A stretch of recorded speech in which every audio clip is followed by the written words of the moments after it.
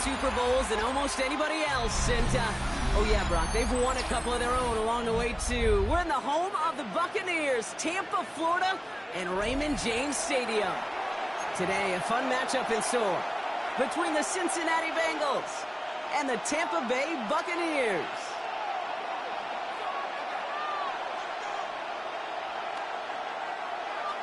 Chase McLaughlin to kick off for the Buccaneers.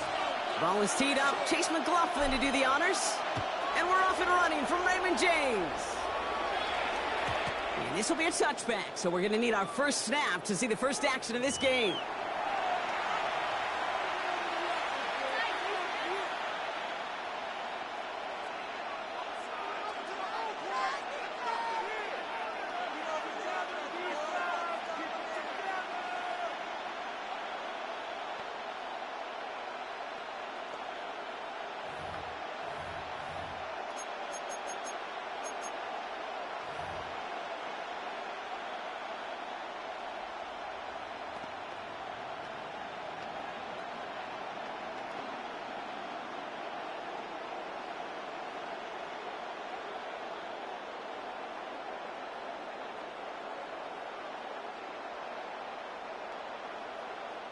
So their offense out now to get this game started. It's 1st and 10. Here we go.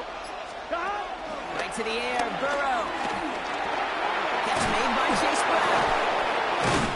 And that tackle stops him after a solid gain. That is a textbook first down completion. Sets up second and very manageable and creates space to take that shot downfield. After a good pickup, they've got 2nd and 4.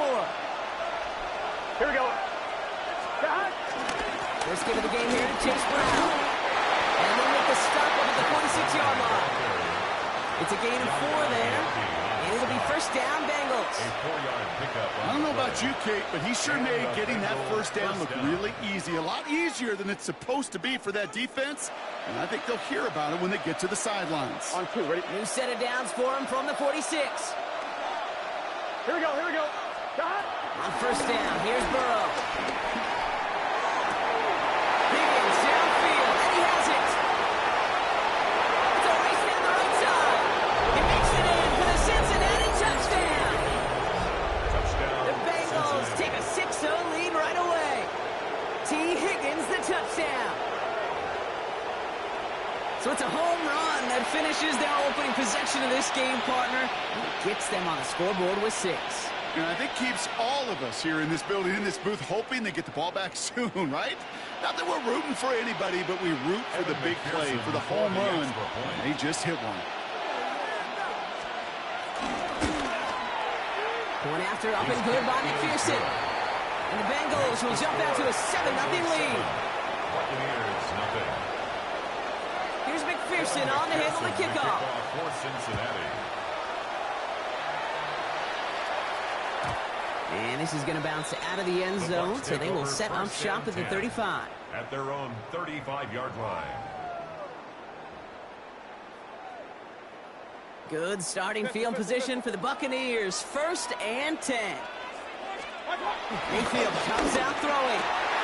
Grabbed by Chris Godwin. And he's going to be taken down, but plenty of damage already done. It's a game of 20. That is so demoralizing defensively. You do everything right, you draw it up right, you got double coverage, and yet you still can't take the ball away. 44-yard line.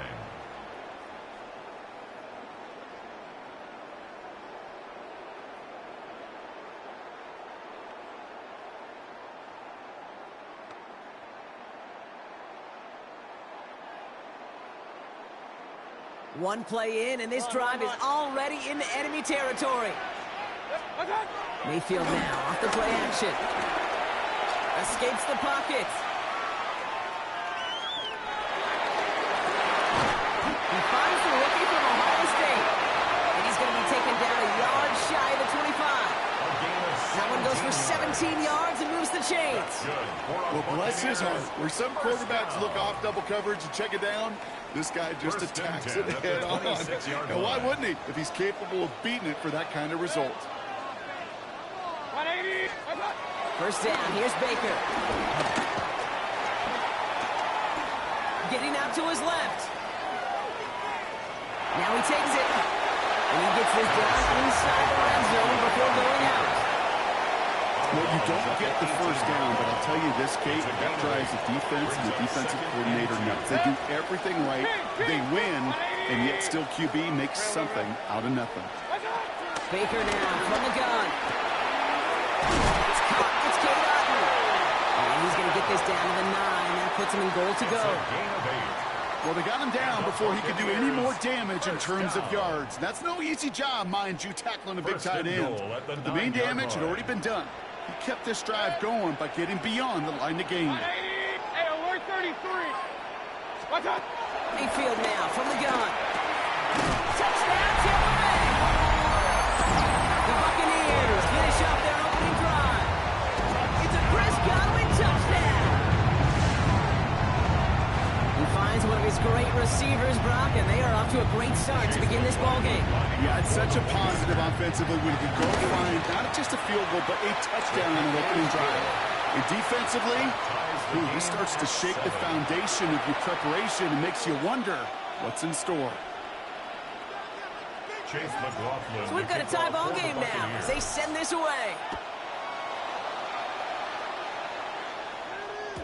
And no return as this bounces through the end zone for a touchback. At their own 35-yard line. I'm one. Ready? Good starting field position awaits the Bengals as they get set for first and 10. Out of the shotgun, Burrow. Pocket isn't holding up. They're able to drop it. And the big play drives them backwards. Second down coming up. When they were in their defensive meetings this week, that's exactly how you draw it up. Play sound zone defense. Give that quarterback nowhere to go and let that pass rush get home. And again, an interception is dropped. Looked a whole lot like the last play, didn't it, partner? And again, the turnover escapes him. It's going to be third down. I hate to be Mr. Negative guy, but a sack 2 plays ago, an incompletion right there. All that's missing, Kate, is an interception on this play, and you're going to hand this quarterback a misfortune trifecta that nobody wants. Third and long. Here's Burrow. Escape tackle. And they're able to take him down, and that sack is how we're going to end our first quarter of play. That's the end of one. Both teams with a little luck finding the end zone early. Scoreboard showing 7s on each side. More from Raymond James Stadium coming up after the break. Time for our second quarter. It'll be Bengals football to begin. And on fourth down, they're about ready to punt. Collects this at the 32. And it ends up a good return for him. Up past their own 40. The Bucs take over first and 10 at their own 43-yard line. Good starting field position for the Buccaneers. First and 10. Going with Irving here. Can't slip that initial tackle. Stops made for no gain on that first down play. You know by now, Kate, with this time we spend together, these toss plays, the best way to defend them is to hit them before they get started. And that's exactly what the defense did. Last run only gained a yard. That means it's 2nd and 9.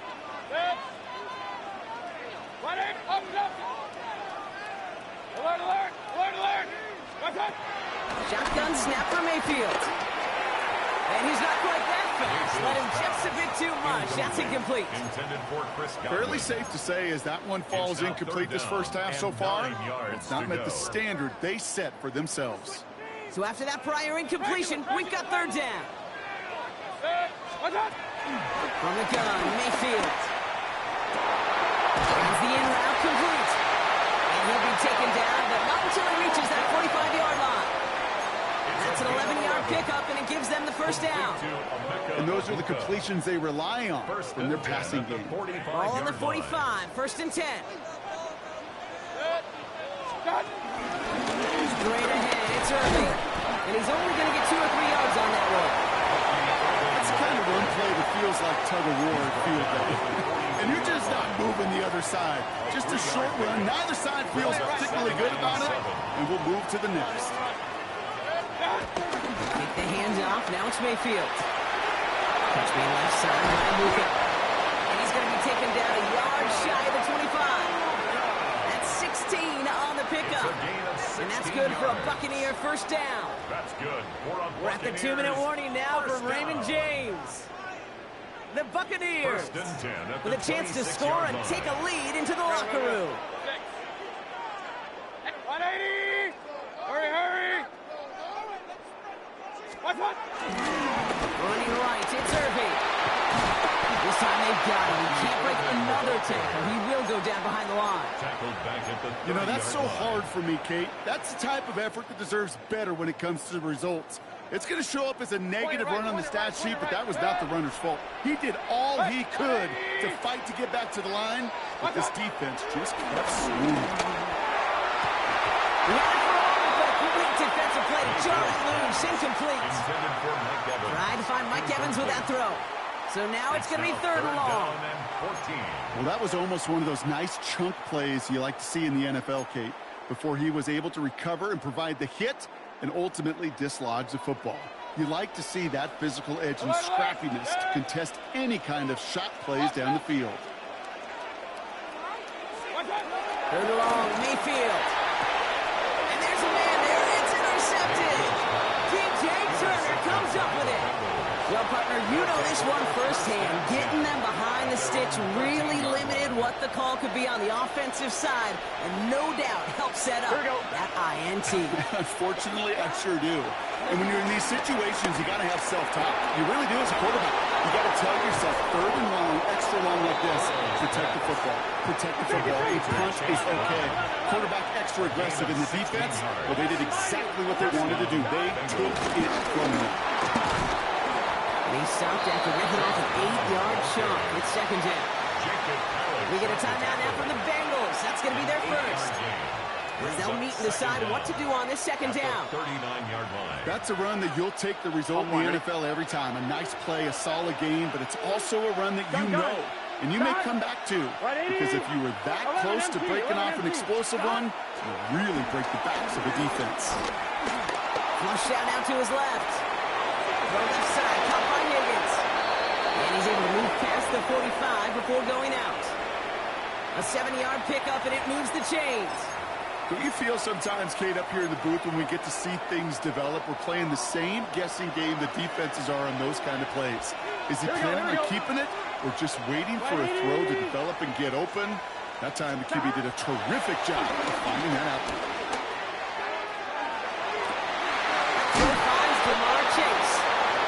Just after the catch, he is hit and stopped. A nice gain, though, down to the enemy 41.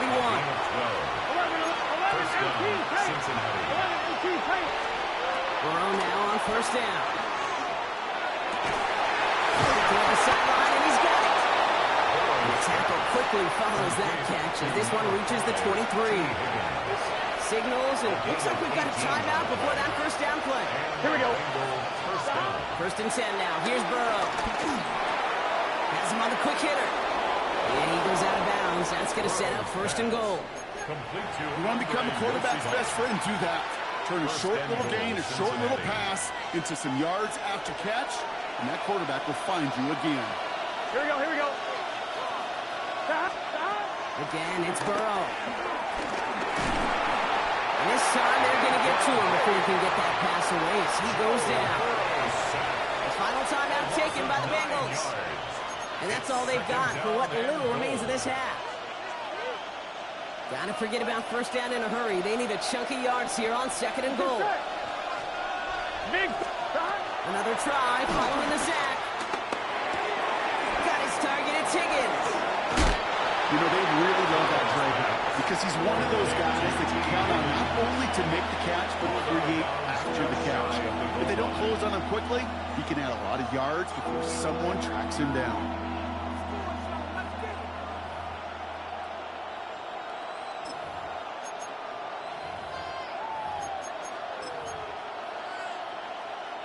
That goal line agonizingly close here. It's third and goal.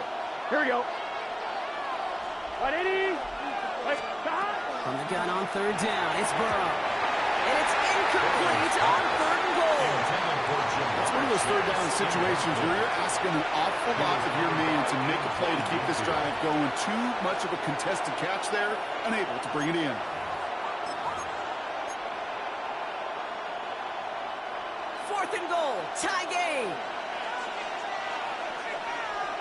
Here we go. 180. 11 MT. 11 MT. Around on the inside gear. And they stop it. No touchdown. No first down. That's a turnover on downs near the end zone. Well, a blitz on fourth down's a gutsy call, but it can work against a pass or a run. Good luck running for the sticks when you got a whole defense crashing you right off the snap.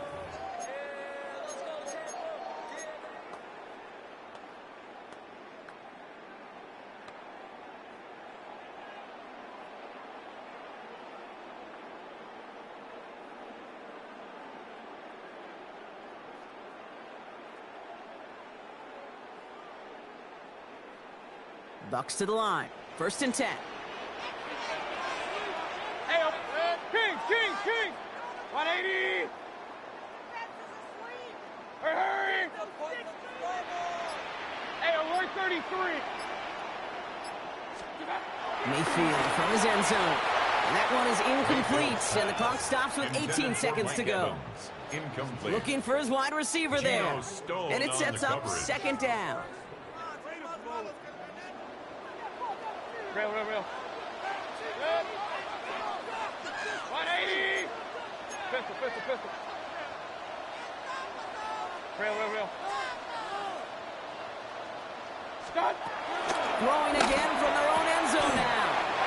Diving in, it's close. They see he caught it. Tampa spends its 2nd timeout now. It's a gain of 14 And they still have one yards. in their pocket for what's left of And this the half. Buccaneers, first And they've got down. themselves another 1st and 10. 1st and 10 at the 15-yard line. Point it right. Regular. Done. Throwing now from the gun. He throws a bullet to the center. He's got it deep downfield. And this is across midfield and aimed at enemy territory. Just before halftime, we get a timeout. Take it. I try to remind you a time or two, Kate, that you always got to start your read from the secondary forward. You got to see what the safeties are doing. If you're going to throw a ball in the middle third, deep downfield like that, you have to have tremendous awareness of where those safeties were, and the QB just nailed it.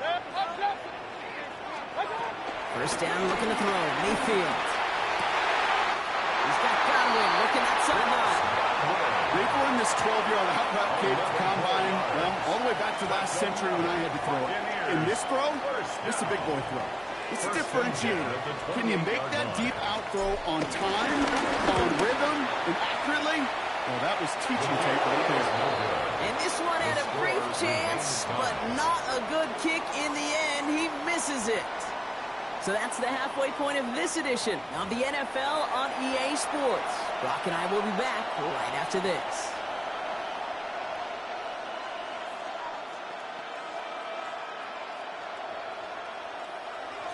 Evan McPherson to kick off for Cincinnati. Something's got to be the difference maker here in half number 2. We'll see what it is as we're up and running once again. And we'll have to wait at least a few moments longer for an exciting start to this 2nd half. We've got a touchback. Good starting field position for the Buccaneers. 1st and 10.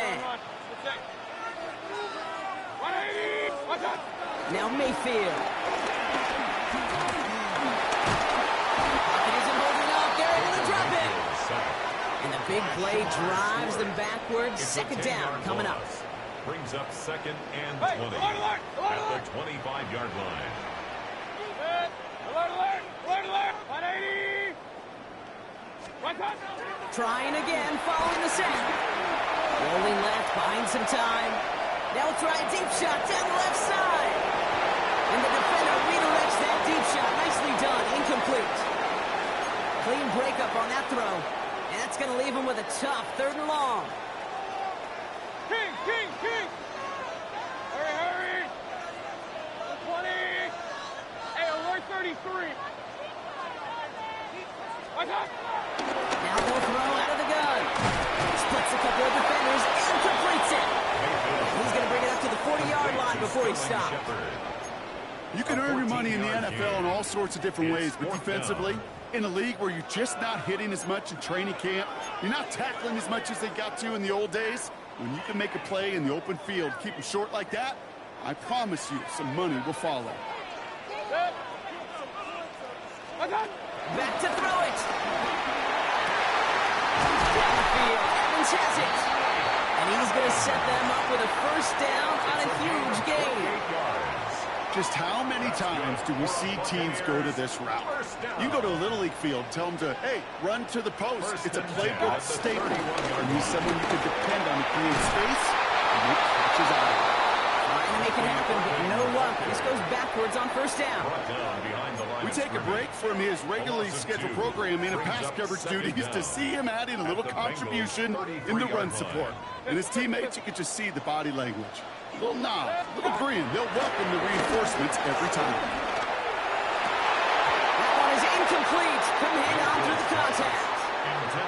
Defender's not going to be thrilled the catch was almost made on his watch, but more importantly, he breaks it up. Gives him a chance to do a little jawing after the play. Lets the other guy know he roughed him up and cost him that catch. Last pass unsuccessful, and they have third down here. Alert, alert! 180! Baker now from the gun. Throwing deep towards the end zone. And that's going to be knocked away, incomplete. I'll tell you what, Kate, challenging this guy in a close game, you are tempting fate. He got one hand on it. He gets two. It could have gone the other way. A 50-yard attempt. And this kick is good. He needed to get all of it there, and he did. And that's going to break our tie and give him a three-point advantage. A lot of them may make it look automatic, but you get this deep, and those field goals are far from a certainty. It took all his concentration, every bit of his strength. Trying to locate it. Oh, no! He lost it! You know, those defensive guys, they will tell you that the sideline's their best friend, right? A lot of these routes are trying to push the receivers and move the real estate. Well, sometimes the sidelines could be an offensive player's best friend when that ball bounces harmlessly out of bounds. Here we go. Time! 11. Straight ahead, it's Brown. He's able to manage a couple on that run. Here we go. Working quickly here. 11 MT. 2 yards on the pickup. It's 2nd and 8. Right side cut by Higgins. And they're going to bring him down just on the other side of midfield. It's a pickup of 14 yards as the chains reset. Good offenses, good play callers know how to utilize their personnel. They know where they wanted him. They wanted him in a route in space where he could make that initial play comfortably, but then go to work after. Now a shotgun handoff to Brown. And gets him around 6 there. Stop that time by Jamel Dean.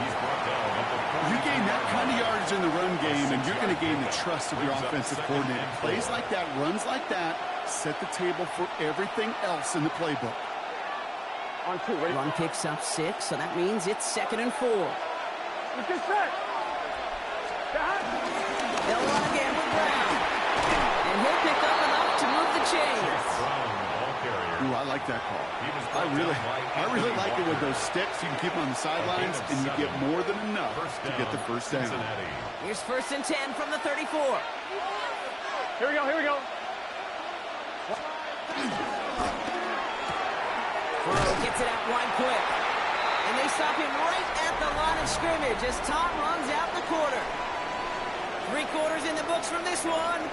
It's Bengals football, and they know what they need to do, trailing here in the 4th.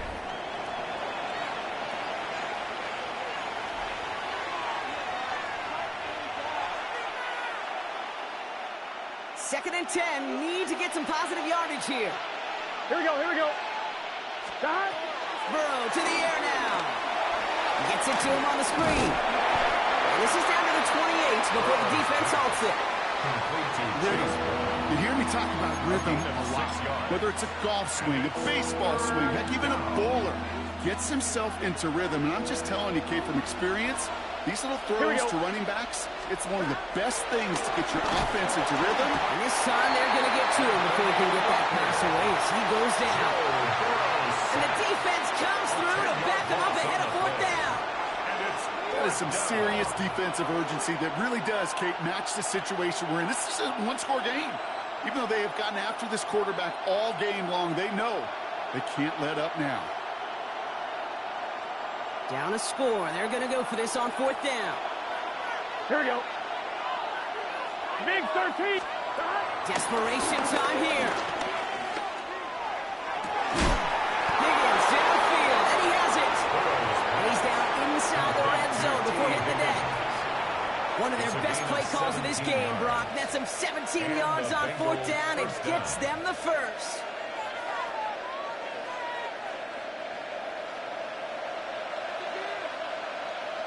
Here we go. Working inside the red zone. Gets it to his man, Mike Gesicki. And they get this down to the 7-yard line. That's a gain of 13, and it sets them up with 1st and goal. You'll often hear it said, in my life experience, it's true, the NFL is a game of matchups, so much more than any level. And these tight ends, we see it time and again, are such a matchup nightmare down the field. We've hit the 2-minute warning here in Tampa. Bengals trail by a field goal. It's set. Stop. Alex Brown. And he's brought down real close to that goal line at the 1. Timeout taken by the Buccaneers. They're first. And they still have 2 available for them as we approach the end of this game.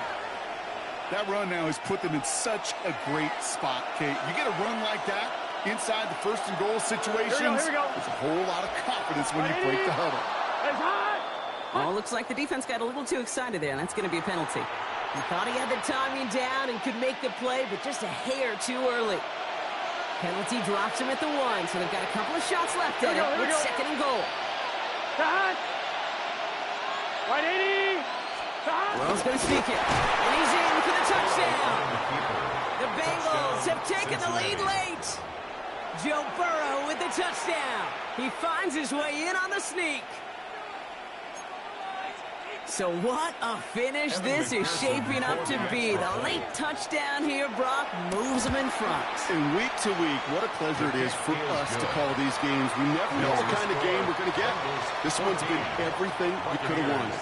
And now, even though they've taken the lead, there's still enough time on that other sideline for them to go mount a response. Here's McPherson on to handle the kickoff.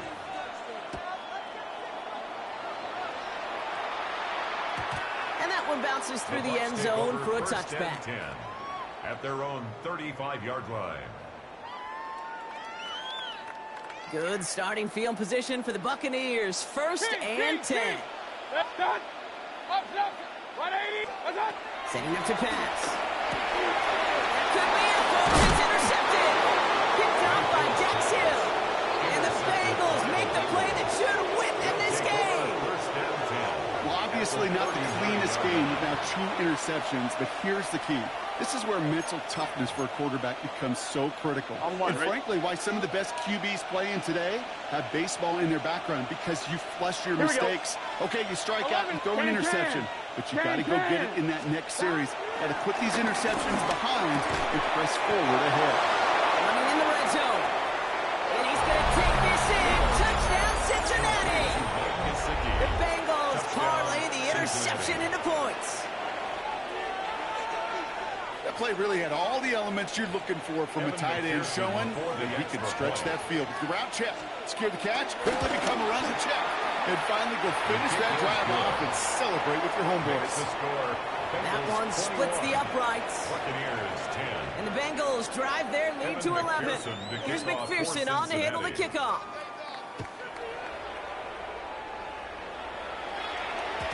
And that kickoff is into and then out of the end zone. So we got a touchback. This drive will start at the 35.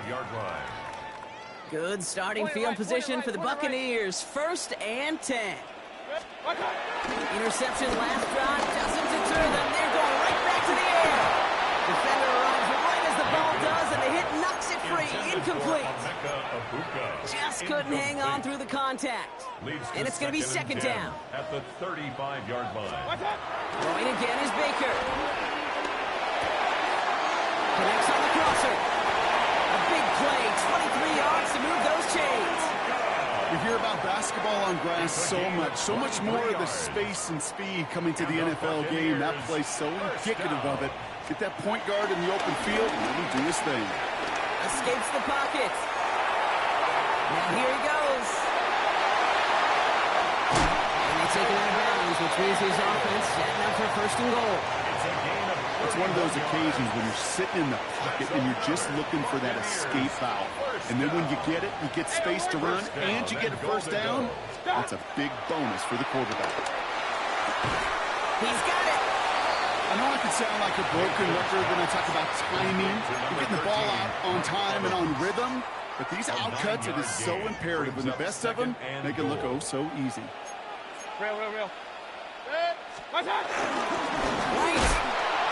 Will not score, and he's not going to get back to the line either. I think he lost close to 3 on that play. You get to these goal-to-goal situations, you know what a win is defensively, Kate? A stalemate. Just don't let them go forward. When you actually knock them backwards as they just did, you've now energized your whole group defensively. Run. Big play coming up here as everyone gets set for 3rd and goal. 180. To throw. And it's incomplete on 3rd and goal. Thought he had a touchdown there. And now it's decision time on 4th and goal. Well, you got to have a short memory in the NFL. Incompletions happen. Now you got to make the adjustment and go get the next one. Tracking for it, and it's good! And it pulls him back within 1 score here in the 4th. That kick obviously gets it back to a 1-score game. Now the real question, Kate, how good do those onside kicks look at warm-ups? How good do they look all week in practice? Is it time to pull out the onside kick? Or trust your defense with 2 timeouts in your pocket?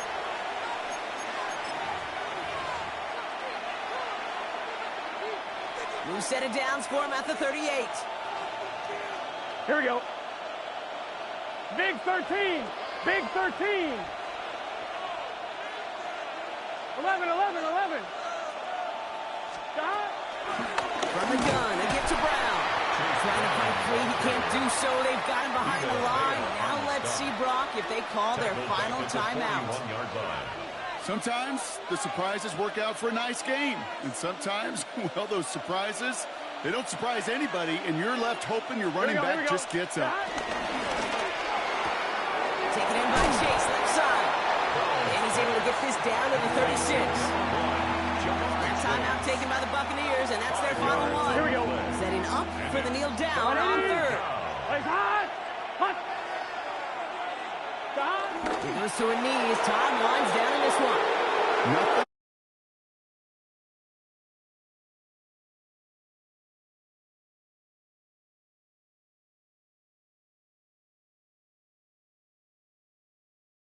One on the road. This is the type of game everyone was hoping they'd see when they entered this stadium, Brock, you and I included. A close one that went all the way.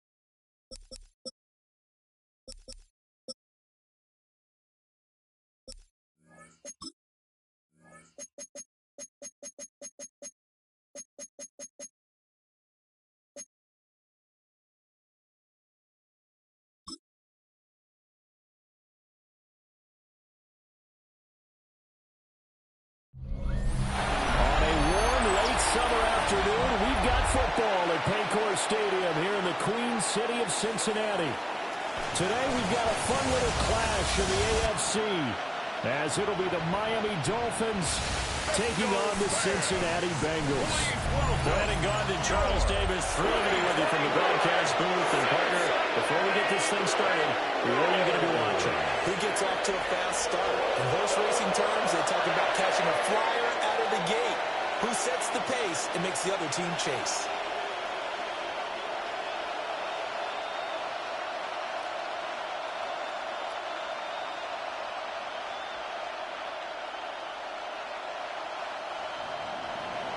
Here's Jason Sanders now to get this one started.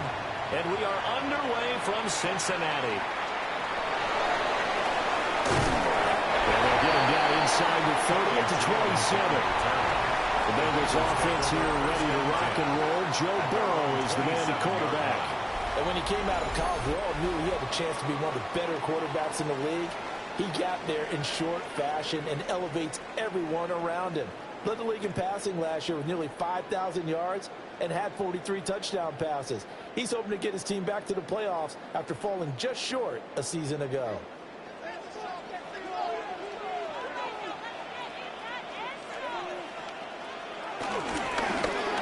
The quick throw by Burrow is complete. And he slips up past the 45 before being tackled. 19 yards right off the bat. And a quick first down.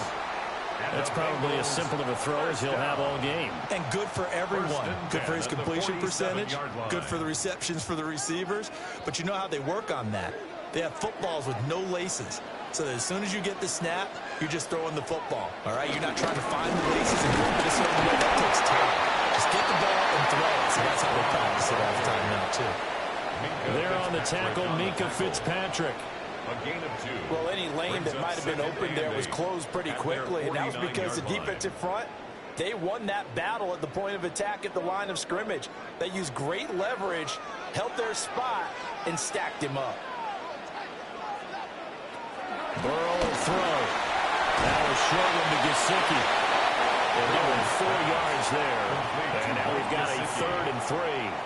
That was an okay hook up there with his tight end, but unfortunately, they didn't get the kind of yards they had hoped for. That's going to bring up 3rd down. Coming up here looking for 3 yards to pick up the first. From the shotgun, it's Burrow. Working the middle of the field. He's got a man complete. Burrow hooking up with Higgins for a Bengal first down. That's good for a Bengals first down. Well, they kept it simple there, CD, only needing the short gain to move the chains, so they didn't want to go with a deep throw. They just go with that safer, shorter throw and able to convert. Nothing wrong with that at all, partner. Check the box, right? Make sure you pick up the first down. Offense is getting established. You're moving the ball. You're not turning it over. Check, check, check. Good luck with what they're doing early in the game. And brought down, but not before they're inside the 25. The Bengals passing game finding a rhythm. They've got another first. That's another Bengals first down. 1st and 10 at the 24-yard line.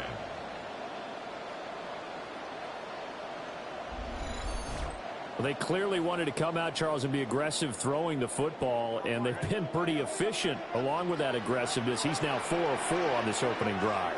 Yeah, and that's led to a fresh set of downs. I like what he's doing back there. You can tell he's at ease. Feels good about what he's doing. I think if I'm the play caller, I'm reading that. I'm continuing to let him throw the football. A gain of 3. It's a gain of 3, and it'll be 2nd down. At the Dolphins' But that call 20-yard makes line. sense because they've been throwing it well on this drive, and once again, they show passing formation, showing the shotgun. Then they ran out of it. That's a nice play by them defensively, though, to hold it to a short gain. Now Burrow. And the man is Yoshibas. That's good for a first down, his 2nd catch of the opening drive. I think that's a big pickup for a first down because when you run a drag route against zone, you're sometimes asking for trouble because you might run into a defender. Yeah, well, there they ran into a first down, executed it to perfection. From the 13 now, they work on 1st and 10. Out of the gun, it's Burrow. Being chased out left. And they'll take this into the end zone for Bengal TD. Joe Burrow, a 12-yard touchdown run. And the Bengals get the upper hand as they're on the board first here this afternoon. What an effort there. Sometimes you hold your breath a bit when you see your quarterback diving for the end zone. You don't want him to land on a shoulder wrong or take a big shot. But he looks none the worse for wear here, and that winds up a touchdown. Evan McPherson for the extra point.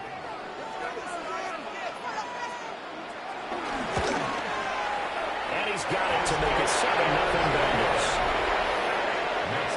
So that drive takes him down the field in 8 plays.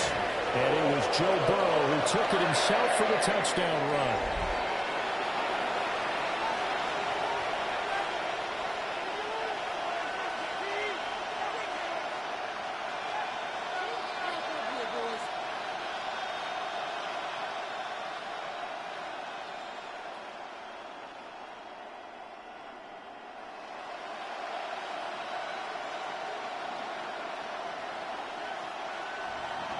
After the touchdown, McPherson on to kick this one away.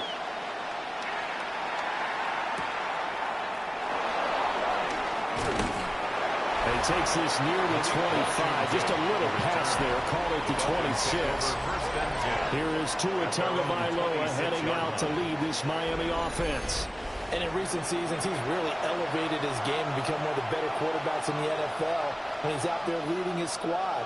He completed over 72% of his passes last season, which led the league, and he's looking to be even better in this season. Tua and the Dolphins now with a 1st and 10 at their own 26. They'll run. Here's Devon Achane.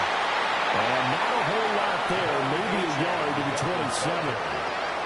Brendan, to me, what's important right here on this drive is for them to get at least 2 first downs. They've got to give their defense a chance to settle down, catch their breath a little bit after they give up a touchdown on the opening drive. Still 9 yards to go on 2nd down from the 27. Again, it's Achane. And only able to get 2 here. Stopped at the 30. But not much on that run, Charles. No, that's exactly the way to execute a run blitz there. They guessed correctly that they would move the ball on the ground, honed in on it, and stopped them. Mark that down for a win in the defense's column. 3rd down and 6.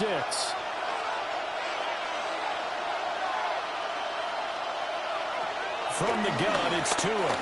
He's going to launch it for Washington. And this is dropped. Oh, boy. A chance for a big play early, but he could not secure it. If I'm making excuses, and I am, sometimes the sun can be difficult on a ball like that. That looked like it was going to be right there, but it's in and out of his hands. And a potential big play goes by the wayside. Jake Bailey on now to punt here on 4th down. Charlie Jones deep for Cincinnati.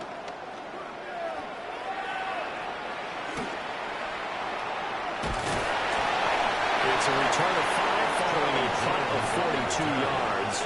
And the Bengals take over 1st and 10. Cincinnati coming back onto the field here for their 2nd drive. They've got a 7-0 lead in the football as well as they start out 1st and 10.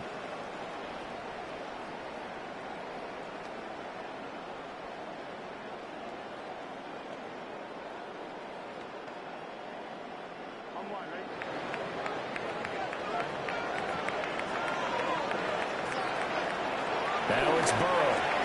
Open man is Higgins. Give him a gain of 5 on the completion. And it'll be 2nd down. Oh, I see you nodding your head along with me, partner, because it's pretty obvious what they were trying to do there on the drag route. With his speed, they're hoping he can turn the corner and maybe take this to the house. But that was excellent work defensively to make sure once he caught it, he wasn't going anywhere. From the shotgun, Joe Burrow. Throwing quickly there, but it's incomplete. Prior to that, he had hit his first 6 passes to start the game, so on a nice little run to begin. It feels like this offense has carried its dress rehearsal into the game. You know, because you do practice it, you do go through it, and in this case, it is clicking exactly like they drew it up.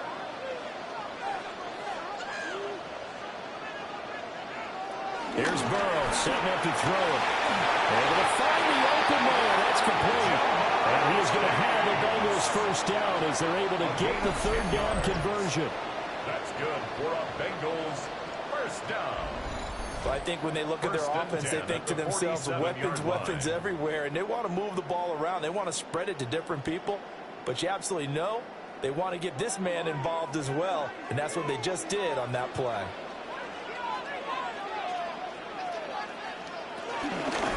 first and 10. Here's Brown. And he'll manage to pick up about 4 at second down. And that was a quality play to start a new set of downs. That was simply an offensive line winning the battle up front and winning it in a big way and giving their guy in the backfield a nice lane to hit. From the 48-yard line, here's second and 6. Burrow looking to pass. Oh, he'll let one go deep for Higgins. And this is caught inside the 5.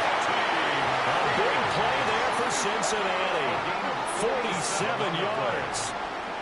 That's good for a Cincinnati Bengals. First and goal at the 1-yard line.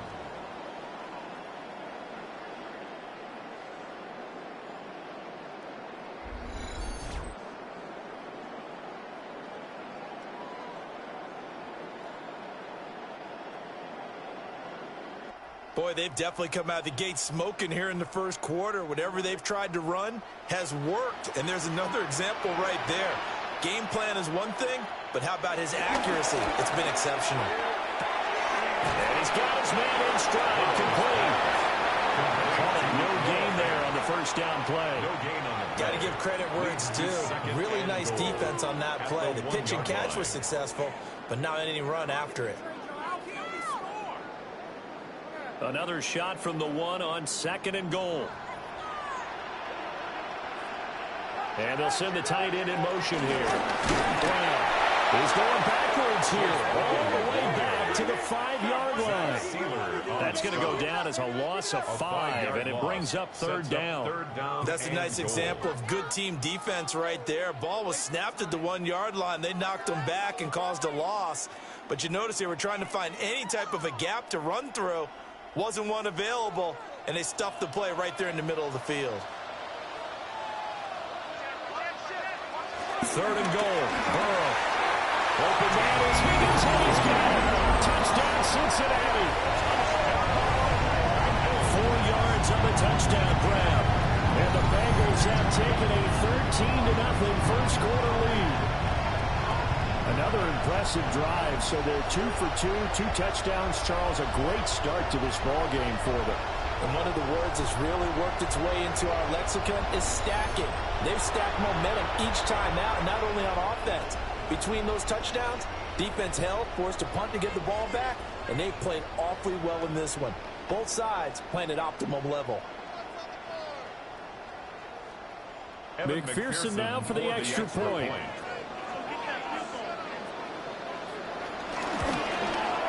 And it's good, and they have jumped out here to a quick 14-0 first quarter lead. So that drive goes 8 plays. And it was T. Higgins who capped the drive with the touchdown reception.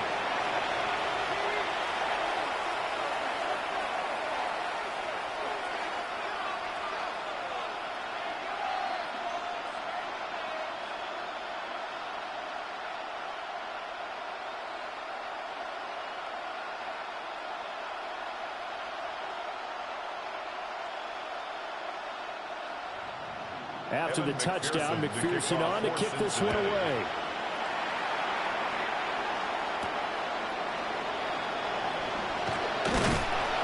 And he won't quite make it to the 25. So Miami coming out for their second drive. They've been outplayed early, no question. Down 14-0 already as they come up first and 10.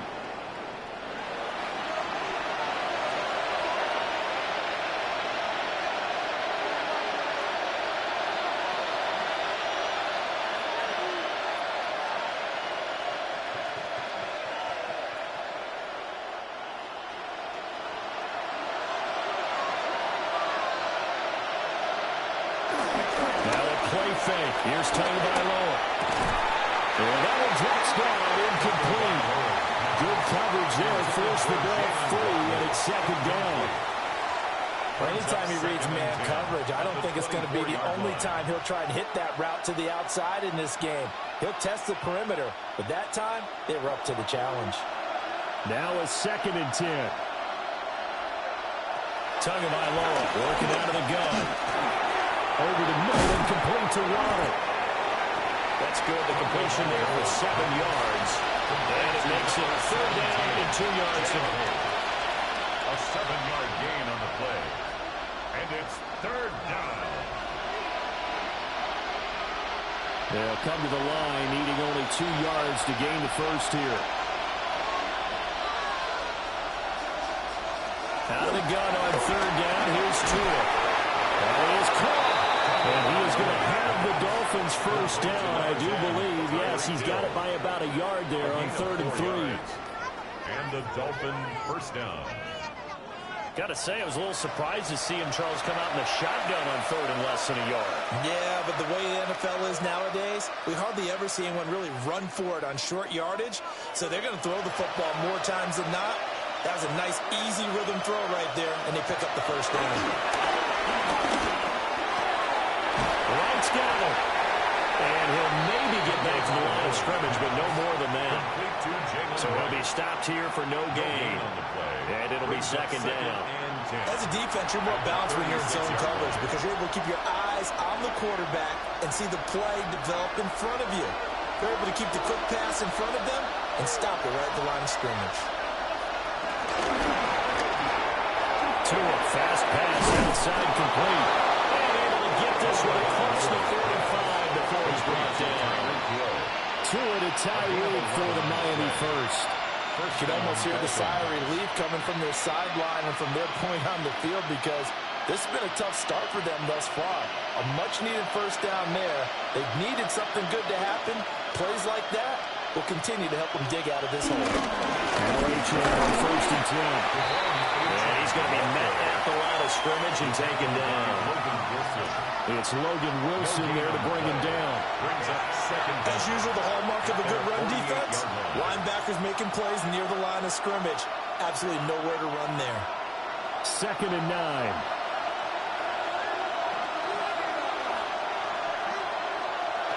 Going to the air. Tagovailoa. Throw caught by Achane. The result, only 4 yards there on the play.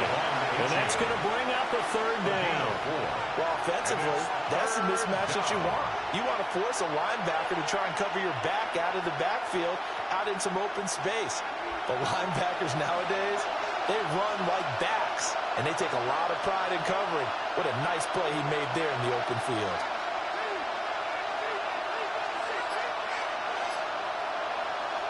Here's Tua. He had a man open, but he missed him, and it's incomplete.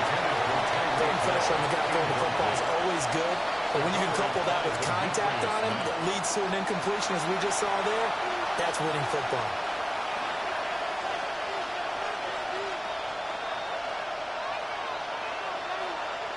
Mike McDaniel dialing up the risk here a little bit on 4th down. They're going to go for it.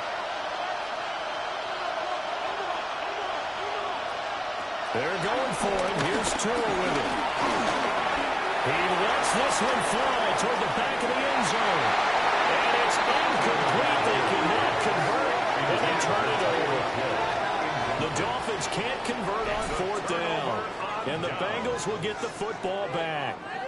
Well, down 2 touchdowns already. I guess they felt they needed to go for it, but still early, still first half. I think conventional wisdom says, look, as you point out, you got a whole half to play. Hang in there. Don't give up any more points in this situation. Do a little adjusting at the half and come out ready to go. But sometimes those coaches can just sense their team. Maybe they're a little flat or they need a little extra inspiration. And he decided to go for it there to try and kickstart things. It's complete to Brown. Right side. So the completion gets him just a yard. And it's 2nd down. I know it was a game, but you have to sense probably a little bit of disappointment there because when it's out there in open space, I think they expect to get more out of a play, don't you? Especially when you're getting it to your guy out of the backfield. You're expecting him to be able to create something, be a little more shifty. Yeah, no doubt about it. Good open field tackling. Headed to an okay game. And he is out of bounds inside the 35.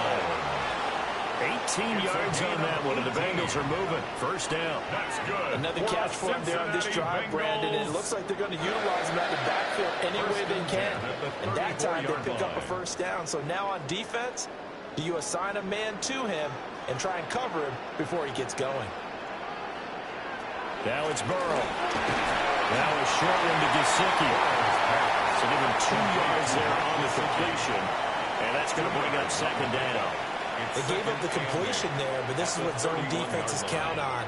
Catching the ball and not much run after the catch. Second down and 8.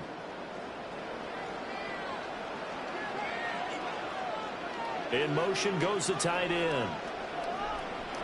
Again, it's Burrow.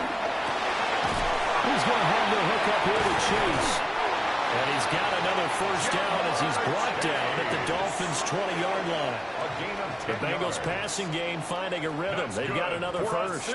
Another nice play there. They've gotten down into the red zone in no time at all.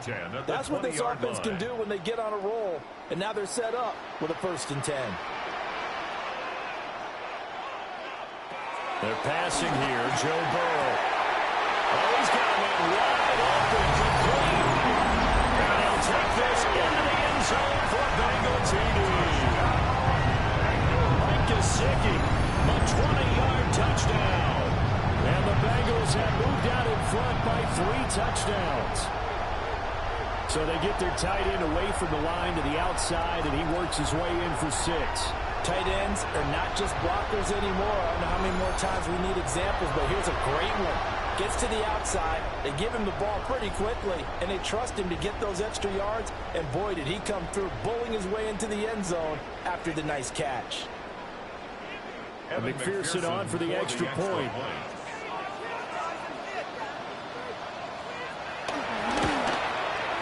It's good, and before you know it, it's 21-0. That's the score. So that drive span 5 plays. And it all concluded with a touchdown pass to the tight end, Mike Gesicki.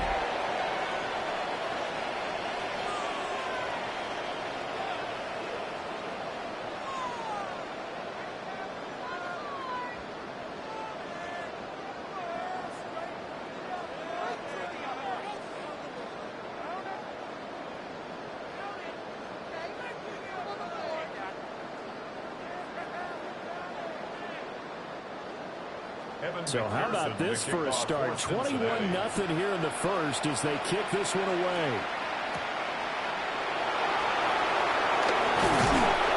And able to get this out to the 25.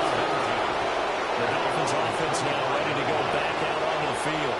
Well, CD, you kind of feel like they're in a bit of a danger zone right here because now you're down 3 scores, and I know we're in the first half, but the way this offense hasn't been able to generate anything, you feel like they probably need to get something going on this drive, right?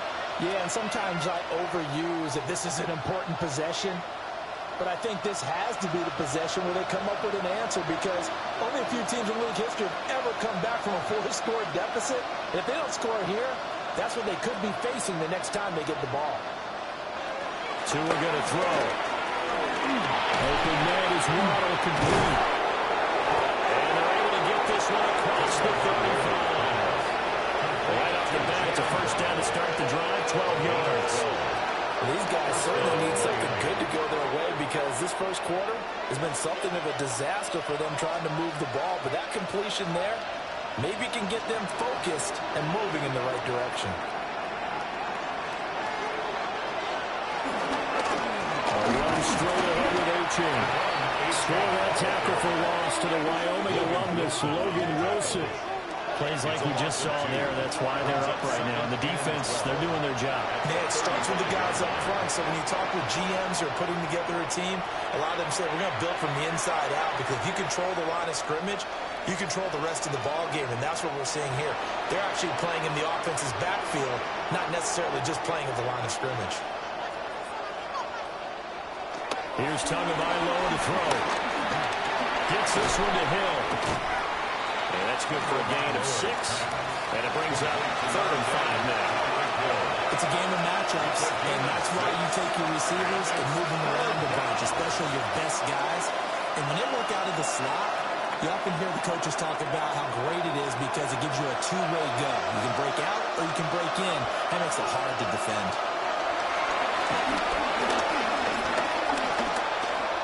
They're going deep for Hill.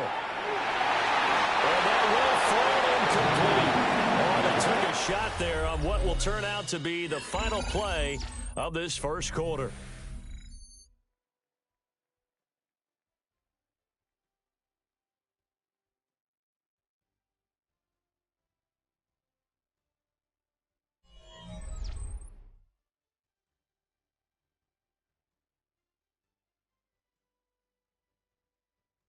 It's Dolphins football here as we begin the second quarter.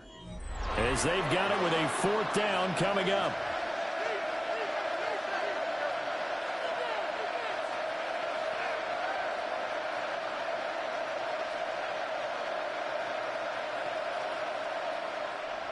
Here's Jake Bailey now. For the Dolphins. On the snap, a poor one, and this is blocked. Look at this, middle of the field, a breakaway. And this is going to be a touchdown. Boy, problems with the snap, but it leads to the block, and that in turn leads to 6 points the other way. Partners, you well know every block punt wasn't necessarily a called block. Sometimes the guy just finds his way back there. Doesn't matter. The play happens, and that one turned into 6 points because they handled it so well after the block. McPherson on for the point after.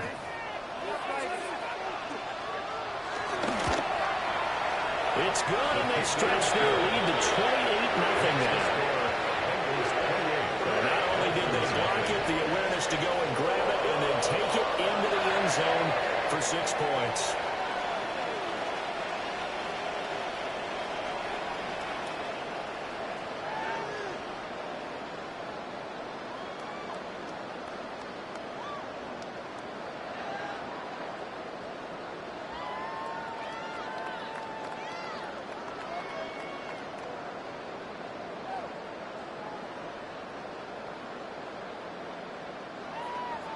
After the touchdown, McPherson on to kick this one away.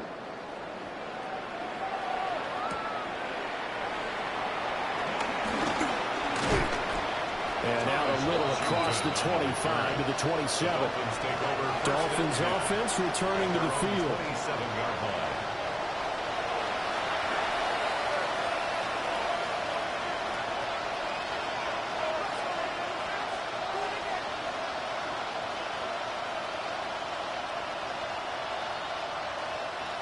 Tagovailoa and the Dolphins come up 1st and 10 at their own 27.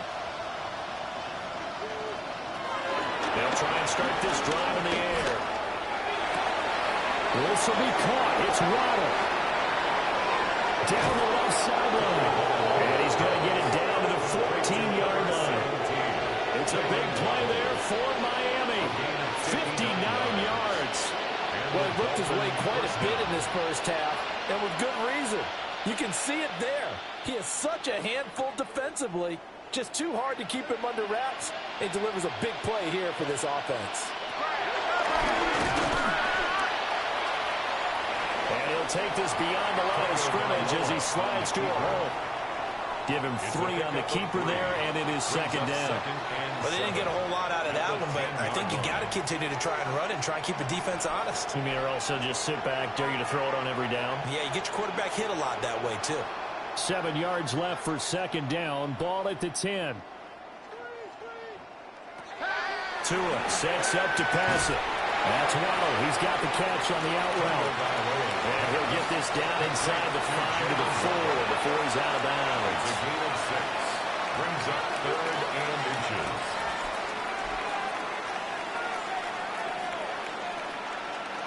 The Dolphins on 3rd down. They've only converted once in 4 tries. They're looking at 3rd and a few inches. Tua going to run the sneak. And he's going to be touched down right at the line of scrimmage. 1st and goal. I don't know about you, but I like this call. 3rd and inches, and instead of worrying about getting it back to a running back and maybe there's some penetration from the defensive front, just go ahead and take it, move forward, and pick up the 1st down. And as we say often, shows confidence in your offensive line. Looking to pass. Tua. Well, he will take it in for a Dolphins touchdown. Tua Tagovailoa taking it in from 2 yards out. And the Dolphins are able to cut into that deficit. Hey, you're down on the scoreboard, but now your offense is in close, and this is where, as a quarterback, you say, I've got to make a play here. Doesn't matter whether it's a pinpoint throw or a scramble like this one. He takes matters into his own hands and delivers a touchdown run. Jason Sanders now for the extra point.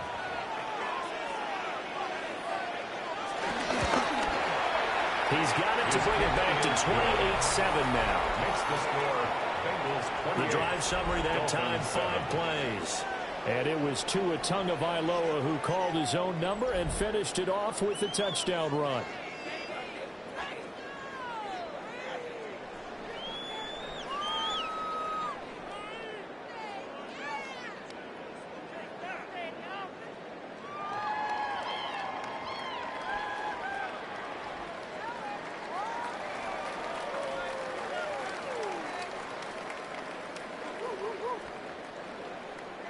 Now after the touchdown, ready to kick it away is Sanders.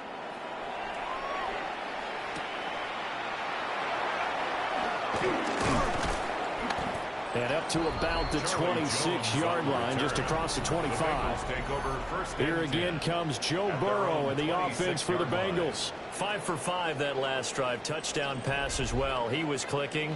Receivers, I don't want to be cliche, but running really solid routes too. And what I love about it is when you look across any team, all right, the body types of the receivers are usually different. The way that they get open, different as well. Some of them use power to get open. Some of them use those head fakes and subtle moves. Some of them just use pure speed. And the really good ones, when they're established, they know to push off at the end of the route, too. And the running lane's non-existent in this first half as they'll stop him behind the line. A nice stick and stop for a loss there from Jalen Phillips. The running lanes have definitely not been there for him here in the first half, and I don't think it's all been his fault. His offensive line hasn't given him much space. A loss results there. A loss of a yard there to start out. That leads to a 2nd and 11. Here's Burrow. Over the middle, that's caught by Chase. And he takes this up to the 40-yard line before being corralled. The LSU connection. Burrow to Chase for the Cincinnati first. First down. 1st and 10 at the 40-yard line. Let's just call it what it is. This has been a flat-out struggle for this defense all game long. They've really had a hard time slowing them down. And while I'm not big on speeches and guys jumping up and down, they might need their team leader on defense to get in their face right now and light a fire under these guys. They've got to start playing better assignment football and start getting guys on the ground. And he'll be taken down the ball before he works it past the 50. 11 more yards that go around, a first down as well. And what a nice example there of a tight end doing exactly what he needs to do. How about how he worked his way to the outside, made sure he secured the catch, and then anything after that, we count that as a bonus. And indeed, he gets enough for the first down. Now Burrow. Open man is Roshibaz. He'll get this one down near the 20-yard line, just shy of the 20. 6 more yards. A good pickup there, 26 yards. First down. 1st and 10 at the 22-yard line.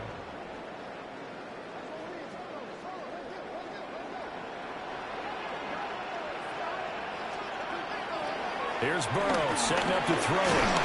Nowhere to go here. He lost the football. One of the linemen on the other side has got it. And they take possession of the football and have it at the 36-yard line.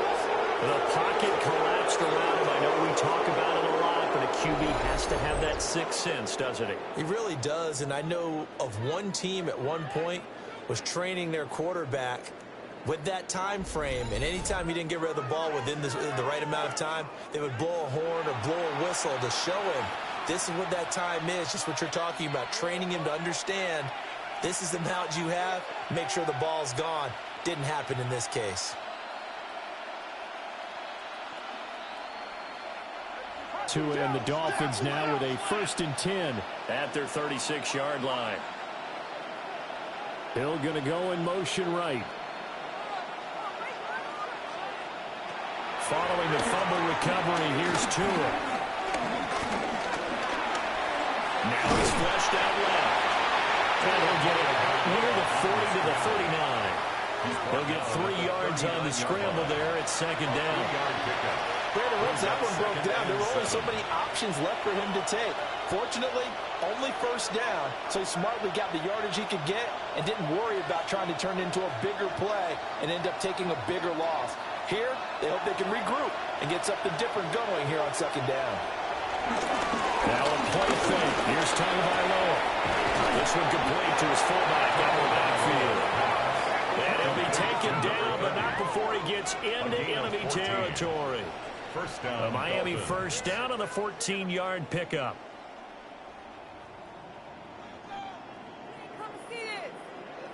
Good, sure hands there from a guy not accustomed to catching a whole lot of passes.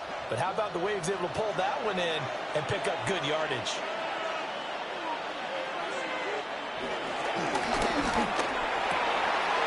Tua with a quick throw, caught out wide. And he goes down, but not before getting this inside the 25. 23 yards, the final tally. It's a gain of 23 yards. First down, Miami.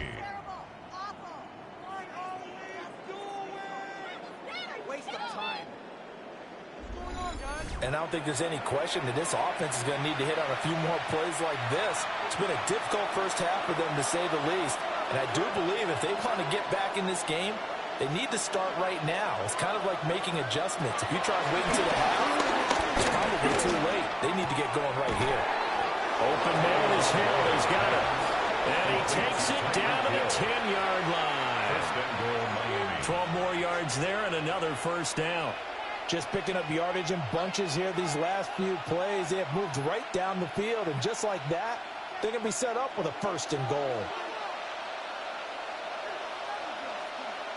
Hill going to go in motion right. They'll run. H.M. And nothing doing. He's immediately taken down at the line of scrimmage. It's a loss of a yard there, and it's second down. I have a feeling they'll stay committed to running the football, especially on their early downs. They just haven't had a whole lot of success just yet. So they get pushed back to the 11, and here's second and goal. Throwing now is Tagovailoa. And they're going to get it. They bring it down to set back at the 16-yard line. Shamar Stewart. Credit him with a sack, and it goes as a loss of 6. Second goal, last thing you need to do is get pushed backwards to take a sack. But he couldn't find anywhere to go with the football, had to eat it, and ended up on the ground.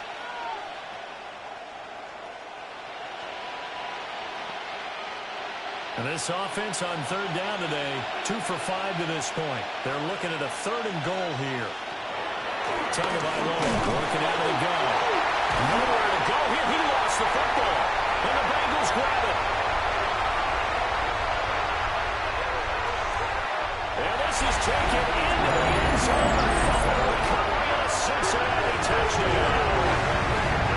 Charles, they are putting on a show right now. I mean, with that fumble return for the touchdown, you think about the size of this advantage. Heck, it's a 4-score game right now, and we're still in the first half. And that has to be the highlight, Brandon, with how frequently we see fumbles return to the house. But if you are inclined to pick this as the game signature play so far, you do have no shortage of alternatives to select from. This has been nothing short of a clinic. And as noted, we still have a half a ball to play.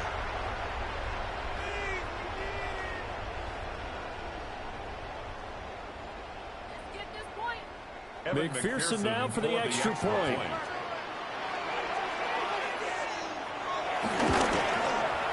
And he's been a busy man, 5 for 5 now as he knocks another one through to extend the lead. The scoop and score are always an exciting play in football, and we witnessed it there, grabbing it off the ground and then rumbling it into the end zone for 6.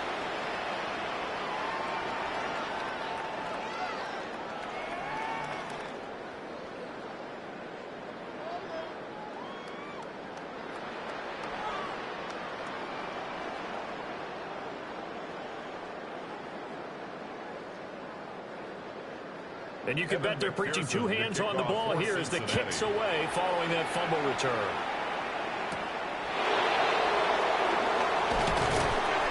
And he's up past the 20 of the 22-yard line. Jalen Waddle running out, and that means that the Dolphins ready for another drive on offense. He's done his part, but so far it's been in a losing effort, so they've got to fix something. But that doesn't mean changing anything, the way they're throwing the ball around and his catches and production. Keep doing that, They're going to have to fix some things likely on defense to try and slow down their opponents. But so far, he's north of 100 yards receiving. Tagovailoa and the Dolphins come up 1st and 10 at their own 22. A quick throw here out to Brown. And he's taken down, but able to slip across the 35. Now, they may want to go back to that one. First play of the drive, good for 15 and a first down. Now, that's the kind of big play you'd like to see. This first half, it hasn't gone their way, and they could use a shot in the arm, something to perk them up a bit. And they get one here in the passing game. Play action, now it's Tua. Swing this out wide. Here's Ochane. They'll go for a gain of 7. And they'll be left with second and a couple. And at his size, he's a smaller back. You can get him the football. He can kind of get lost, make someone miss. It's good for him. Yeah, it's great for him. I like what you said there. Sometimes he gets lost in the traffic a little bit. But get him out in the open field into some space. That plays to his strengths the best. And keeps him out of it where all the big boys are, you know, make someone miss in the open field. 2 yards the loss, and now they go from 2nd and 2 to a tough 3rd and 4. We all have habits. We can be somewhat predictable, and you know me pretty well on 2nd down and short. What I like to see. Play action. Yeah, without a doubt, I thought that was a great spot to call it. Instead, didn't go their way, did it? No, defense sold out for the run. Worked out well. Down Tua. Pass taken in by his big tight end. And he'll be out just a yard or 2 shy of the 30. A big play there on the catch and run. And the Dolphins are going to get a fresh set of downs.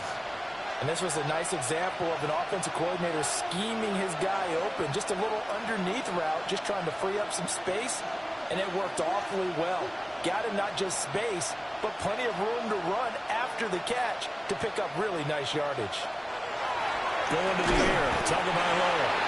Now that play is blown out, losing yardage back at the 35. Well, despite the completion, they're going to wind up losing 3 there. 2nd down. Heck of a play there to get to him quickly and get him down for a loss. I think they did a really nice job getting ready for this game, scouting, watching film, and understanding defensively what the play design was. In motion, the tight end. Here's Tua. That's complete to his tight end, Water. And he gets this one inside the 15, just a yard or 2 shy of the 10. Good work out to the catch, going to net him 23 and a first. What a drive this has been, just chewing up the yardage. And here's one of their best plays yet as they finally get down into the red zone and look to finish this off with 6.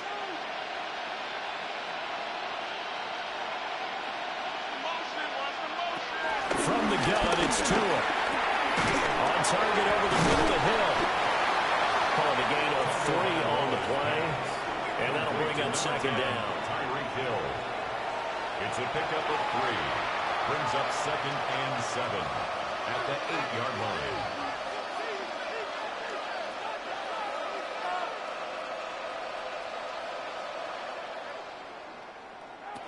Back to throw again. Got a man and he hits him in stride. And he'll be brought down here at the 3-yard line. Short completion, just 4 yards. And that'll leave him with a 3rd and 2. Boy, that one was well read defensively. And this is all about diagnosis as a safety and being decisive because he saw it setting up in front of him, able to knife through there and make the play. Tua going to throw. Dancing to it. And he'll take this into the end zone for a Dolphins touchdown. Tua Tagovailoa with his 2nd touchdown here in this first half.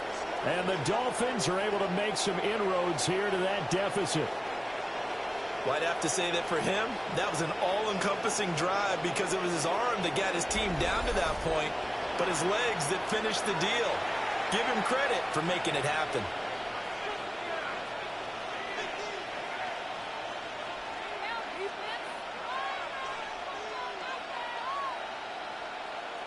Sanders on for the extra point.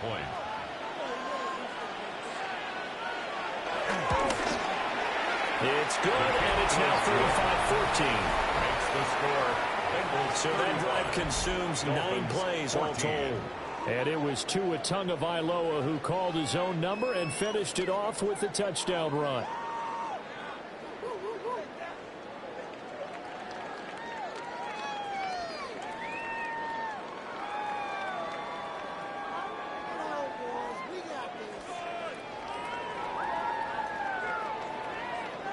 Now after the touchdown, ready to kick it away is Sanders.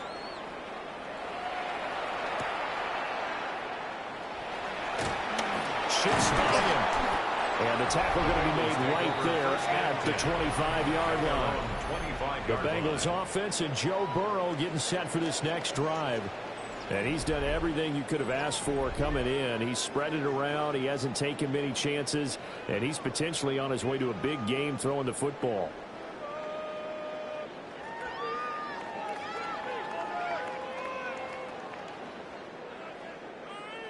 The Cincy offense about ready to go here on their next drive. Last time out, they had the fumble. That led to the touchdown. Not a great look on either side of the ball as the defense gave up the points too, Charles. But they've got to take care of the football and do better here on this possession. It's certainly been a tough stretch, partner, for both of those units in there. Kind of put their defensive mates in a really tough spot there by dropping the ball on the ground. But an easy way to make it up to them, get out there now and get some points on this drive. They'll operate from the 32-yard line here, 2nd and 3. Burrow going to keep it running right. Only a yard there on the keeper, and that's going to leave him with a 3rd down. Anytime you decide to use your quarterback as a runner, most of the time when you design a play, you're expected to break a little bit bigger than this one, because when you run him on short gains, your risk-reward and him taking hits, I'm not sure that's the payoff they were looking for. 2 minutes remaining in this first half of football. 2 yards still to go. 3rd down now. Burrow looking to pass. Working the middle of the field, and he's got a man complete. And he's going to have the Bengals 1st down, and he's going to have it by plenty. Able to get 8 yards there on 3rd and 2. 1st down. 1st and 10 at the 41-yard line.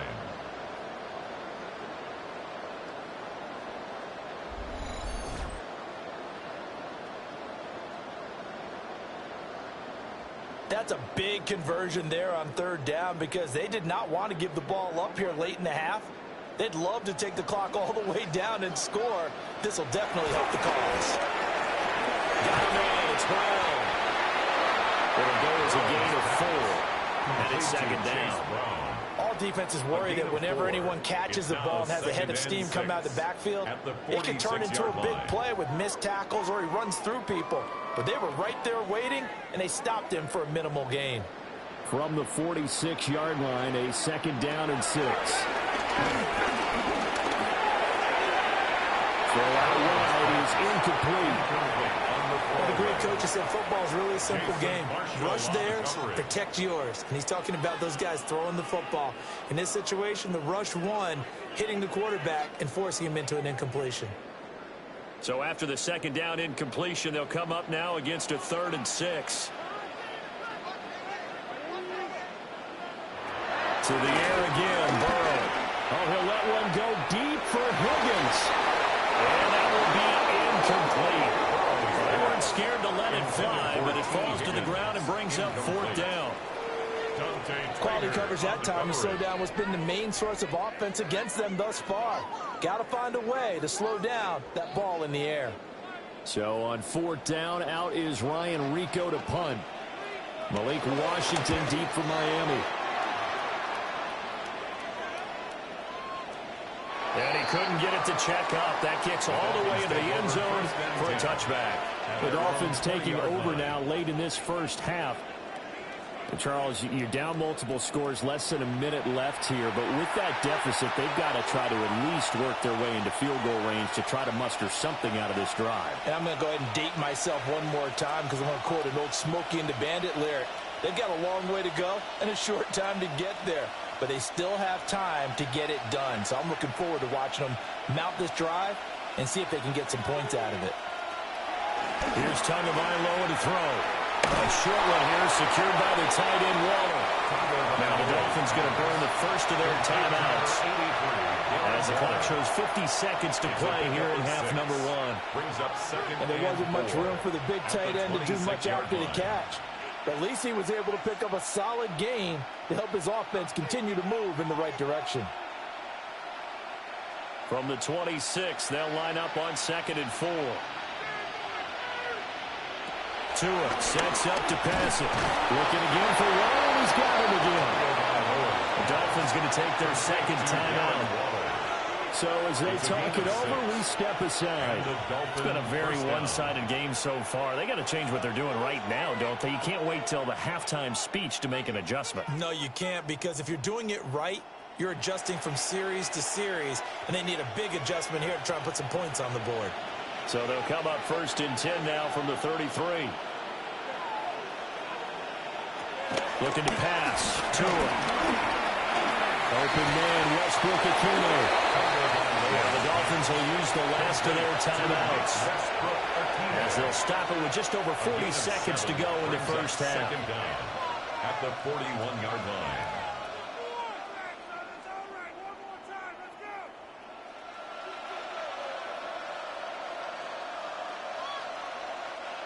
Two yards to go, 2nd down. They'll send the tight end in motion. From the 41, Tua will find his tight end. That's Waller. They'll get 3 as the drive continues. It's a 1st down. And the tight end is certainly a position built to move the chains because they can control space underneath. If they've got good hands, then, of course, they're a dynamic target. But one other thing is they're right in the sight lines of a quarterback on just about every play. That makes it easier for the quarterback to pick him out and deliver. And he's able to take it across midfield before going out of bounds. So the completion results there in 9 yards. And it'll bring up a 2nd and short. Well, it appears that they read man defense and went to the out route. And what you have to do on that one is the receiver's got to make sure he works the defender towards the middle of the field to give himself space to cut to the outside and have that ball delivered with good timing, and they got it done. And Tua going to slide to a halt, and he will have the 1st down. It'll be a gain of 3 on what should be the final play of this first half. So halftime straight ahead. Let's get you down to the Sunshine State and Scott Hansen with our EA Sports Halftime Report.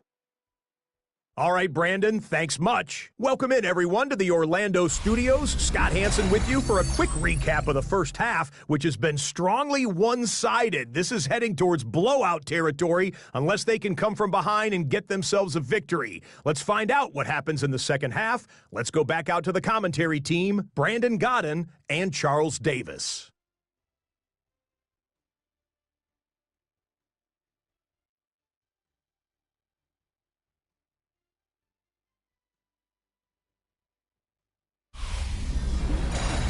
All right, Scott, thanks very much. And we welcome all of you back here on EA Sports for quarter number 3.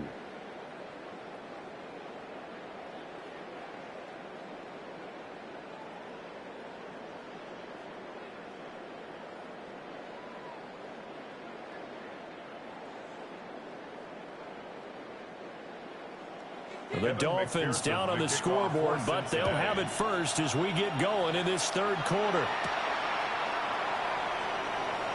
Oh, he shifts past him. And he'll take it up past the 25 to the 26-yard line. Out comes the Dolphins now. They'll go on offense first here in this third quarter. And you have to think, Charles, down 3 scores already. They need to play an almost perfect second half to have a solid chance. And that absolutely starts with finding some way to put together a touchdown drive here. They need to be smart, fast, efficient, get the ball into the end zone, and do it again multiple times in order to have a chance to win this game. Tua and the Dolphins now with a 1st and 10 at their own 26. They'll set up to throw from the gun. And the pressure gets there, and Tua is going to be taken down. Trey Hendrickson showing off his pass rush repertoire that time. So if we recount real quick, he had the touchdown earlier, and now he comes up with the sack here. No doubt about it, he's having himself a game.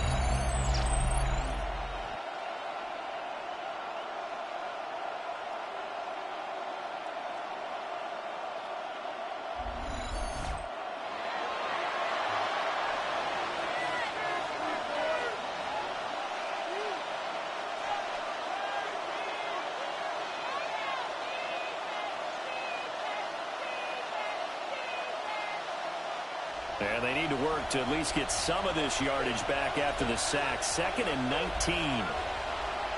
Up the middle, Achane. And he goes across the 20 to the 22. Running lanes were at a premium in the first half, but he's able to find some room there, and he's hoping that that's a precursor of a big second half. And it's 3rd down. This offense in desperate need of a conversion as they come up on 3rd down.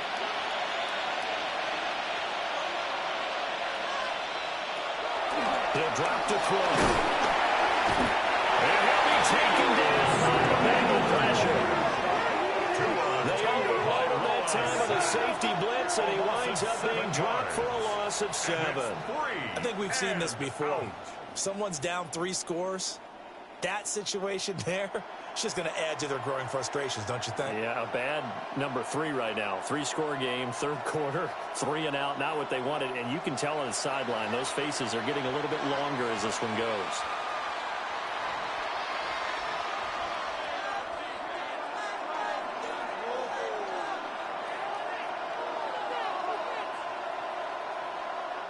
The Dolphins will send out the punter now. Remember, though, he did have one blocked earlier.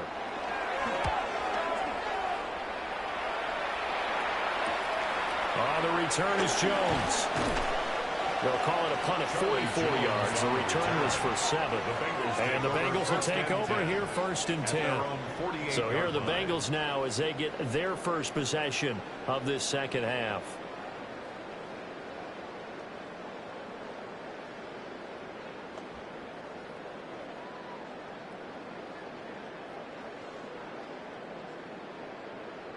So good starting field position for him here as they come up 1st and 10. Just shy of midfield at the 48.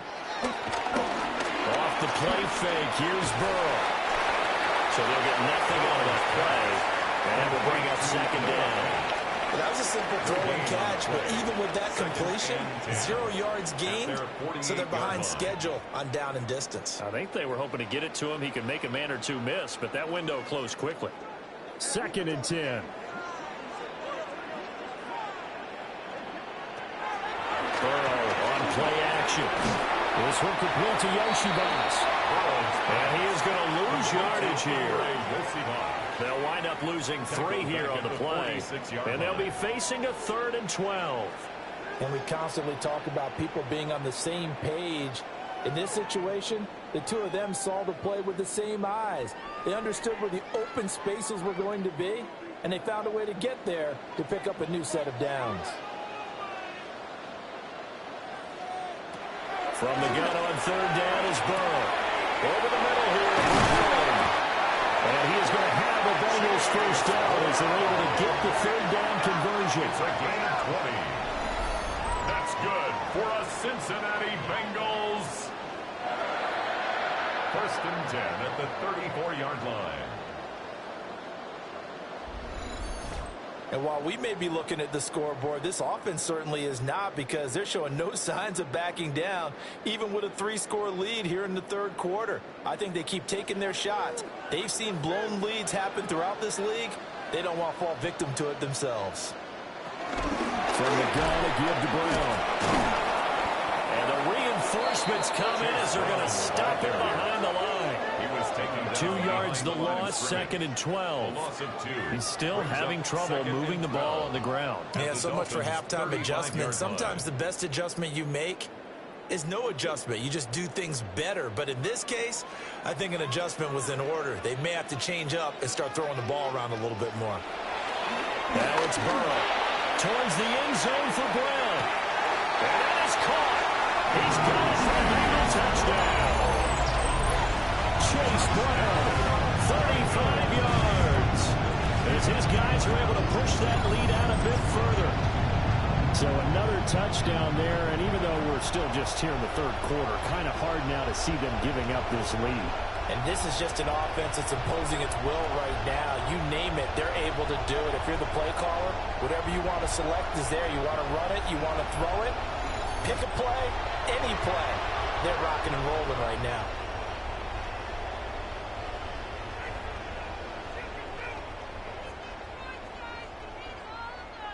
And McPherson on for the extra point.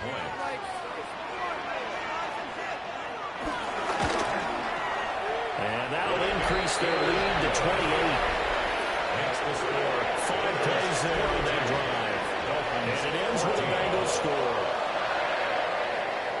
Scotty, thank you as always. Well, likely 2 very different halftime speeches by these head coaches, that's for sure, as we get set for half number 2.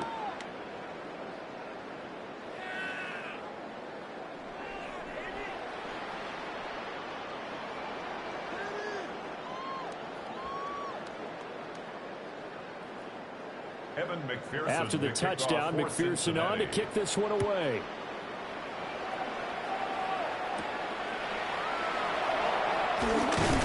And he brings us out past the 20 to the 24. Miami's offense set and ready to go. These guys definitely hoping for a better showing than their last appearance. They couldn't really even move the football much beyond the shadows of their own goalpost, Charles. We'll see if they can get a better, more sustained drive going here.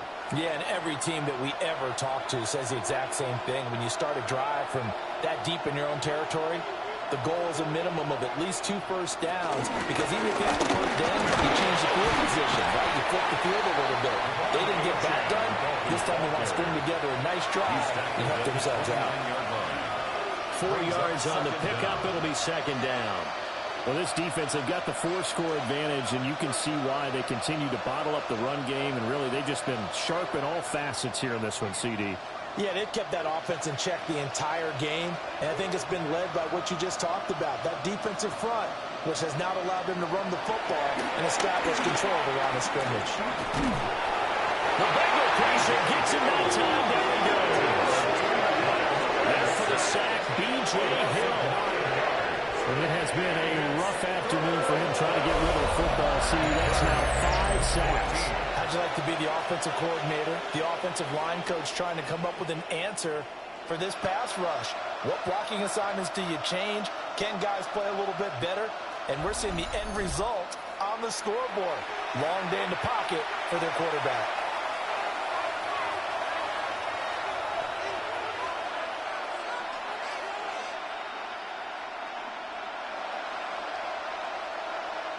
So now after the sack, Tua and the Dolphins staring at a 3rd and long. They'll bring a receiver in motion right. Now on 3rd and long, they'll look to throw.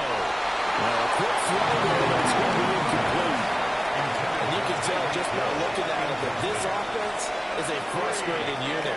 Things are really unraveling here, and as a head coach, time to earn your paycheck. You've got to find a way to keep it together, as that brings up another 4th down.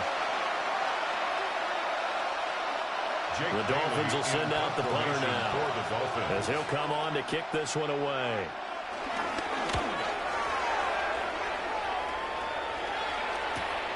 Jones on the return. Call that a 46-yard punt with a net of 40 on the 6-yard return. And they will take over 1st and 10.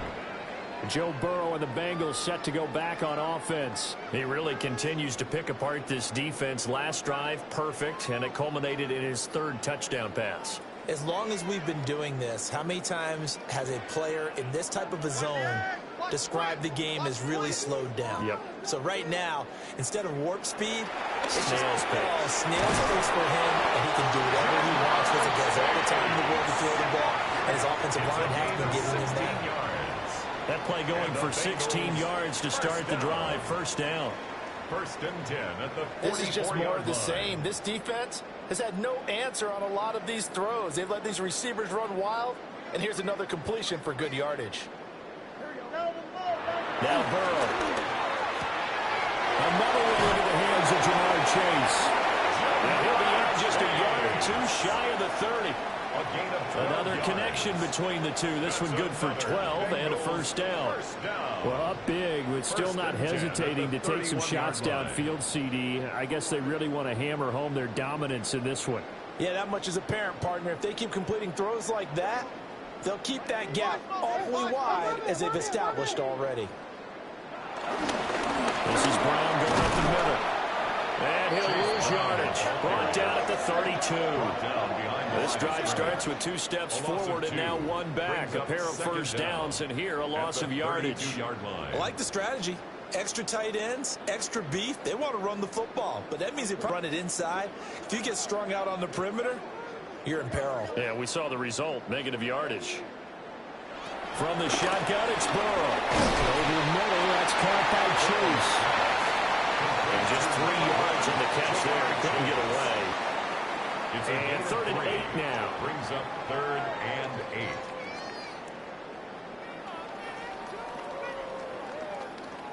They'll be in search of 8 yards here as they hope to convert the first down.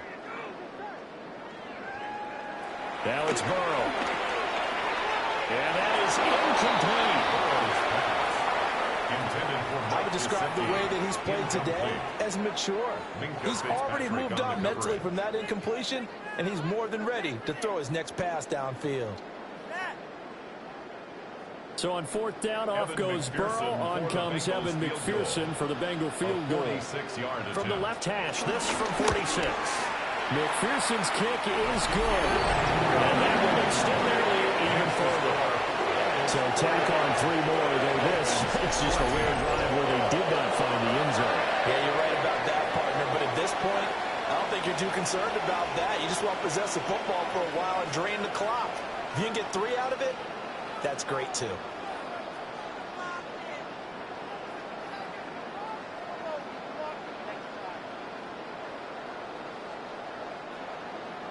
So after the made field goal, here's McPherson to sim this one away.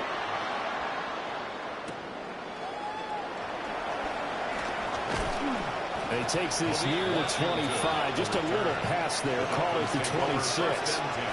Out comes the Miami offensive unit now. They get set to take over. See if they can put this drive in the end zone, Charles, because it's been a little bit of a rough go at times. They've had to punt the football a ton in this ball game because of stalled-out drives. So are you saying that you're kind of tired of seeing the punter run out there and do his thing during this game? Is that what you're trying to say? Well, I mean, I'm okay with it. I have a feeling that this offense, they don't want to see the punter again. And frankly, the punter doesn't want to run out there anymore himself. He'd love to see his offense put together a drive and give his level a rest. And he'll be out of bounds across the 30-yard line. A 5-yard gain. So 5 yards here, 5 on the play. At the 32-yard and that'll make it 2nd down.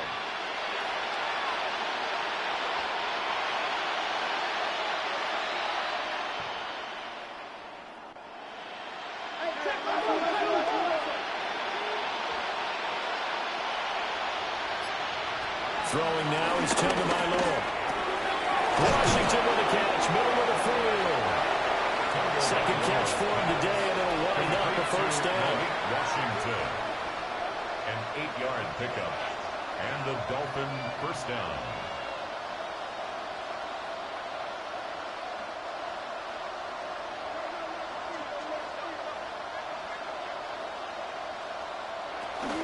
Play action, now it's Tua.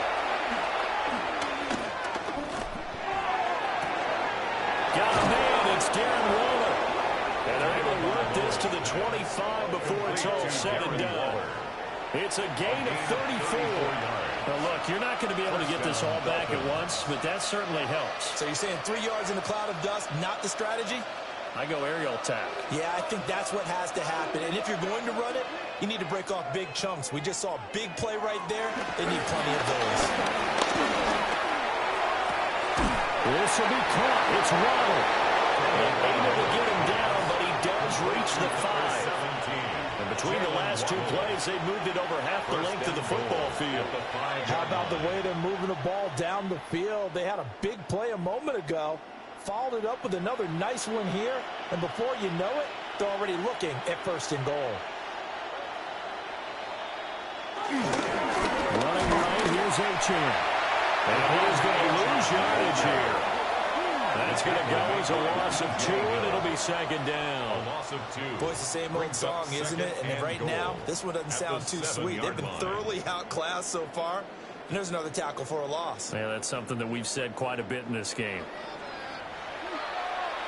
Now from the 7, here's 2nd and goal.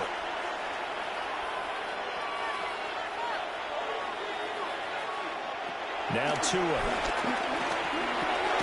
He's got it. The catch good for 6 yards, but now it's 3rd and goal. I think as he began this throw, you saw that the area was congested, but he has a lot of confidence in his arm, and he fits that one in there nicely. They pick up the catch. Not much yardage afterwards. 3rd and goal, trying to make that scoreboard at least a little more respectable. Now Tua going to try and sneak it. And he is over the line for another rushing touchdown. Is he a quarterback or is he a tailback? The sneak successful from a yard out. And the Dolphins get a bit closer. And this is something right out of Philadelphia playbook. They were successful running this with Jalen Hurts. But this is a copycat league, so if it works for them, everyone thinks it'll probably work for us. And here, it does. Sanders now to add the extra point.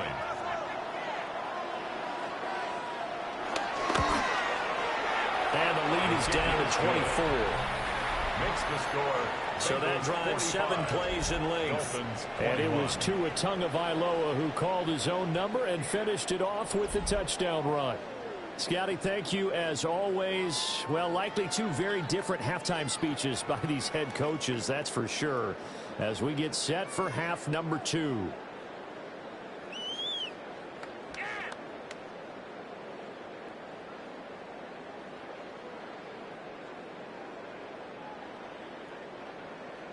Now after the touchdown, ready to kick it away is Sanders.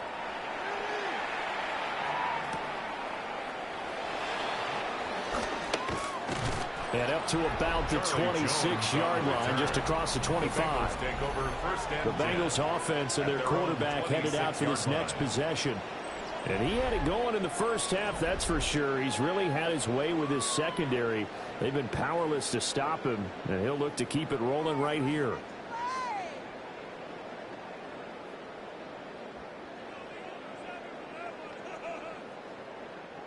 The Bengals drive about to get going. Still operating with a comfortable lead despite the score a moment ago as they begin 1st and 10. Now a short one to Gesicki. They'd love to just strike back with a touchdown right here, and if it's a long play, so be it. But the main goal, get a couple of first downs, run some plays, run some clock, allow their defense to get a chance to catch their breath, settle down, and relax a little bit after they just gave up a score. 2nd and 6. Burrow will throw. And his throw here is incomplete. His back has been a dependable safety valve all game, so he went back to him when his first read was covered. Just unable to connect, so the play results in no gain.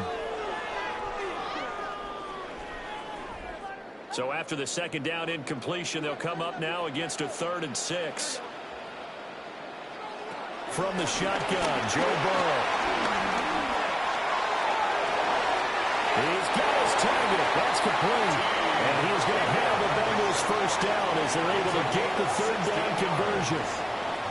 That's good for a Cincinnati Bengals. 1st and 10 at the 47-yard line.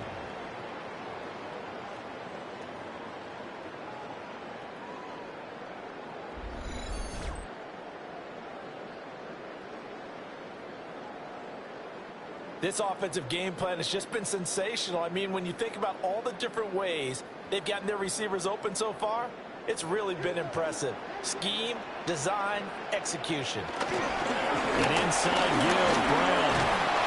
And he's across midfield and into Miami territory. He was brought down. You know what really fires up offensive linemen?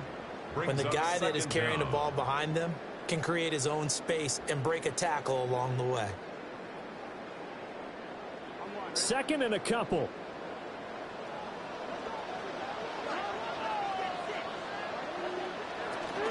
They keep it on the ground. Again, it's Brown. And he'll go down shy of 40 at the 41.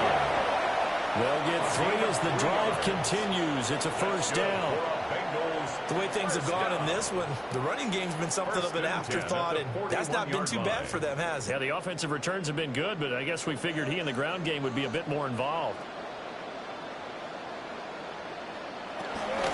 They'll give this up.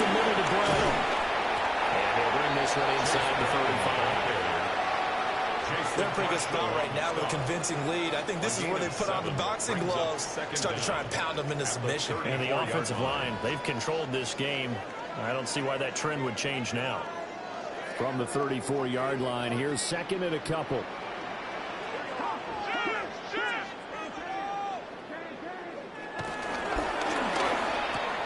Here's a quick throw to Higgins out wide.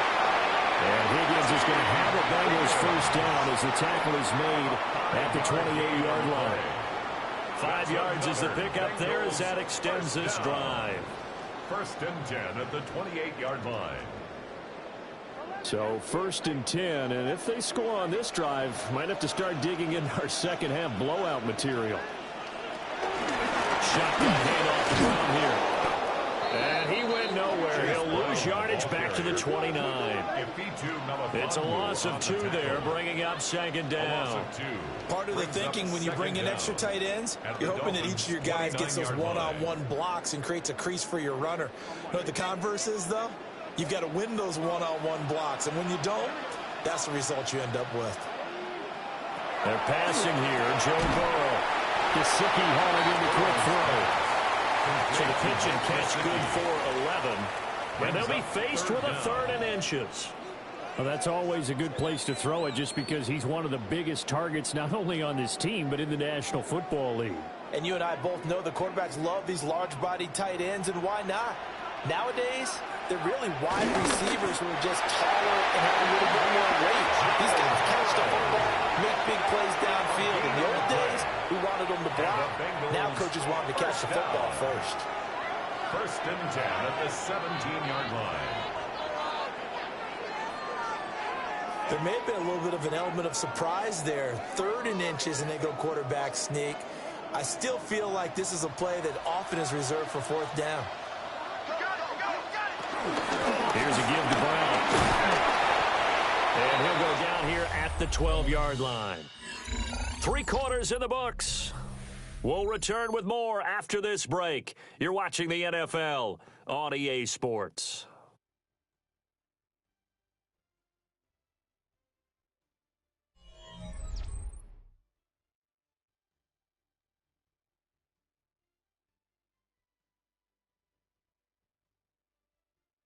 Back now in Cincinnati. A lot of happy faces in the crowd at this point as their guys have a big lead here to start quarter number 4. And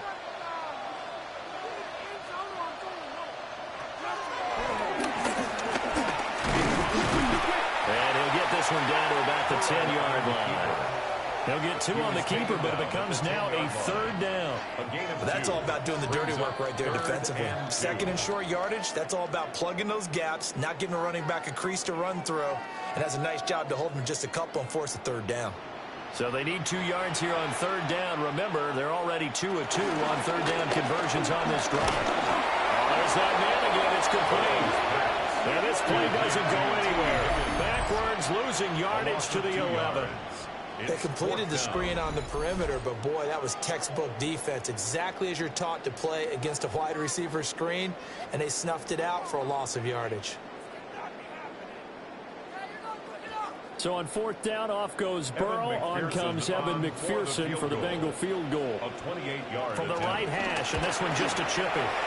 McPherson's kick is good. And that will extend their lead even further. Well, ultimately, I'm not really sure that they're going to need those 3 points, but they'll take the 3 and they pad that lead. Yeah, this one's already wrapped up, but you and I both know if you're an offensive coordinator, you never let up on the gas unless the head coach tells you to do so. And maybe you've actually clicked him off in your headset so you can keep calling plays and trying to add to this lead. So after the made field goal, here's McPherson to send this one away.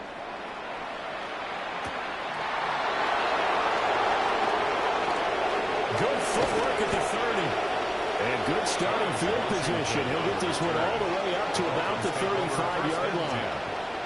Dolphins offense returning to the field.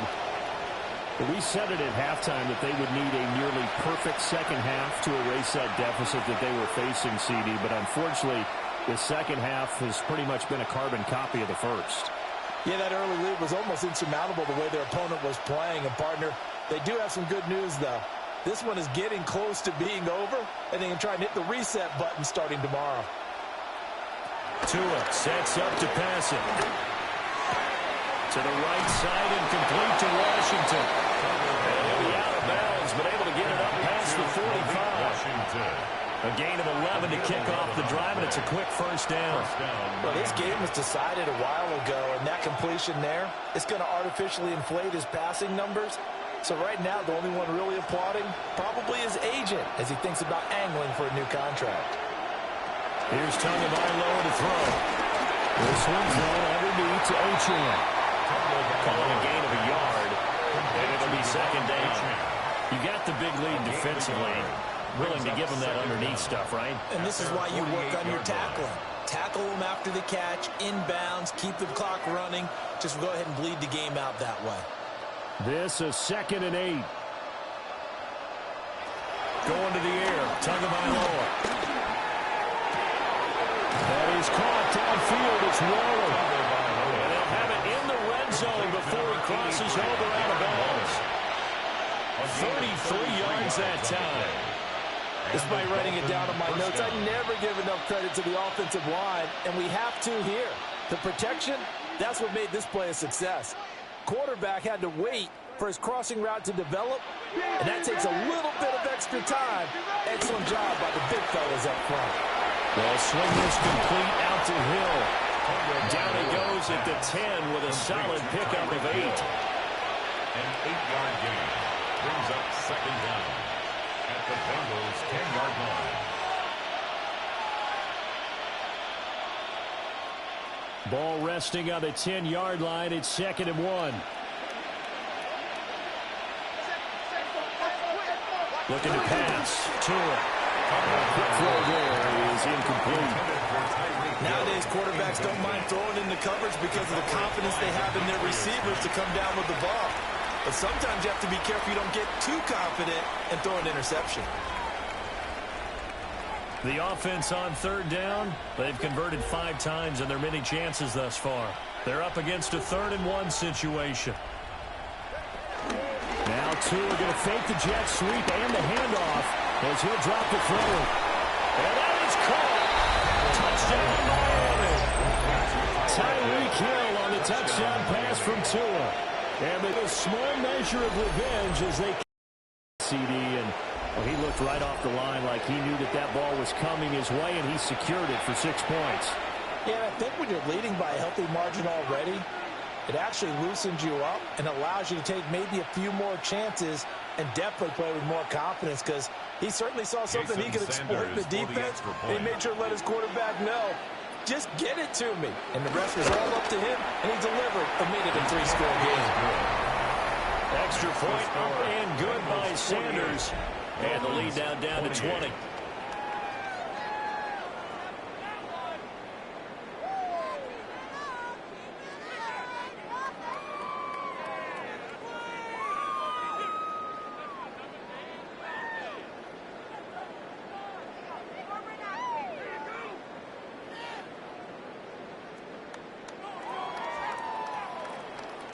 Now after the touchdown, ready to kick it away is Sanders.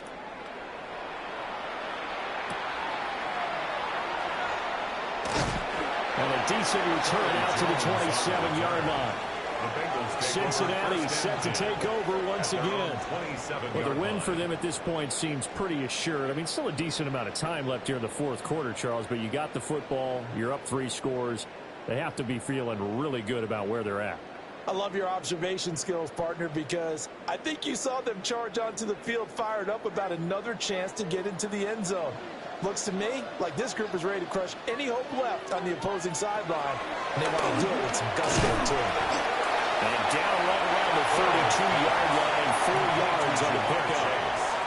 And I think he just wanted to get the ball to one of his playmakers to see if they can make something happen, but he ends up throwing into a crowded area, and after the catch, he isn't able to do much with it. From the 32-yard line now, here's 2nd and 5. Slot man moves right. They'll fake it on the jet sweep, but instead a handoff up the middle. And the The second wave of tacklers is going to get him as they stop him behind the line. It'll be a loss of a couple on the play, so now third down coming up. So 7 yards from the first down here as they come up to the line of scrimmage. Here's Burrow setting up to throw it. Hits his target. That's Charlie Jones. And he's going to have a Bengals first down as they're able to get the third down conversion. 14 yards on the play. That's good for a Cincinnati Bengals. First and 10 at the 44-yard line. Well, normally you might say start running the football. You've got the lead here in the fourth quarter, but the way that they've passed it with such success, I don't know, maybe keep throwing it. Yeah, I think you brought up something that goes against conventional wisdom, right? In this stage of the game, you would think you would switch to a running attack, but you're exactly right. They've thrown it so well throughout the game, and trusting this quarterback, I think you continue to do so. No gain on the play there, second down. Brings up second down. Looked like he was trying to bounce it outside, but no success. Yeah, sometimes you got to just figure out where you're going to go, and sometimes you just have to take it to another spot. In trying to get it outside, the defensive pursuit was there and just ran him down. This is Fant on the short completion. So nothing doing there. And that's going to set up a tough 3rd and 9. The defense loves to hang their hat on that, don't they? You get a guy that catches the ball, but you stop him for no gain. Without a doubt, because they're also used to trying to catch people after the catch, and they miss. And that turns into what? A huge play. We've seen it so many times. In this case, though, catch was made. And the ball going to be hit and taken down. They get him. Tyrell Dodson with a big-time sack on 3rd down. It's a loss of 7. Even keeping the back in for extra protection on 3rd down, they still couldn't prevent the sack. Now it's 4th and long thanks to a terrific individual effort on defense.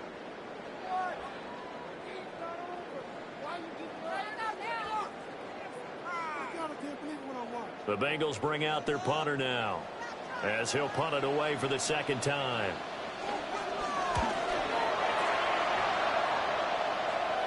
Fair catch called for and made at the 16 or maybe the 17-yard line. The Dolphins offense and Tua Tagovailoa headed back out onto the field. And he has been masterful so far in leading this offense. He's kept the mistakes to a minimum. He's been on point with his passes.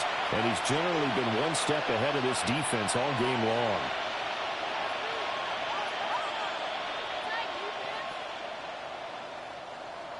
The Dolphins at the line ready for their next drive. Well, this game, it has had no shortage of offense. They've been able to put up a decent amount of points on this side, Charles. They just have not been able to keep pace with the other offense they're going against here. Yeah, that's a good way of pointing things out because now it's not a total loss because, as you said, they've scored some points, so there's some plays they can build on, moments where the game plan actually worked. But overall, though, they were just out-personnel. They were going up against a team that's playing at an elite level.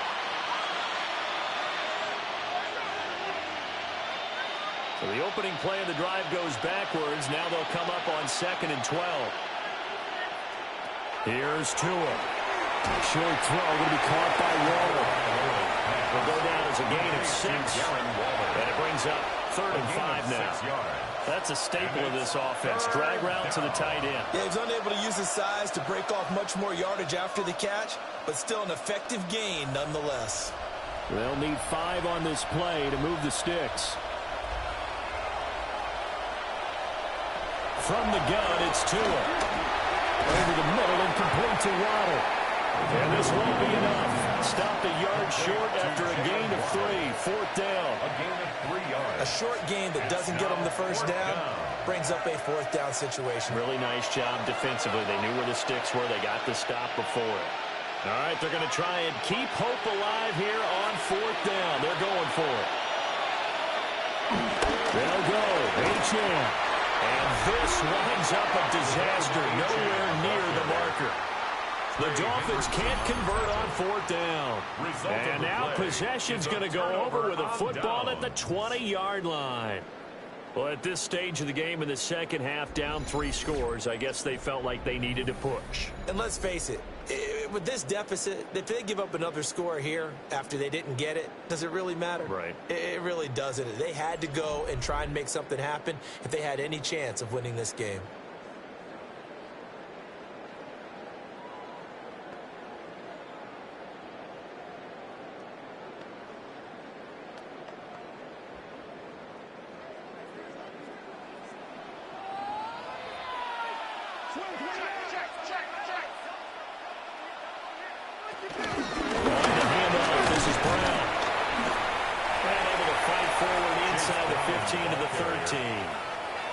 It's a gain of 7 on the ground. Second down coming up.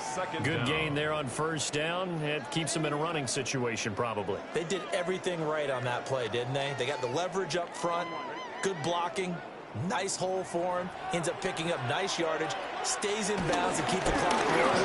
They're in charge of this scenario right now. They want to stay that way. And not in any rush offensively. 4 yards on the play. That's going to lead to first and goal. Hate to be blunt, but it is just continuing to prove to be the case that this O-line is manhandling this D-line right now. They deserve to roll up their sleeves and show up their biceps because they're doing exactly what you just described, manhandling the defensive front.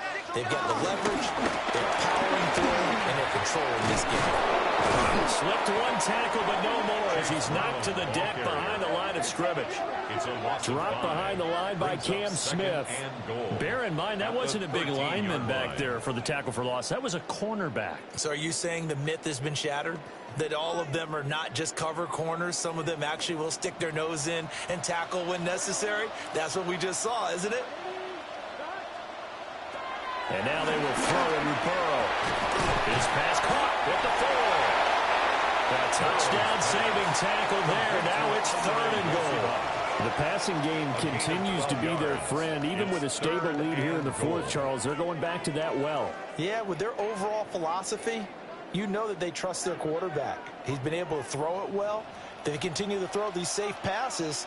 Who can blame them? Burrow going to keep it on the sneak. And he is over the line for another rushing touchdown. Is he a quarterback or is he a tailback? The sneak successful from a yard out as his guys have opened up a very comfortable lead. And he certainly played a pivotal role with those 2 TDs and why they're up on the scoreboard right now. Well, someone's all about winning, aren't they? Because he's not worried about the number. Sure, it's great to have 2 touchdowns. The bottom line is what he's doing is contributing to their lead. He wants to continue to do so. Extra point by McPherson, up and good. And that stretches the lead all the way up to 27.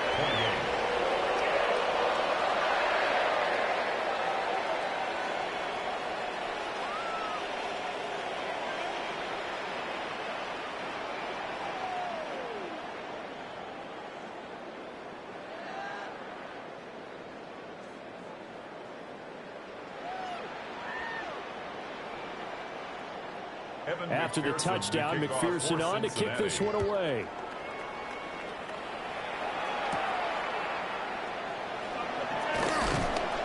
And he'll go down as this drive will start at the 25-yard line. Miami set to take over.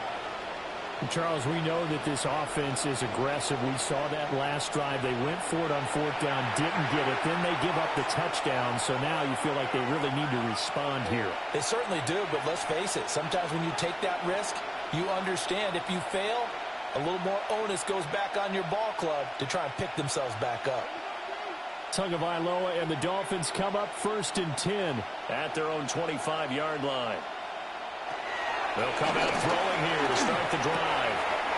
At this point, down big, you'd have to imagine this defense are just going to sit back, blanket the field as best they can. Yeah, this is actually the easy part of the game for them because, just as you noted, they can sit back, keep everything in front of them. But they've blanketed the field the entire game using a variety of coverages. So following the incompletion, here's 2nd and 10 from the 25.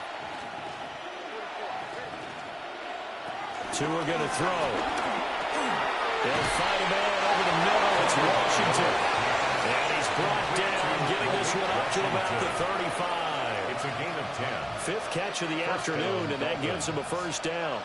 Well, this game is certainly pretty well over. They can go ahead and mark it in the win column. But as a defense, They don't want to get so soft now that everybody just throws the ball all over the place against them, gets big yardage, and puts points on the board. They have pride, too, on that side of the ball. Now a play fake. Here's Tagovailoa. And he'll be taken down by the Bengal pressure. Shamar Stewart able to get in there for his second sack of the afternoon. Guys with his talent in the pocket aren't supposed to be getting hit like this, and you know an intense conversation with the offensive line is going to occur after this one. Might not be from him, but the offensive line coach will have plenty to say about this game. Protection certainly going to need to be a bit better here on 2nd and 16. Throwing now is Tagovailoa. A short one here secured by the tight end Waller. So the completion good for 6 yards. And that brings up third and a full 10 yards.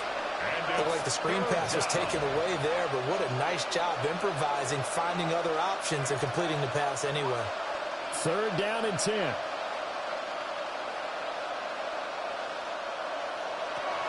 They'll look to throw here. Well, the pressure gets there, and Tua is going to be taken down. Multiple rushers break through to drop him for the 7th time this game. We all know he's one of the better quarterbacks in the league, but definitely not today. His team trailing by multiple touchdowns, and a late sack, just a parting gift from the defense for him to take back to the locker room with him.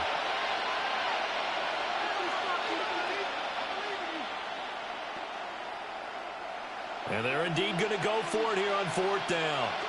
So trailing here in the last quarter. Let's see how this plays out. They're going for it. Here's Tua with it. It's going to be caught by Waddle. And he's not able to get away. He is stopped well short of a first down. The Dolphins can't convert on 4th down. And the Bengals are going to get it back in terrific field position. Cincinnati's offense coming back here onto the field. Well, we've reached the stage where it's a mere formality at this point. They've got the comfortable lead. We know what the outcome is going to be. I guess the only question is, do they want to put more points on the board before the final gun? Well, I certainly hope not, and I'm being selfish here because you and I have flights to catch. Let's go ahead and finish this one off, guys. You've taken care of business. Let's close it out, and you and I, let's get to the airport. And they'll begin by running the option. And they're going to stop it right at the line of scrimmage. Just no cutback lane to be found whatsoever. 2nd and 10. Well, for that being an option play, there really weren't too many options available for him, were there? No, there weren't, and at least he was able to get back to the line of scrimmage, so they didn't lose anything, but you're exactly right. Nowhere to go. Now it's Burrow. Open man is Yoshivas.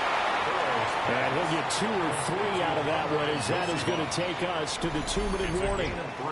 Just 2 minutes remaining here in the 4th quarter of what has been a one-sided affair. So the Bengals in possession of the football here as we get you reset. They've got a 3rd down now as they look for one more first down to help salt this one away. So a bit of traffic there, and that's complete. 7 catches for him now, and this last one, a first down. On the play. And the Bengals first down. He's been the go-to guy. They needed a big play there on 3rd down. Went his way. It worked out. Doesn't matter whether they've scouted it or that they think he's going to get the ball. He has a knack for finding his way open and completing the connection. That one looks like he'll throw here. And that one incomplete, but now the penalty flag coming in late.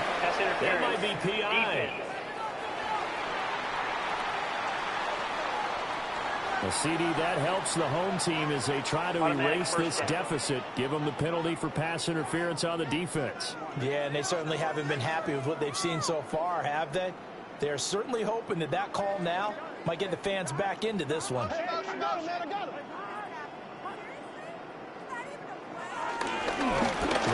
right, here's Brown.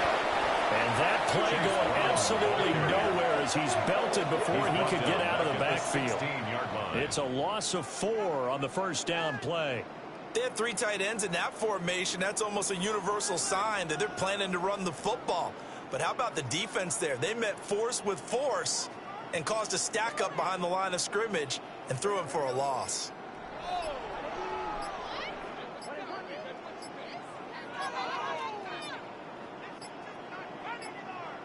And they just did not get the snap away in time.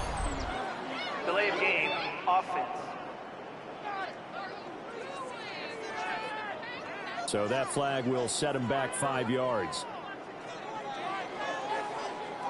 Still second down.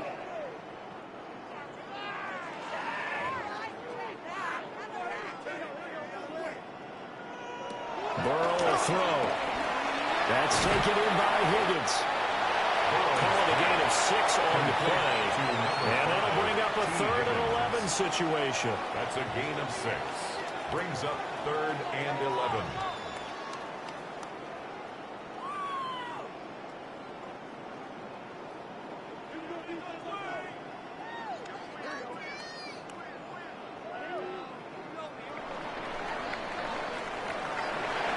Charles, a lot of happy faces heading into the tunnel as this one ends, and understandably so. Not only did they get the win, but boy, their offense was on fire in this ball game. And partner, I have no idea what the top speed is on one of those high-end sports cars. What's the top gear you can get into? This offense, they certainly were there in this one, huh? Everything clicking for them in this contest, the kind of performance that they're going to cherish. So that'll do it for us. For Charles Davis and all our crew, I'm Brandon Gaudin. You've been watching the NFL on EA Sports. It's a win for the Bengals as we say so long from Cincinnati.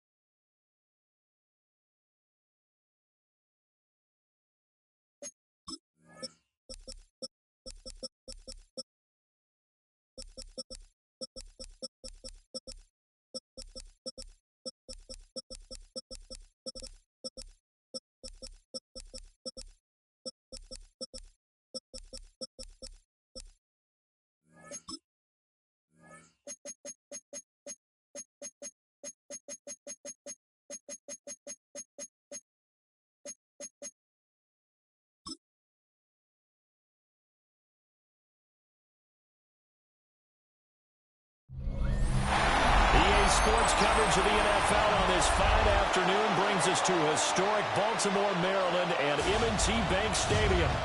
Coming up, we've got what should prove to be a good one, as it'll be the Seattle Seahawks taking on the Baltimore Ravens. Alongside Charles Davis, I'm Brandon Gunn, and Charles kickoff moments away. Quickly, what are you watching in this one? The offensive line for both teams, because both teams have a terrific pass rush. They've got to keep their passers upright. If they have a chance to do that, they can both thrive on offense and move the ball downfield.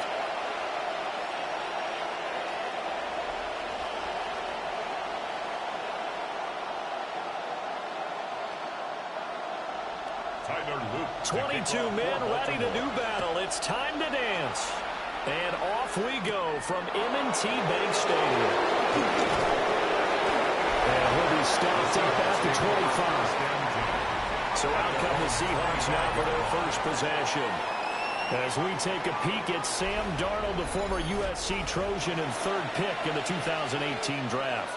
And I know that last year in 2024, New York Jets fans were watching him and saying, that's the guy we thought we were going to get. But he found his groove in Minnesota, finished in the top 5 in passing yards and touchdowns last year. Now in Seattle, ready to prove that last season was no fluke. They'll run. It's Kenneth Walker. Able to break one tackle, but then quickly brought down. And a nice little gain. Officially, they'll call that a 9-yard pickup there. That leaves them in a good spot here. Second down and inches upcoming.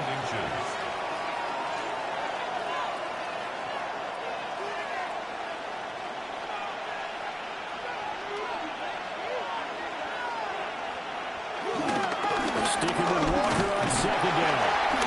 And he went nowhere. He went backwards. Back to the 33. It's a loss of 2. Now third down. That was well played there defensively. 2 tight ends in the formation, which essentially gave them 7 blockers up front. Hard to imagine with all that size and beef that they could let a tackler through. But that's exactly what happened. A loss resulted. From the gun on third down, here's Darnold. Pass taken in by his big tight end. And he'll be out of bounds after getting this one across the 40. Give him 7 yards on the play as they do pick up the third down conversion. Many different ways to create space, but on that play, he did it with that big, wide body of his. Didn't get a whole lot of yardage on the play, but it did what it was supposed to. Pick up a first down. A play fake, and it's Darnold. Left side, he finds Smith and Jigba. And he'll be out of bounds up near the 45 at the 44. So just 3 yards on the completion there. And it'll be second down.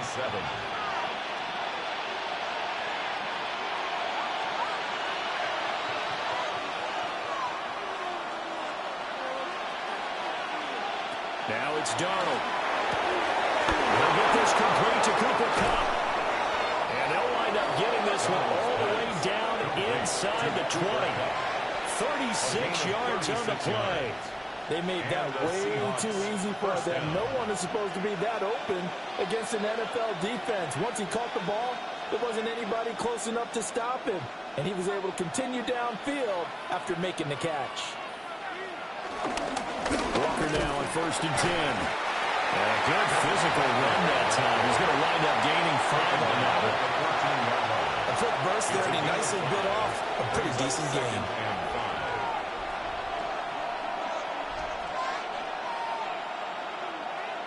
Ball at the 14 for 2nd and 5.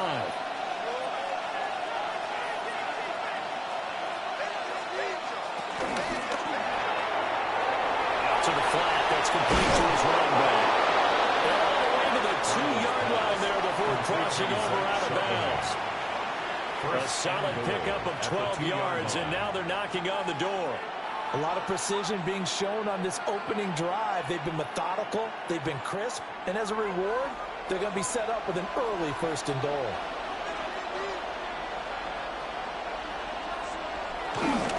Walker is going backwards as he'll be tackled back at the 4-yard line. A loss of a full 3 yards, and now it's 2nd down. That's a really alert defense there because they saw the heavy look come in from the offense. countered it with extra linebackers who brought a little bit of speed and heft and able to really make a big-time play for their defense. From back at the 4, here's 2nd and goal. Now Darnold. This is caught. Touchdown, Seahawks. Eric Sauber from 4 yards out. And the Seahawks are on the board first on the road here in Baltimore. Well, the underdog here is showing no fear. Great opening drive. Now, we weren't in the locker room for the pregame speech, but I will guarantee you, somewhere along the way, the head coach said, let's just grab a big stick and smack them with it and let them know we're going to be here today. They may be the team that's supposed to be superior, but we're not backing down to anyone. And on the road, no less, setting the tone. Jason Myers now for the extra point.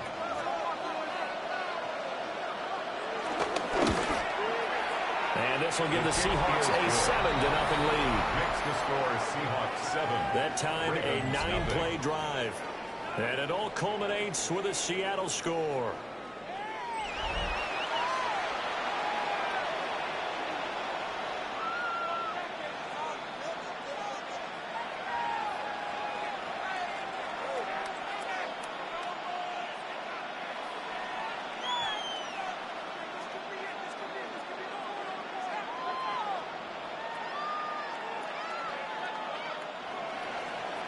After the touchdown, here's Myers to boot it away.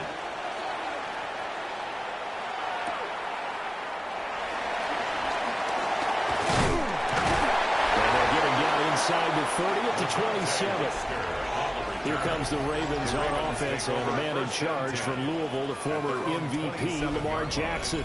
And when I watch him play, all I think about is the word improvement. Every season in the league, he finds a way to get better and has become just as dynamic with his arm as he has with his legs. 41 touchdowns, just 4 interceptions in 2024. His big goal now, getting his team to a Super Bowl. Plenty of success during the regular season. Now they want to win at playoff time.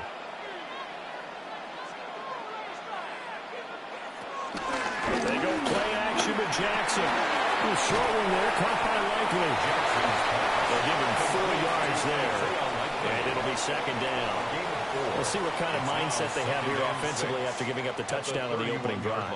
And based on our time with them, prior to this game, I feel like they've got a good mindset going in. In fact, the discussion that we had with the coaching staff was, we may give up some points in this game, so our offense has to be ready each and every time to either eat one or try to get us ahead and try to keep us ahead. This is their chance to respond to that first touchdown game. Now there's airmail to the sideline. It's incomplete, and there don't appear to be any flags forthcoming. Maybe a little fortunate there. It's 3rd down.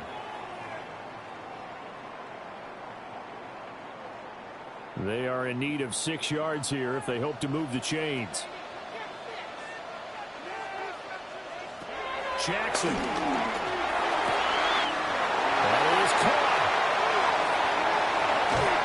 And they finally bring him down, but he reaches the 16.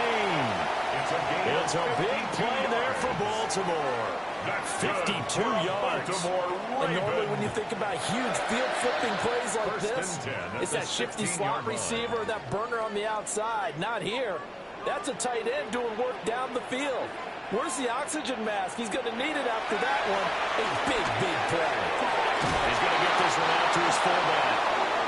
And this play gets blown up. They'll lose yardage. Back at the 17. The completion, but they go in the wrong direction. A loss of yards, and now they're dealing with a 2nd and long. And forget about the run to set up the pass. They're just coming out throwing. Forget trying to set anything up. They feel like they have the advantage. They feel like they have the matchups, and they're just attacking right now. Yep, going to the air on the opening drive. Here's Jackson to throw. They set up the screen for Henry. And it looks like he'll be just a yard shy of the 5 here as he's out at the 6. And that's good for a pickup of 10 yards. And that's going to make it 3rd down and less than a yard. When you run a screen pass really well, you got to like the look of it because so many parts come together to make it work well. The offensive linemen where they're faking people out, the back slipping out there, catching the football, then all of them going together as one unit downfield. A really nice pickup. They're able to convert on third down, and that sets up a 1st and goal. It's been a good drive so far. They just wanted to keep it going, so they call low-risk, low-reward play. No one's worried about picking up big yardage here. Quarterback sneak, keep the chains moving, and pick up another 1st down. That's right, one for it, Henry. And we'll get this one back to the 5-yard line, but no further than that. No gain on the play that time, and it sets up 2nd and goal. Leads to 2nd. It's rare that a man his size can at least push forward for a yard, but they stopped him there for nothing. You're talking about Tiny? You're talking about the little guy back there? That monster. Yeah, you're exactly right. And it takes a group effort to get a guy like that down and not let him find some space. The first guy in, he's got to take one for the team, right? Because he's just waiting there and holding on. Rashad Bateman on a touchdown throw from Lamar Jackson. And the Ravens respond to that opening drive touchdown with one of their own. But down here, I thought they were going to hand that off. Instead, a well-designed play and the pitch and catch for the touchdown. And I wonder who came up with it. Was it a call from the bench? Did the quarterback have a good idea and suggest it? In any event, clearly an effective play call. They saw something they liked in coverage, and they targeted it for the short yardage throw. And the perfect way to cap their opening drive. Extra point splits the uprights. And we are tied at 7. So that drive in total 8 plays. And it's Rashad Bateman who finished it all off with a touchdown.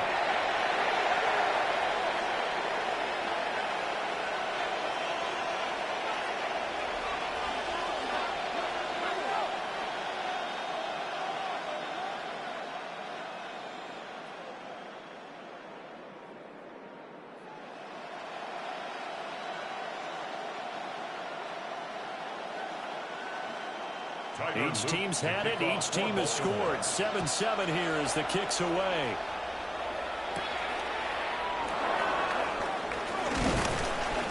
And out a little across the 25 to the 27. Seattle's offense coming back onto the field, ready for their second drive.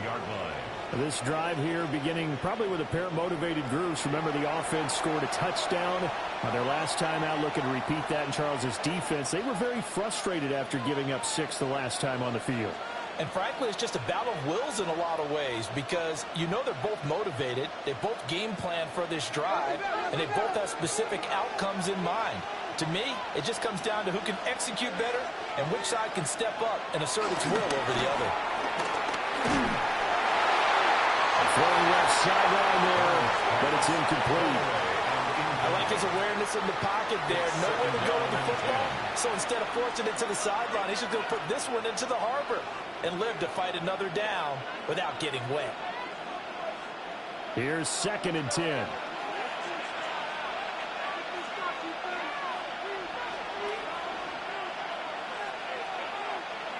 Darnold. Smith and Jigba with the ground. And they nearly get this all the way to midfield. Mark him down at the 49. That good for 21 yards on the catch and run. And let's face it, that what we just saw there, not a surprise, is it? I mean, this is what he does well. And if you don't tackle him as soon as he catches the ball, this is the end result. Big yardage afterwards. Got the speed, the agility, so good with run after catch. Only in the first quarter, so they better get a ring on hold on that quickly. Yeah, exactly right. And it's really difficult to try and defend him if you want to press him so that you get him on the ground quickly after the catch. A lot of times he'll just run past you at the initial point of contact, and he'll go deep. A nice run here early on. It doesn't take a great play caller to realize you want to establish a guy of his caliber with runs like this early because they'll pay dividends as the game progresses. 2nd down and a yard. Sticking with Walker on 2nd down. And he swallowed up right near the line of scrimmage. Not enough there for a first. No gain, as a matter of fact. And it leaves them at 3rd and 1. One advantage having a elite guy in the middle of the defensive line because not only does he take up the space and let the linebackers run free, but he can also make plays himself, as we just saw there. Darnold a sneak. And he is going to have a Seahawks 1st down as they're able to get the 3rd down conversion.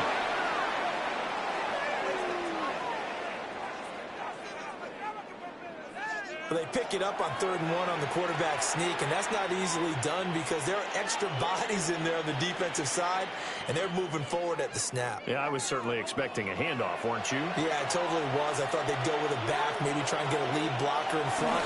But as you talk about in different games, those guys with confidence in their offensive line, they just want to move forward and get it. It'll be a gain of 5, and it's 2nd down. How about the timing on that one? Where they were in sync, weren't they? 3-step drop, balls out of his hands, right to the tight end. Nice completion, just like they do it in practice. Ball on the 35. Here comes 2nd and 5. Here's Darnold. Throw left side, complete to Cobb. They just keep marching right along. 1st down on a pickup of 8 there. Someone sharp in this game. I mean, a touchdown pass on the first drive and comes right back, and he's flinging it around really well here. A really nice throw there to pick up the 1st down. You kind of just feel a laser focus and confidence about him, and I think we saw that this week, didn't we? Talking to him and the coaches, they felt good about his performance coming up. Yeah, I was really impressed with that last practice we saw when they went through 2-minute drill, when they went through all the different situations. Ball hardly hit the ground, and I thought, yeah, he might be locked in for this one. In so many ways, throwing the hitch route is actually one of the safer things an offense can do. Get the ball out to the receiver as fast as possible, hope he's got man-to-man coverage, and hope that his athleticism wins on the perimeter. Up the middle they run. It's Walker. And this one will get to the 15, right at the 15-yard line. 4 yards the pickup, 1st down. And Brandon, you know that expression? He just does what he does? It sounds trite, doesn't it? But in this case, it's perfectly apt. This is one of the better runners in the NFL. And all he does is just find avenues, find ways to pick up key 1st downs and big runs. Darnold now to throw. And that is incomplete. Now the coverage a little too good there, and it's 2nd down. Well, that play there was certainly a scouting report special because coverage was all too aware that this close to the end zone, he's going to become a bigger weapon for that offense, and they were there to help force the incompletion. An incomplete pass on 1st down. That leads to a 2nd and 10. Quick throw caught out wide by Valdez-Scantling. He's taken down at the 7 after a gain of 7. If you're these receivers, you got to be ready because when he's going to throw it quick on that RPO, he's going to throw it quick. And this is why you spend time with your guy either in the offseason, during the week, the whole bundle. Because sometimes it's just telepathy. You both see the same thing, and he knows get the ball to him right away. To throw is Darnold. Oh, the ball comes out on a hit, but they say it's incomplete. Well, Brandon, we see why it's a team game there because there's a sigh of relief that they just released defensively. If he's able to get that one away, it's likely a touchdown. But instead, that pressure from the front got to him and forced the incompletion. You're right. He had him open. Just a split second too late on the release. On comes the Seahawk kicker here on 4th down. It's Jason Myers. From the left hash, a chip shot here.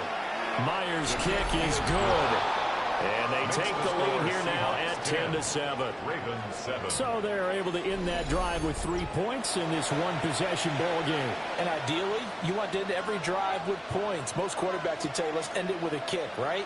A PAT, that's number 1. Field goal you'll take. Punts, you really don't want to do that. In this case, they'll take the field goal and get prepared for the rest of the game.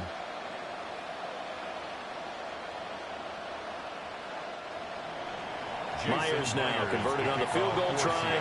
Now he's on to kick it away.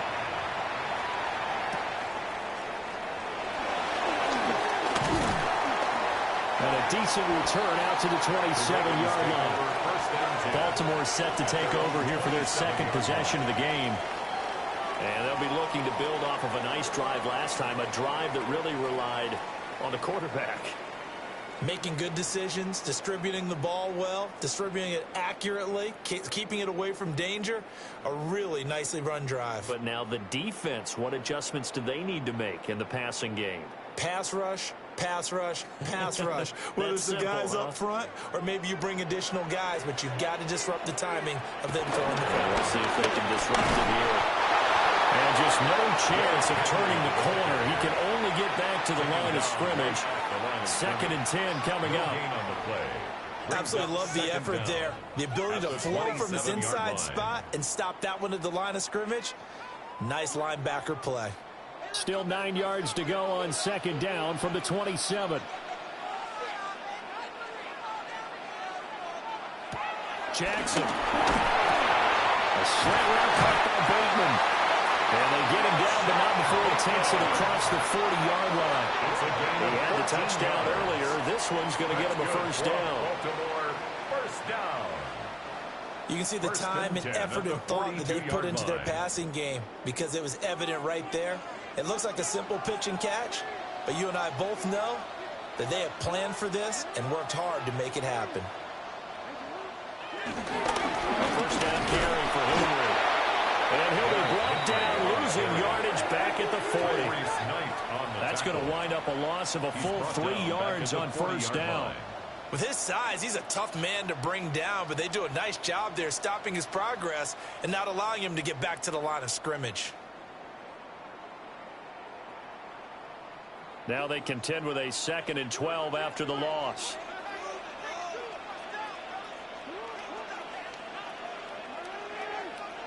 Jackson now. And that is incomplete. A lot of force bearing down on him there. He could not hang on. It's third down. Makes it third down. My first thought is surprise because that's one of the better tight ends around, and I've seen him pull in balls like this before. But how about a little credit to the defense forcing that incompletion? An incomplete pass on that last play, and that means they'll need to come up with something here on third down. Now it's Jackson. Well caught by Flowers. And he gets it just shy of midfield, but that's not enough. He's short of the marker. That'll give him 8 that time. And that's going to bring up a 4th down. So much about this game is just understanding situations and then having to execute, isn't it? Guard the first down sticks. Don't let them get there. And they rallied and made the tackle. Here's Stout to punt as he boots this one away. And the punt over the side in the air, and the spot will be inside the 35. And the Seahawks get ready to trot out on the field. Their drive last time, it stalled out, and they were forced to take the short field goal. And the key phrase, you nailed it, forced to, because you know coaches look at these short field goals as a last resort, right? To them, that's not how drives are supposed to end. You're supposed to put 6 on the board. That's a consolation prize. Like going to the county fair, you don't get the big stuffed animal on that one, do you? No, you don't go top shelf. That's bottom shelf material. And he gets this up across the 35 before he's out of bounds. So many times you hear today's NFL described as a space game. Get your best players into space with the football in their hands. That's why sometimes you just swing it out to your runner, get him out in the flat, and let him have a chance to make people miss an open field. On the toss to Charbonnet. And he will lose yardage back to the 34-yard line. This will be a loss of 3, and now a much tougher third down looming. Sometimes you just sit back and marvel at what he can do defensively. Speed, strength, quickness, he's the whole package. And that package just wrapped up the runner for a loss. Back to throw, Darnold. Going up top for Cobb. And able to connect, incomplete. Well, give them credit, they took their shot, but it's going to bring up 4th down. Well, they've got man coverage on the outside, and my scouting report on these DBs tells me that they love to take matters in their own hands. They want man coverage, not zone. And there was good coverage there that forced the incompletion. The Seahawks will call on Michael Dixon on 4th down to punt this one away.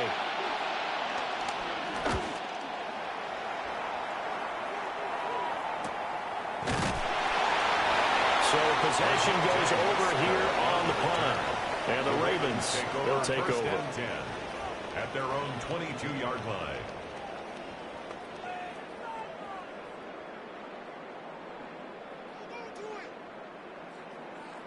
The Raven offense set at the line for this next drive. The last series for them, a little disappointing, forced to punt. And now they'll try to do better here and come away with some points as they begin this drive. 1st and 10. And a great job there to read that one defensively. They strung him out, would not allow him to cut upfield.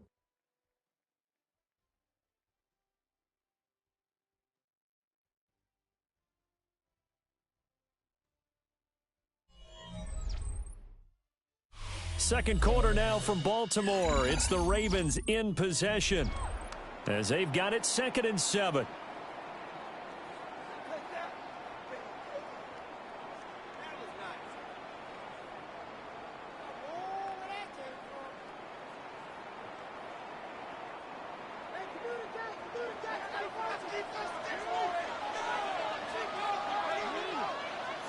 Jackson from the shotgun. And that falls to the ground, incomplete. A nice job of bodying him up defensively. And now it brings up 3rd down. And 7. And I think they'd be well served to take that type of a physical approach against him the rest of the game. He's had his way so far. But on that last one, that worked quite well for the defense.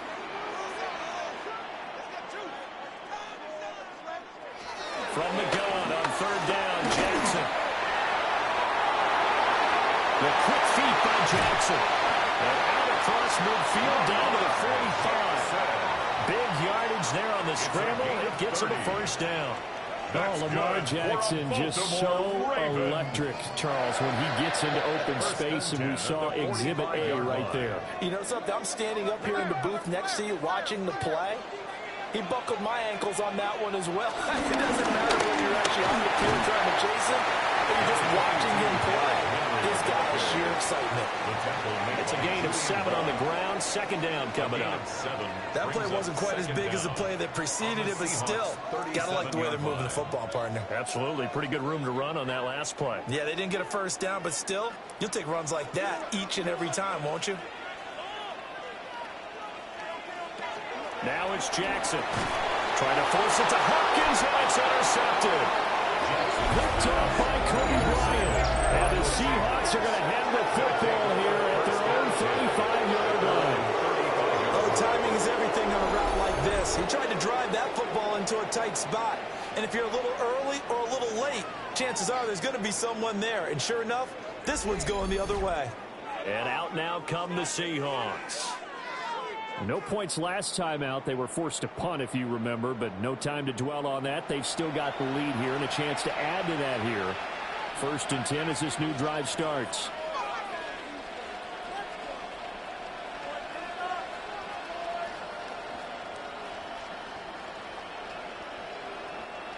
Looking to put a drive together.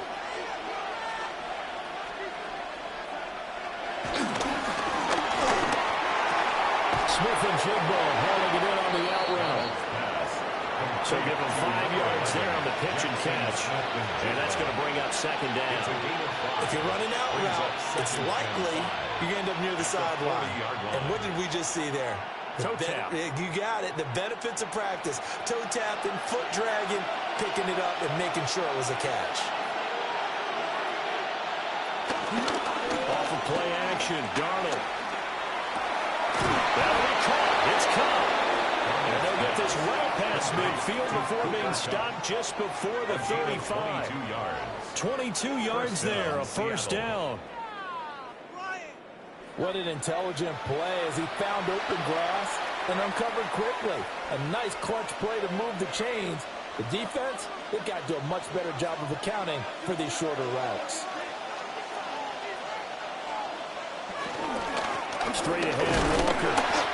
Nothing doing. Barely able to muster a yard to hit the 35. Well, there's plenty of traffic waiting for him up the middle. But give him credit, he tried barreling through anyway. They're fortunate to get a yard out of that one. Here's a 2nd and 8.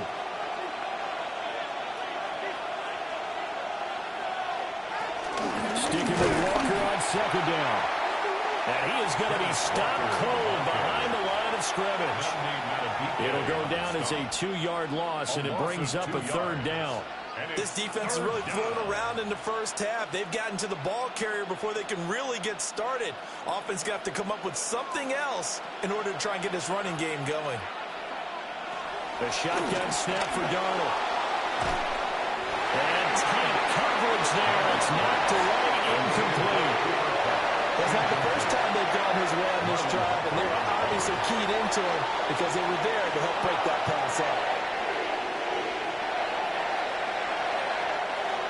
Now here's Jason Myers. He gets set for the Seahawk field goal.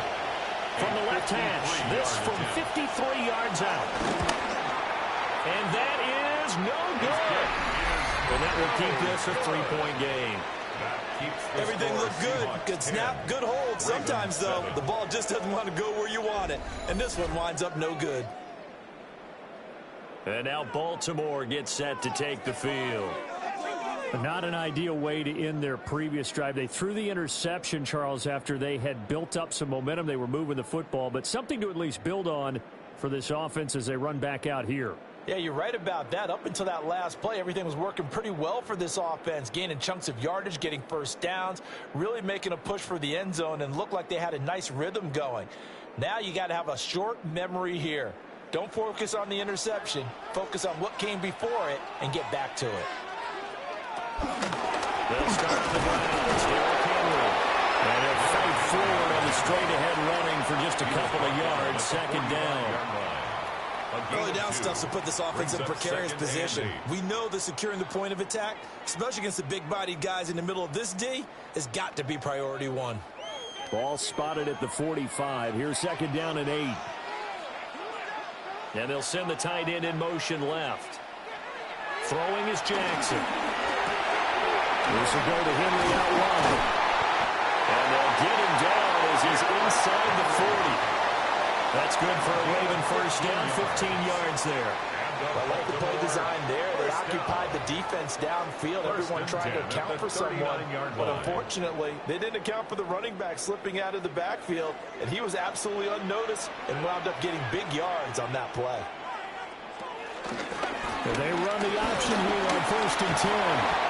And a short gain there down to the 37-yard line. 2 yards the gain on the keeper, and it's second down. A 2-yard gain brings up second down at the 37-yard line.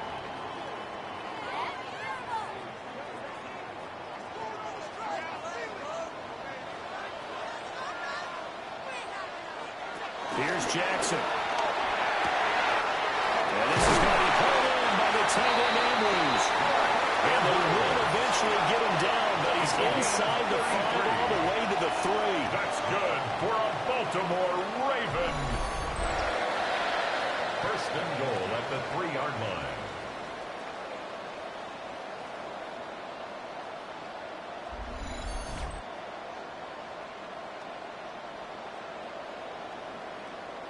You can feel the effort all the way up here. He tried his best to get there. Didn't quite make it, but down around the 2-3-yard line, got to love the effort, and especially the big play that gave his offense a great opportunity. Henry will struggle to get to the line of scrimmage as he'll be tackled back at the 4-yard line. That sends him 2 yards in the wrong direction and leads to second down. Sometimes in the run game, you can make the argument that quickness beats size. And how about the example right here? From back at the 4, here's second and goal. From the gun, it's Jackson. And Tryon will go down back at the 12. Ernest Jones, the linebacker, with a sack. Well, in my time in football, I've yet to see a playbook that draws up offensive plays designed to lose yardage. A running play loses yardage on first down. They try and throw it, take a sack on second down. What can the offensive coordinator come up with here on third down?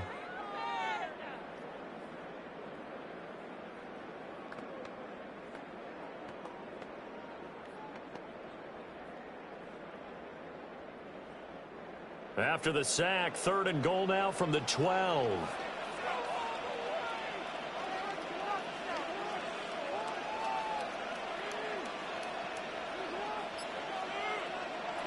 To throw is Jackson.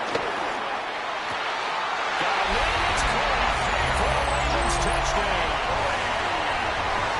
Isaiah Likely, a 12-yard touchdown grab. And the Ravens have moved out in front. No surprise there. Third and goal down here. That's where they're going to look for their tight end. Yeah, you want that big guy running his routes because it doesn't matter who they cover him with. If it's another big guy, he might use his bulk against him. If it's a shorter defender, he might go over the top. Either way, you tend to find a little bit of a mismatch in that area.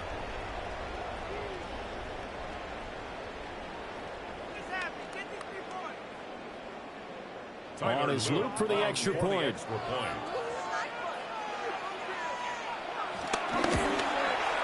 And that makes it 14-10.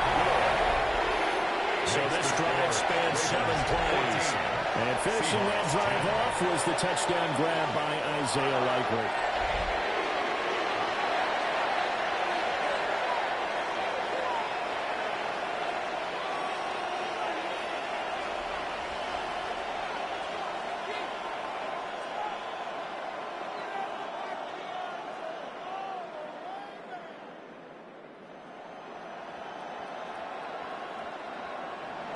Now after the touchdown, Luke back out to kick this one away.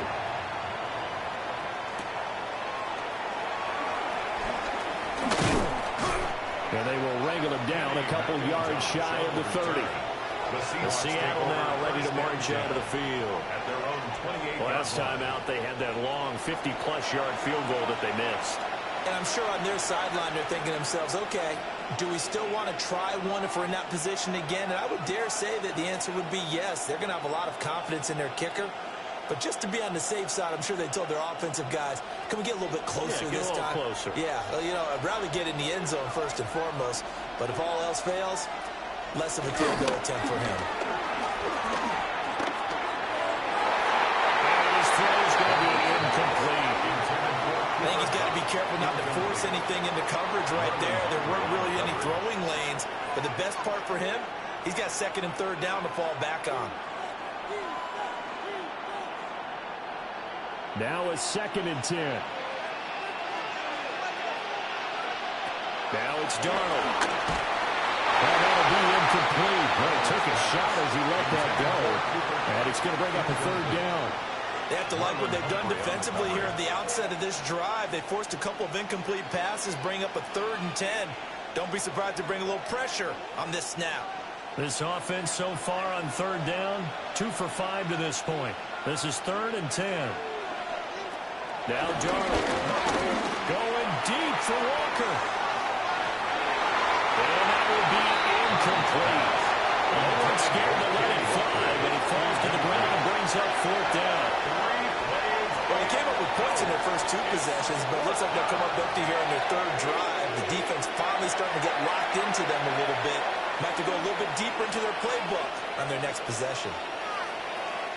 On 4th down, ready to punt, Michael Dixon. His first punt, 45 yards. This looks good as well.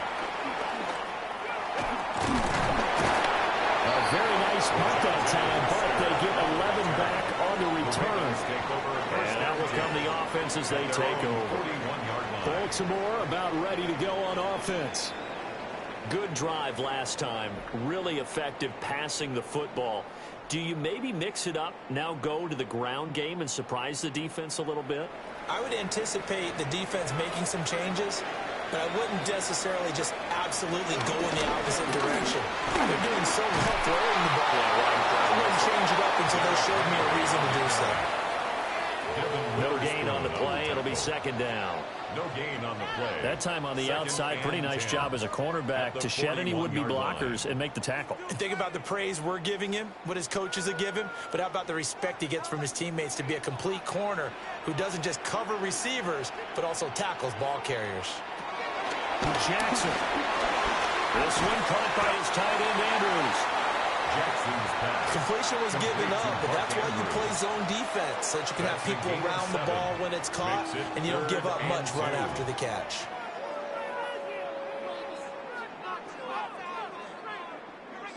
It'll be a nickel look here for the Seahawks on 3rd down.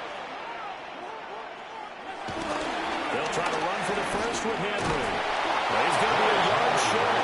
Needed 2, but only got 1. 4th down. The passing game's been working quite well so far, but the running game's been a little bit of a struggle, and that's a surprise to me. Typically, when you can throw it, you've opened up lanes for your runners.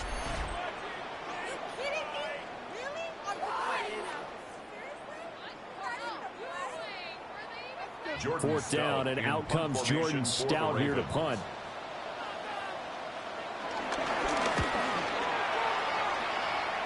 And no no return on this one as that kicks out of bounds, so they'll start just outside of their own 30-yard line. Here come the Seahawks now, set to take over on offense.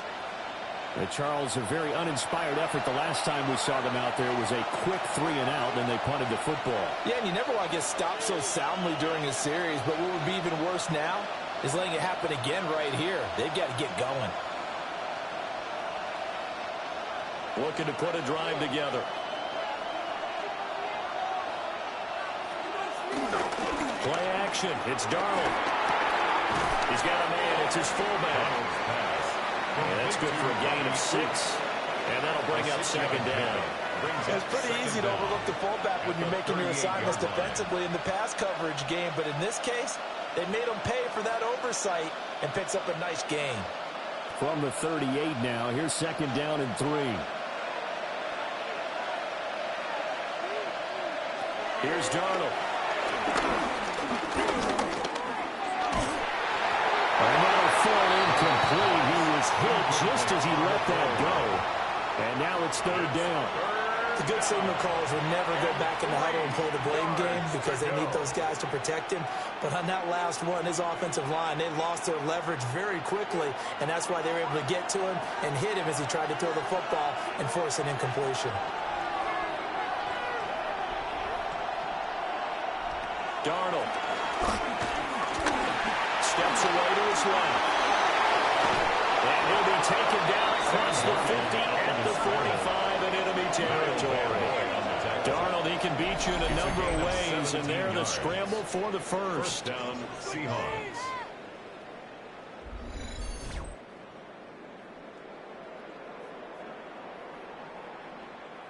Well, he and his offense were staring down what was likely a 3-and-out. Zero fear from his side, though.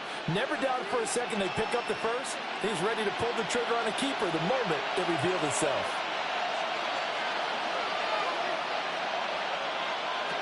Here's Darnold. And that's going to be incomplete. Too tough to hold on to that one. It's second down. It's easy to see when we review this that the ball needs to come out quicker because if you don't throw it right on the break, you bring a crowd of people into the equation. And that's why it got knocked away there. So now 2nd and 10 after the incompletion on first down. Back to throw here. Left side, he finds Smith and Jigba. They do get a couple, but they'll be left staring at a 3rd and 8 coming up. They kept the receiver in the short field, but that let his quarterback get the ball quickly to him before either guy in double coverage could react.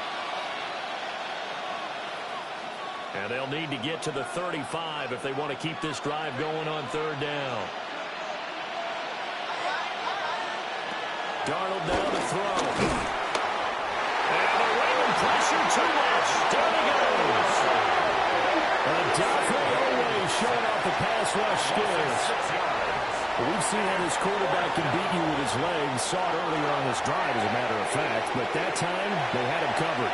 They really gave him no place to escape because oftentimes they're able to find a crack, a sliver, anything that can get them upfield.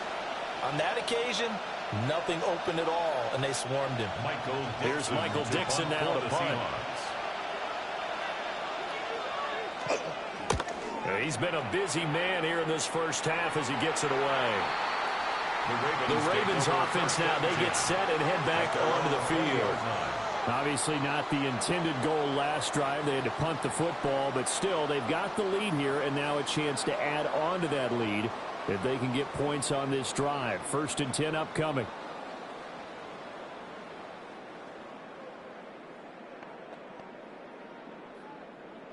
Jackson and the Ravens come up now 1st and 10 at their own 20-yard line.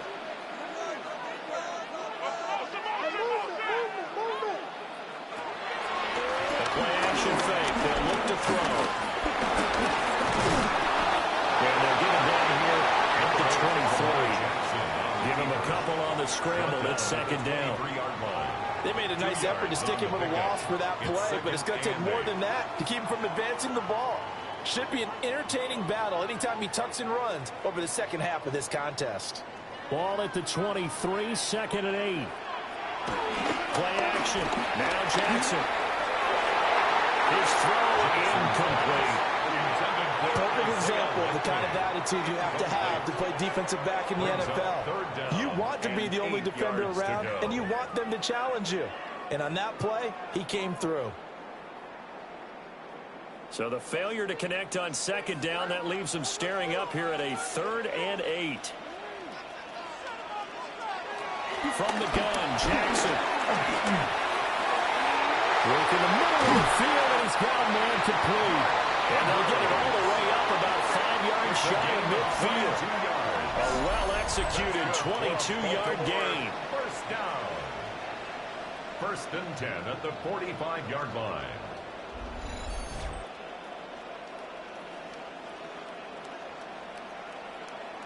We often hear the phrase sure-handed tight ends, and he certainly fits into that category. Plus, he's got a quarterback who knows to look his way when they need a big pickup.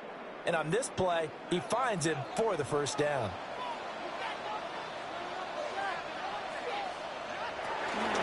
Henry up the middle. And he still has yet to get on track in this first half as they're going to stop him behind the line. A loss of 2 there, 2nd down. That's a tough one right there. He ran right into the teeth of the blitz as the linebacker was freed up in order to stuff that one for a loss. I think quarterbacks got to see that. Got to find a way to audible into something a little more advantageous. Flowers going to go in motion right. Now it's Jackson. That's complete left side to Bateman. Jackson's pass complete to number 7, Rashad Bateman. A gain of 9 brings up 3rd and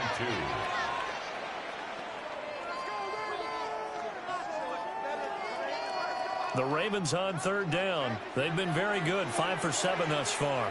Here it's 3rd and 2. They'll try and pick it up by running the action to the right. The quick feet by Jackson. And they will get him down, but not before he gets very good yardage there, as that will lead us right into the 2-minute warning. And we've hit the 2-minute mark in this first half of action. Jackson now. Over the middle, complete.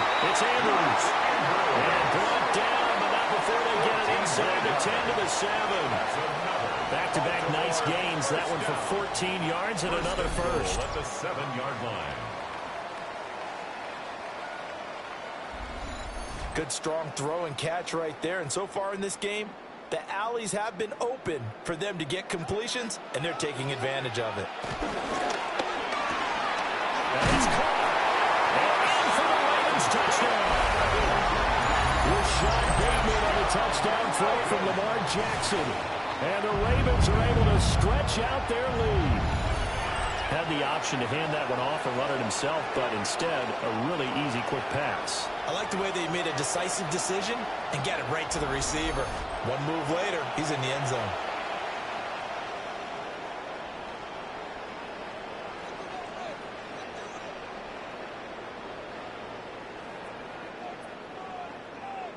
Luke now for the extra point.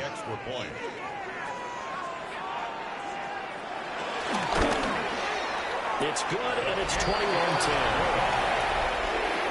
So an 8-play drive covering 80 yards. And it's Rashad Bateman who finished it all off with a touchdown.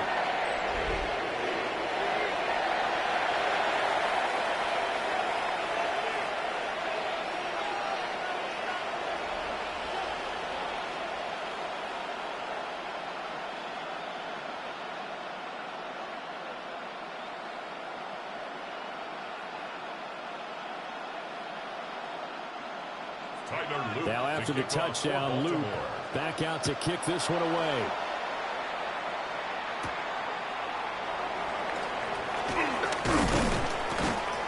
And he'll be tackled just shy of the 25. The Seattle offense now set to come back out on the field. They'll look to make some inroads here, trailing 21-10 as they come up on a 1st and 10.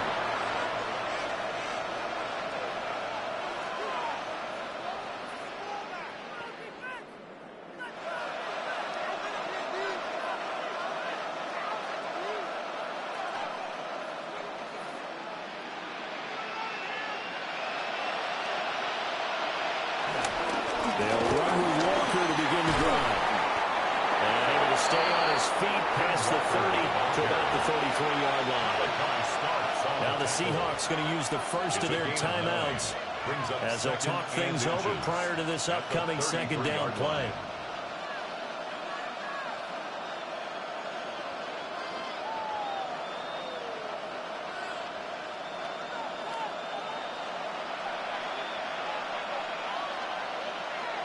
To throw is Darnold. And he will slide to a stop. He does have the first down. It's a pickup of 6. As he came to the line of scrimmage, he knew he didn't need much to reset the chain, so when he saw the space he needed, no hesitation. He went to the marker and got his guys a first down. A 1st and 10 here, and you know, if they could just get 3 out of this, something about whittling it to a one-score game at half that might provide a psychological boost. And he's able to get this one out closer to midfield across the 45. Give him a gain of 5 on the completion, and it's second down. 46-yard line.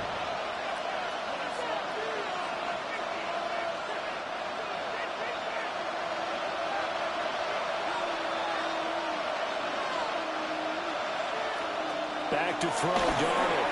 And that one off the mark behind him, incomplete. Well, that's a defensive coordinator's got to be happy with that result. They took away all options downfield and forced the incompletion. 4 yards to go. Now they face a 3rd down and 4 after that incompletion on second down. They'll look to throw here. This one complete to his fullback out of the backfield. And they're going to mark him down short, maybe by about a yard, if that. Well, it looks like they got what they wanted. They got the completion, but they weren't able to break any tackles or gain nearly enough yardage to pick up the first down. Now it'll be 4th and short. Now here's Michael Dixon as he'll punt it away for the 4th time today.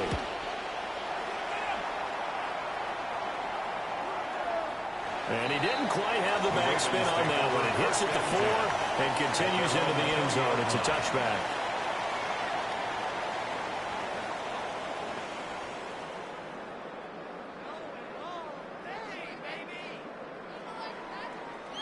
The Baltimore offense at the line, set to get going. And with only 9 seconds remaining, not much time, we'll see how they play this. Room here to run. And he's going to get this one across the 30-yard line. Halftime coming up. Let's get you down to Orlando and our buddy Scott Hansen with our EA Sports Halftime Report.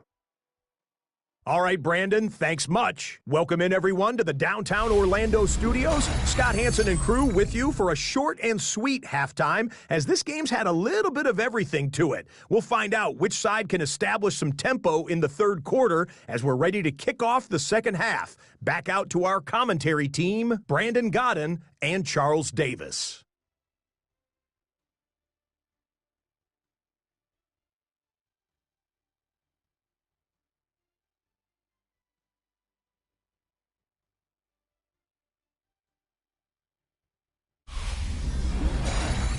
Scott, thank you very much. We are ready to get started here with the second half.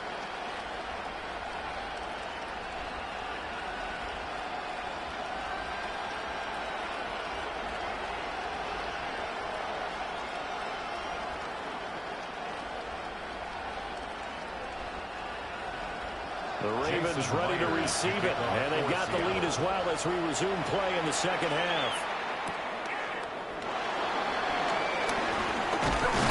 And they'll get him down inside the 30 at the 27. The Ravens offense and Lamar Jackson set to take over once again. And he's been a nightmare to scheme against throughout this one. This defense has been totally taken apart, and that is borne out in his numbers. He's been terrific all game long.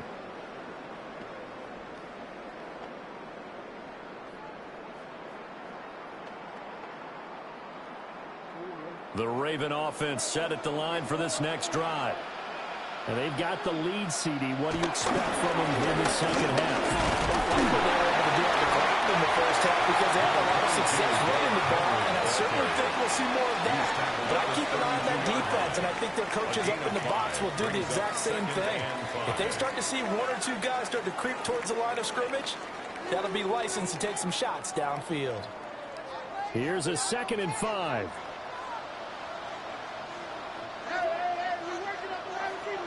Jackson. A short throw caught by Andrews. 5 yards on first down, but now just a 1-yard pickup there on 2nd. Well, they're unable to convert that into much, but it's never a bad idea to try to get the ball into a tight end of his caliber's hands and see what kind of disruption he can cause. Here's 3rd and 3.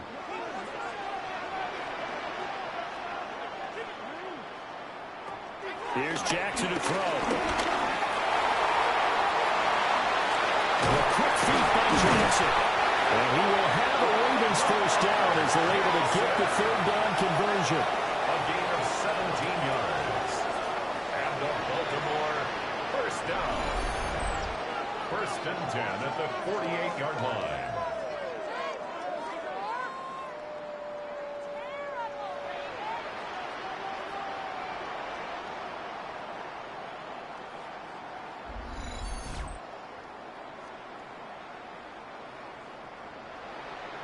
And, Brandon, this is the time of the game when Jackson could really take over. He's got the defense's legs a little bit tired. He's got them on the run. Yeah, this defense looks gassed, and you're exactly right. Second half with the lead, this is when Lamar Jackson seems to thrive.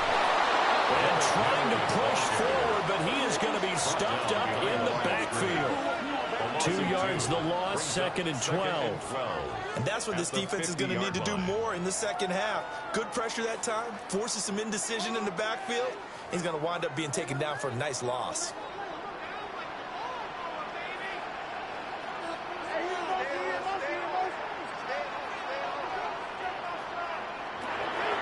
They go play action now. Jackson.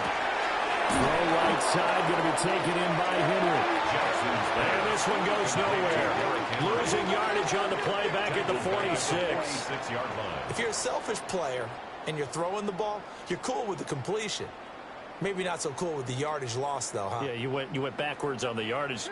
Hey, it kind of works like a sack for the defense there. Yeah, it's a really big play for them, right? Able to figure it out, sniff it out, and finish it off.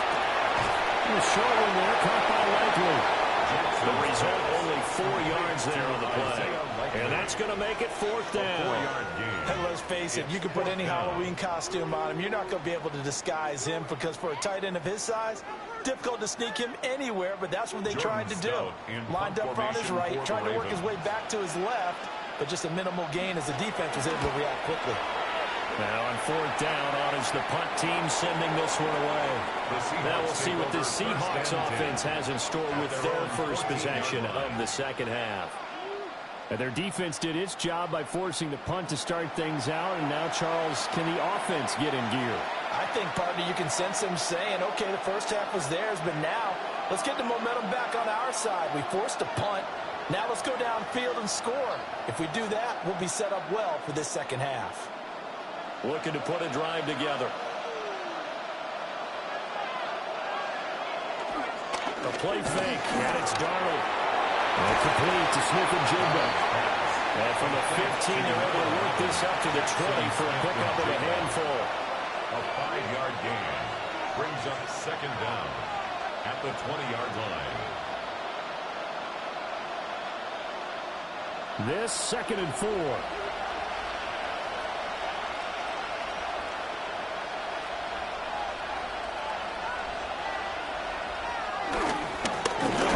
Charbonnet. And he is met in his tracks behind the line of scrimmage. It'll be a loss of a couple on the play, so now 3rd down coming up. Well, we saw a lot of negative plays that resulted in plenty of lost yardage in the first half, and that trend is continuing here. These guys have punted 4 times already, and they're staring at a 5th, barring a conversion here on 3rd down. He'll look to throw. Oh, he had him. He was open, but he couldn't get it to him. It's incomplete. Looks like another empty possession offensively. And you're at that point of the game where you can't afford too many more of these. So this is going to require some heavy thinking on the sideline to figure out what they can do to crack this defense. Now here's Michael Dixon as he's on for the 5th time here today. Wester on the return. We'll call it a 42-yard punt, 3 on the return. And it will be 1st and 10 as they take over. The Ravens offense and their quarterback ready to go once more. And this defense has got to be at its wits' end, trying to come up with ways to keep him contained. He's had so many opportunities to tuck it and go, and he's turned a number of those opportunities into big plays. The Baltimore offense at the line, set to get going. This crew had to punt last time they had the ball, but when you've got a lead like this, you can tend to play the field position game. You are to an extent, especially if you like your defense, because you have the lead, you've been controlling the game. But why put them in a tougher spot? You want to get out there and get something done on offense and maybe take command of this game yourself. Call that a very strong gain of 24. Well, that'll help the old passing stats. Remember, it was a pop pass, so it's not a wide receiver run there, Charles. Well, I like the way that you scored it, and that's exactly how it goes into the books. But remember, he's had success throwing the ball the standard way in this game. And here, this little top pass, it goes for good yardage. A little something extra in his repertoire. Ernest Jones there for the tackle.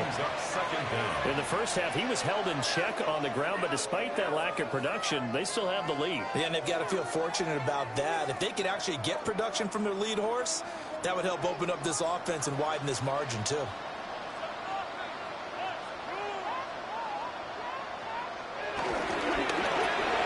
They'll get this to Flowers, left side. So no gain on the play. 3rd and 7 now. All right, partner, I wasn't good enough to get this done, but I played with plenty of guys who did. When they spotted wide receiver screen and they got to the football fast and blew the whole thing up, the same result as we just saw usually happened. No gain. Here's Jackson. Pass taken in by his big tight end. And he gets it all the way down inside the 10 and mark him at the 5. Baltimore, 1st down. 1st and goal at the 5-yard line.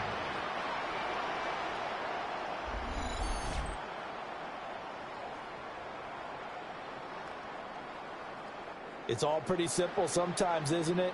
Go where the defenders are not, and he does exactly that. Makes a nice catch to move the chains. Defense, got to find a better way of accounting for the shorter routes that are being run against them. Jackson going to run. And he goes backwards on this one. Losing yardage to the 7. That's going to go as a loss of 2, and it'll be 2nd down. No question, he's so dangerous down here near the goal line. The safeties, they have to be involved in run support against a quarterback like this. And in turn, they're going to ask their teammates to be involved as well. Off the play fake, here's Jackson. Looking left side, incomplete. Let's give this defense some credit now. They let the guys get downfield, but when push came to shove, they stood their ground, and now they'll likely force a field goal attempt. A big play forthcoming. Here's 3rd and goal.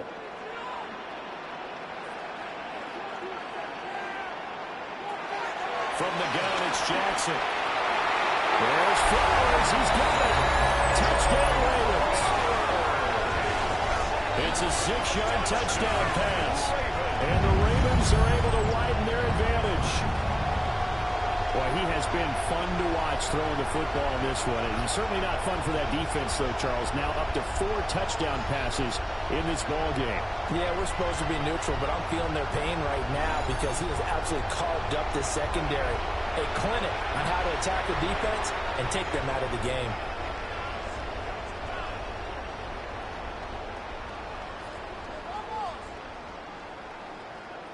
On his loop for the extra point.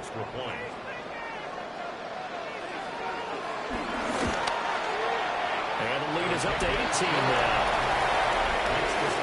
So that lines up a 7-play drive all told. And it's capped off by the Baltimore score. All right, Scott, thanks very much. And we welcome all of you back here on EA Sports for quarter number 3.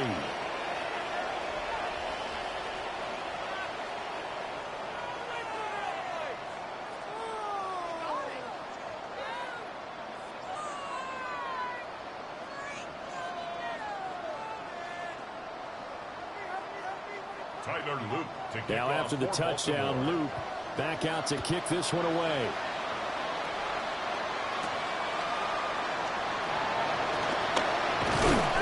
And able to get this out to the 25.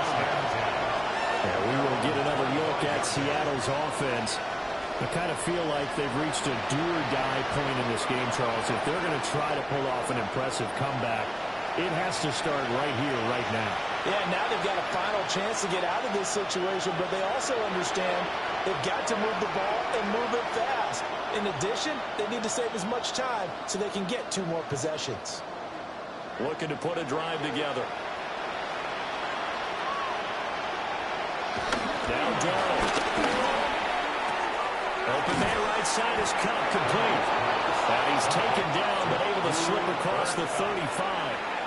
It'll be a gain of 10 to start the drive out, and by a few inches, that'll be a first down. And this is what they're going to need more of. It's the 3rd quarter. You're trailing. You've got to come out with a renewed sense of purpose, and that's a nice way to kick off the drive with good yardage and a first down. Now off the bootleg, Darnold. Well, he was hit as he threw it there, and that one winds up incomplete. Maybe a little frustration starting to creep in. The offensive line hasn't done a great job of protecting him in this game, and there he was, hit again as he threw it. Yeah, another time on his backside, probably starting to get a little frustrated. Got to keep his composure. Can't let the defense know that they're getting to him. Here's Darnold. And he was able to shed 1 tackle, but could not get away from there. They do get a couple, but they'll be left staring at a 3rd and 8 coming up. Caught that look from you there, partner. I think we're on the same page on that one. Just his first catch. I think we both thought he'd be a little more active in the passing game. Let's see if that's the start of them trying to get the ball to him a little bit more here in the second half. The shotgun snap for Darnold. And Walker has it. Well, I don't think he got there, no. He's short by maybe a foot, maybe. Call it 4th and inches. How about that strategy there, Brandon? 3rd down. They just said, we got faith in our tackles. We'll give you the short stuff, and just decided to protect the sticks. So every time I hear fans telling me tackling's not a part of the game anymore, plays like that, I can click and save and show them you have to tackle well if you want to be a good defense. And here's Dixon to punt now as he gets this one away. And he couldn't get it to check out. That kicks all the way into the end zone for a touchback. The Ravens offense back out there. A long drive last time out for this offense, Charles. If you remember, they started basically in the shadows of their own end zone, marched it down the field, and a lot of that was through the passing game. And, partner, as a former defensive back, I'm having almost a physical reaction watching what's happening right now. But let's give credit where it's due, because they've done an excellent job moving the ball through the air. Secondary getting picked apart pass by pass.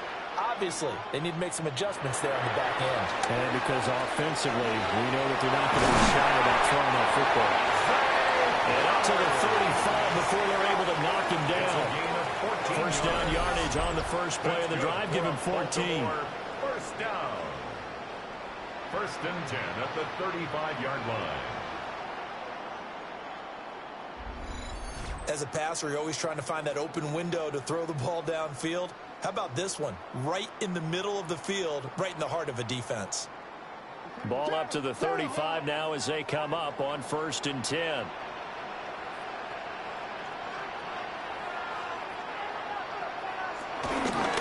Jackson options out left. And he'll get this up to about the 38-yard line. 2 yards the gain on the keeper, and it's 2nd down. And if you like defensive football, focus on the defensive end on this play. He does everything exactly right. Reads the play and makes sure he spills it for a small gain. Here's 2nd and 7.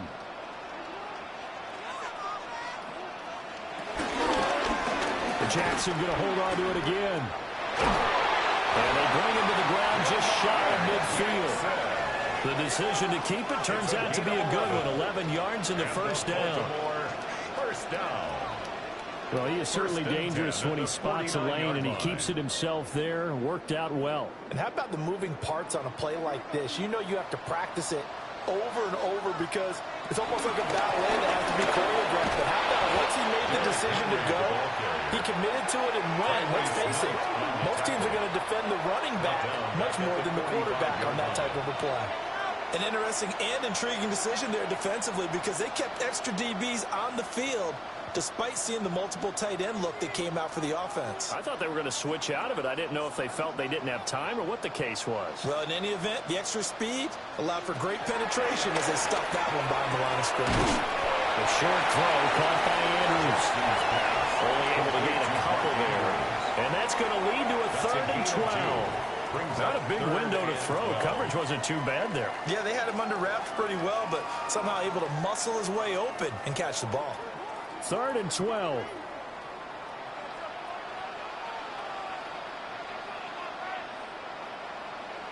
Jackson from the shotgun. That is caught. And that'll wind up moving the chains again as the tackle's going to be made at the Seahawks' 31-yard line. They then convert on 3rd with a gain of 22. Another Baltimore Raven. 1st and 10 at the 31-yard line.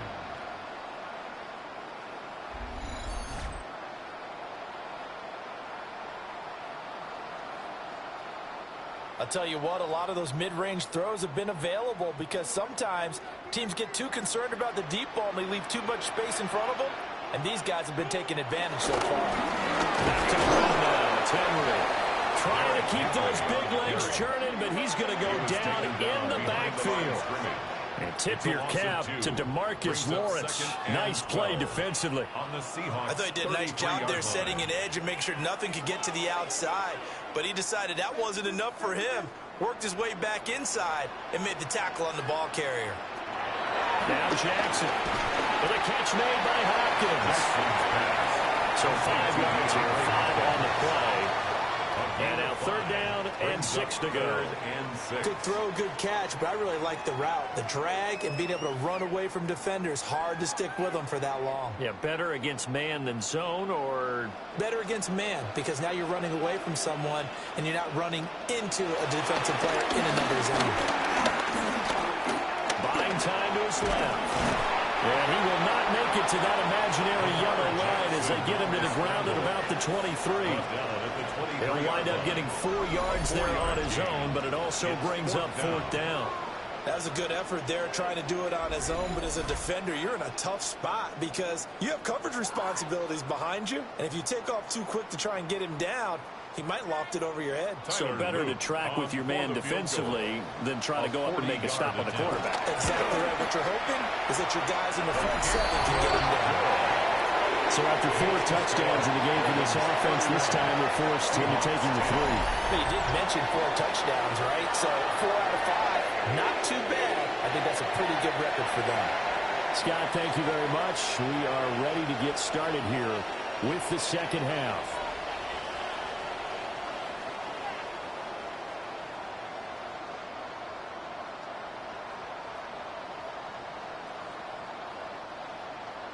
Back to it now after the made field goal. Here's Luke to kick this one away.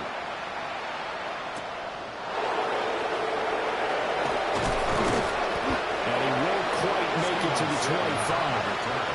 The Seattle now ready to march out of the field. They're down 3 touchdowns to this point, needing to put something together as they have it 1st and 10.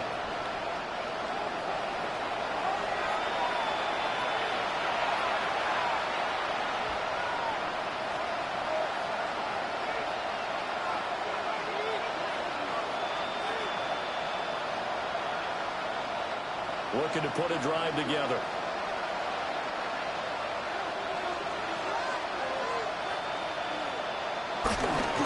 Hands it to Walker to begin the series. And a really good show of force there as he gets through for 4 tough yards. At the end of all that hitting and hollering, it was a 4-yard run, so the offense is going to go back there and feel pretty good about themselves. Defensively, you have to feel okay because you didn't let it turn into a bigger run. But the goal, shut it down for 2 yards or less. That's when you start to feel good about yourselves. That fake the handoff. Now Darnold. Throw out wide to Walker. And he'll get nothing out of that one. A loss on that play, and now 3rd down gets tougher. 3rd and 6. That play was well covered. Just tried to check it down. Unfortunately, not able to find any yardage on that one. This offense in desperate need of a conversion as they come up on 3rd down.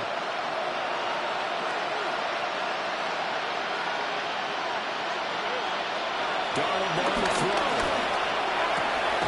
Work in the middle of the field. He's got a man complete. Complete to Ken Walker.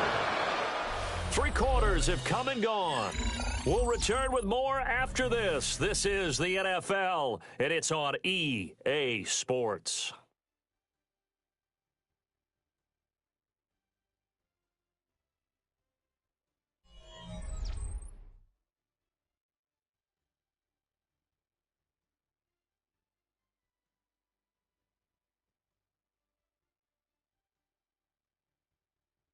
Back now in Baltimore.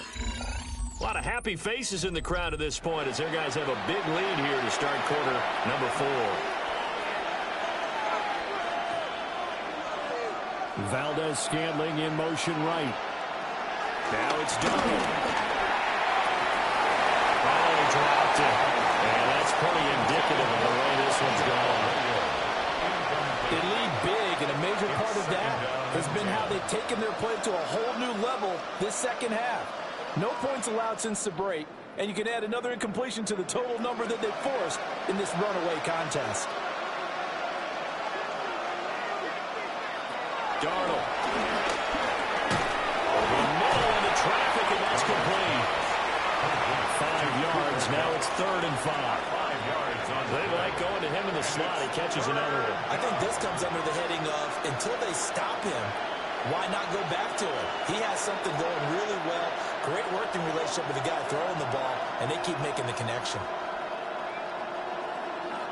To throw is Darnold. Give him 10 that time, escaping the danger, running with it, and picking up a 1st down. It's a gain of 10. This is where the NFL is headed year by year, partner. A league where just about everyone has someone under center who can get you with their legs as well as their arm. And we've certainly had a nice display of that from both QBs in this game, and that continued with that 1st down run. Back to throw, Darnold. Outright to Smith-Njigba. A short completion, just 4 yards. And that will bring up 2nd down. Many teams, as soon as they spot man defense, if they haven't called a hitch, they'll get to it as fast as they can. They want to put the ball in the hands of one of their best playmakers and hope that he can break a tackle on the outside and go for big yardage.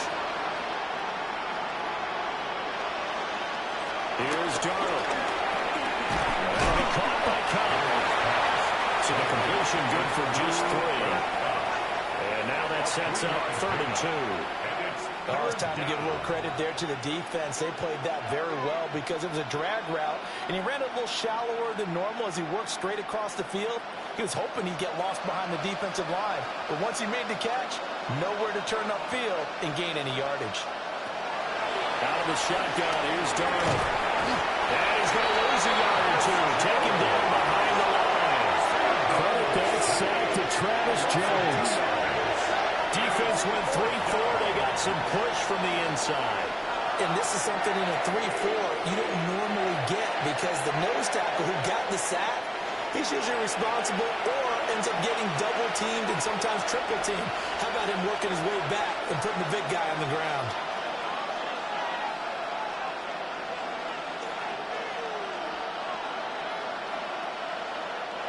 Well, the offense is not leaving the field. They're going to stay out and go for it on 4th and 3.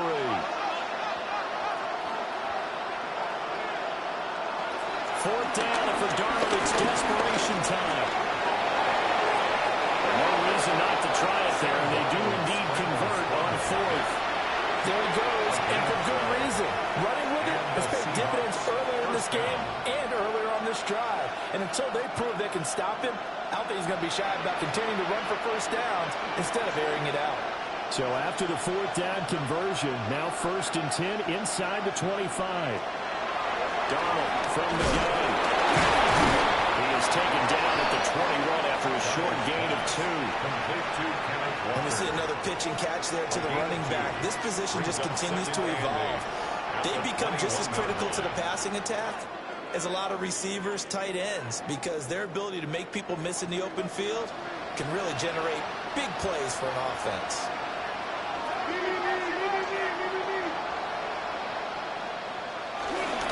On the give, here's Charbonnet. And they're knocking on the door now. There's a good run there. Going to take this to about the 10-yard line. 11 yards there. First down. First down, Seahawks. Well, partner, I know this type of running back. I mean, this size, this intensity usually gets better as the game goes on. I can just tell you from experience, the first few quarters, oh, you're eager. You come running up there. I'm going to tackle this guy. By the fourth quarter, you're coming up and thinking about it. And D-line wearing down fourth quarter. Yeah, that's not a guy they want to see consistently. It'll go as a gain of 4, and that'll make it second down. At the Ravens' 6-yard line.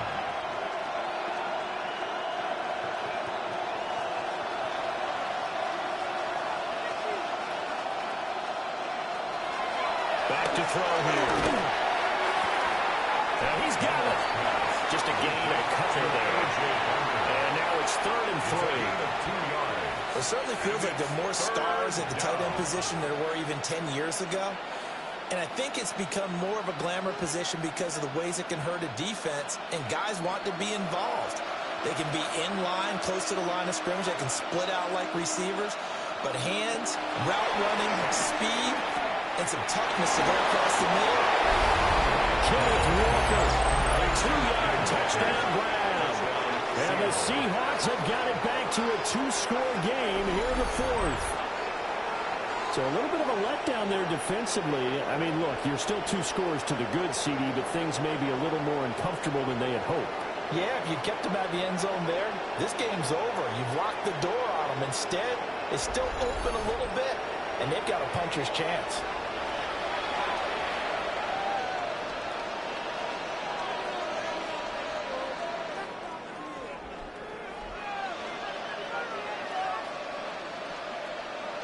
The extra point now coming from Myers.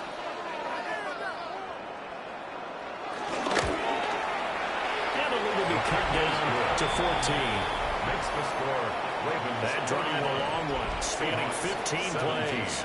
And it was Ken Walker who finished things off with a touchdown catch.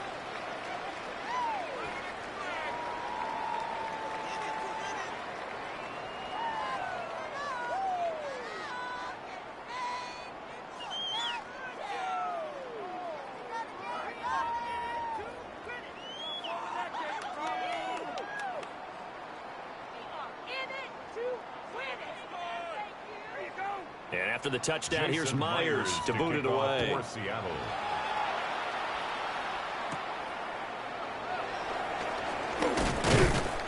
And he returns this to the 22. The home team's offense and their quarterback set to take the field once more. And this defense might be about ready to wave the white flag. Nothing they have tried to throw at him has been that successful. He just processes things so quickly and makes a right read seemingly every time.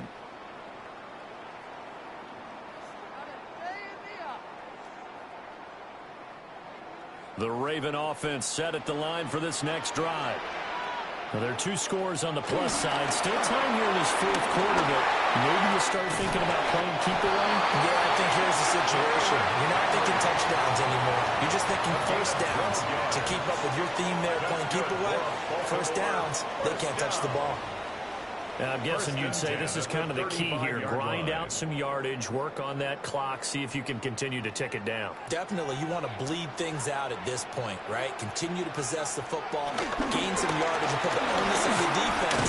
Do they have to use timeouts? What are they going to do to stop you? You're taking charge. 2 yards the loss, 2nd and 12. This defense starting to buckle down when they need to, and right now they're winning this 4th quarter, losing the game, but they're winning in the 4th quarter. And what a fine line it is about what they're trying to get done, because they're down, so they obviously need the football, need a score, but they can't be so aggressive as to give up their edge, their gaps, and have the offense hit them with a big play. Henry will get it. He's been busy today.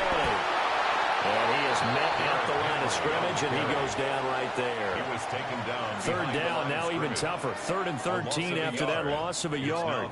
Run blitz there defensively, something we might see more of here in the fourth quarter. I think we'll see a lot of it, and the difference between that and a pass blitz, you're just trying to get to the quarterback. You're trying to scheme someone open who will get to the QB and make sure he gets on the ground. In a run blitz, you're actually trying to cover up gaps, trying to cover up holes so they can't run the football. And unable to connect, incomplete. I give them credit, they took their shot, but it's going to bring up 4th down. Going for the knockout blow right there. I think if I'm up 2 scores, I'd be worried about an interception, but playing this way is what got them this lead. So you may as well ride it out to the end. So they're forced to punt on 4th as this one's away. Here's Horton. A 4-yard punt, 1 yard on the return. And it'll be Seahawk football, 1st and 10. Seattle now ready to march out of the field. Their defense was able to force the punt. That's the good news. But this is still a 2-score game, and they need points on this drive and in a relatively quick manner. Looking to put a drive together. Here's Walker to start the drive. And they'll scratch out a yard up to the 30, and that's all. I think they want to start getting back into this game. It behooves them to get better on 1st down. Yeah, certainly not what they were looking for there out of the opening play of this drive. Ball on the 30 now. Here's a 2nd and 8.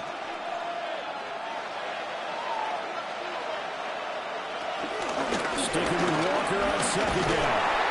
Looking to find a lane, but he can't. Reined in at the line of scrimmage.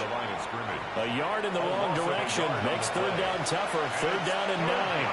There's no question that coming into this game, this defense is pretty vocal about its desire to take this running back out of his game. And all that pregame whooping has turned into results. From the gun on 3rd down, here's Donald.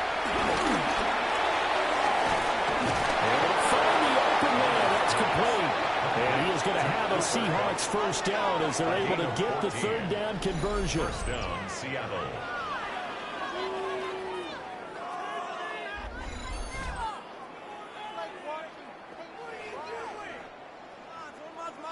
All right, this is the time of the game where they're down a couple of scores, and they've really got to get some yards in chunks, and they know the defense doesn't want to give those up, but they've got to find a way to take them anyway. Now the question is, can they string a few of those together?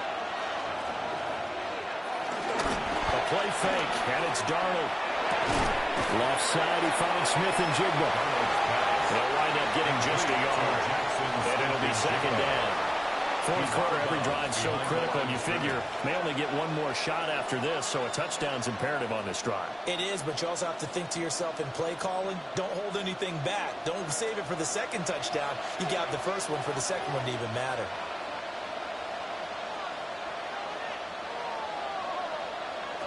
To throw again on 2nd down.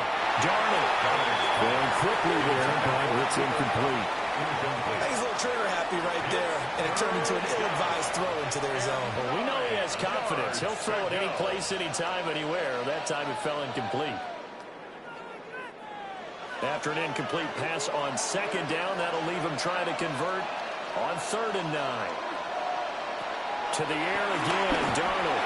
Going deep for Walker. Well, that's going to wind up incomplete. Nearly the first pick of the game, but it does bring up 4th down. And they're at the point of the ball game now where they've got to take some chances. They've got to put the ball in the air and just see what happens. But this defense knows that all too well. Darnold's going to stay out there. They're going to go for it on 4th down. Got to try it here. He's back to throw. He'll let this go deep for Smith and Jigba. And he knocks the ball away. It falls incomplete. The Seahawks go for it but can't convert. And the Ravens get the football back and in great shape. So they really needed points here in a 2-score game. Could not come away with anything there on 4th. And while we know they're a little bit discouraged here, they can't check out of this game. You and I have called a good number of games over the course of our career where we've seen these types of situations. teams get the ball back, and that miracle does occur. So they can't let that dream go just yet. They have to get stout on defense here. Yeah, right now really hoping for a turnover.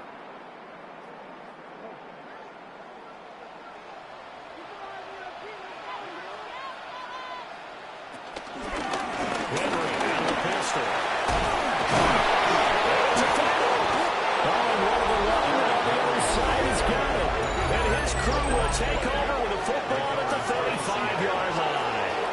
Partner, that one looked like it was over. I mean, they had control, had the football, and the defense had to make a play in order to keep them in the game. That's exactly what they did. And now that door ajar, 2-score game, so hold on here, not done in the fourth.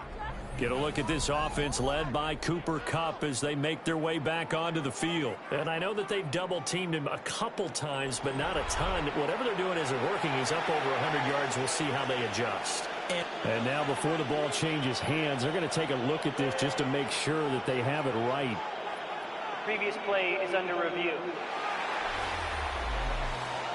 Now the question, was the knee in fact down before this ball comes loose? And is the video convincing enough to overturn it? A lot of factors here. Remember, you also need clear possession of the football afterwards. This is a tough one to overturn.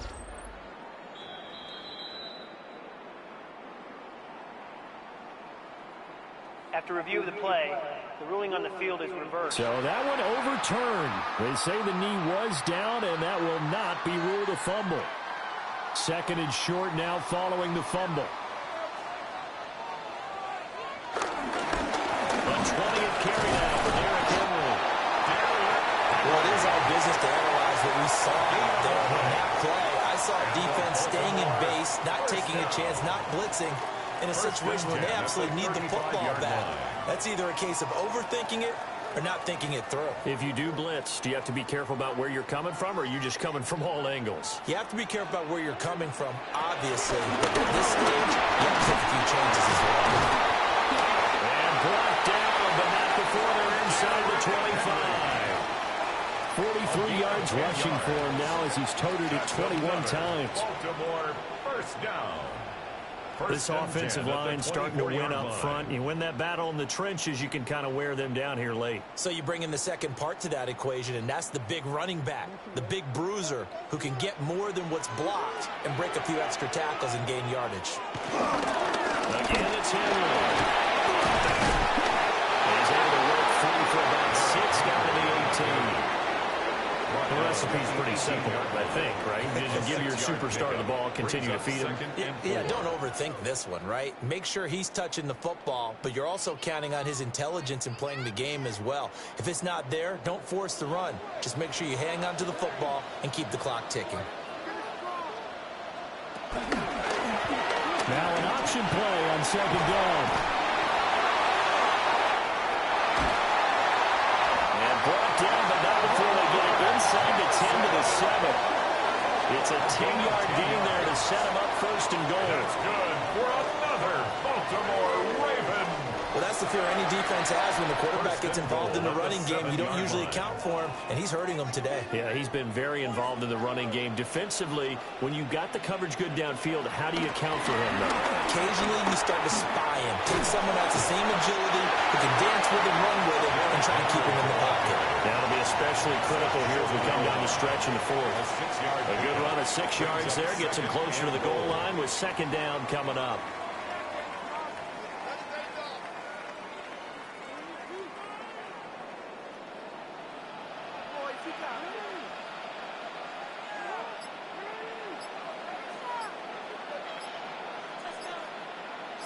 Now they'll send a tight end in motion left.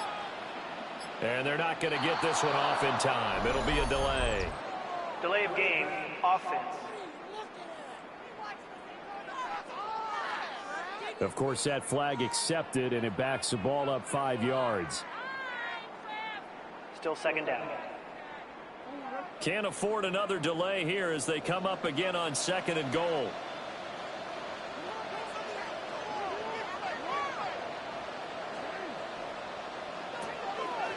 Off the play fake, here's Jackson. And that'll be taken in by Andrews for a Ravens touchdown. A 5-yard touchdown catch. And the Ravens have pretty well put it away here in the fourth quarter. Well, that's just how they drew it up, CD. His first read was there, got it to him quickly, and into the end zone. Absolutely excellent execution by all involved. And the coordinator, got to give him credit, found the perfect play call. Quarterback let it fly as soon as the target came free, and his guy made a nice catch. Just how you draw it up in practice and then execute it in the game. Luke now for the extra point. And he's been a busy man, 5 for 5 now as he knocks another one through to extend the lead. So that drives 7 plays in length. And it's Mark Andrews who finishes things off with a touchdown reception.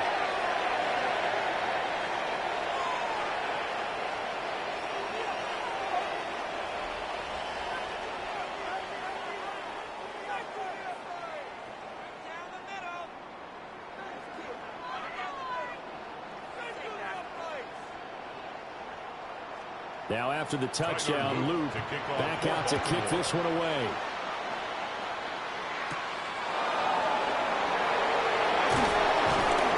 And he brings us out past the 20 to the 24. The Seahawks offense and Cooper Kupp making their way back out. And he's looking to finish strong. He has been the star of the show as they have just had absolutely no answers for him defensively.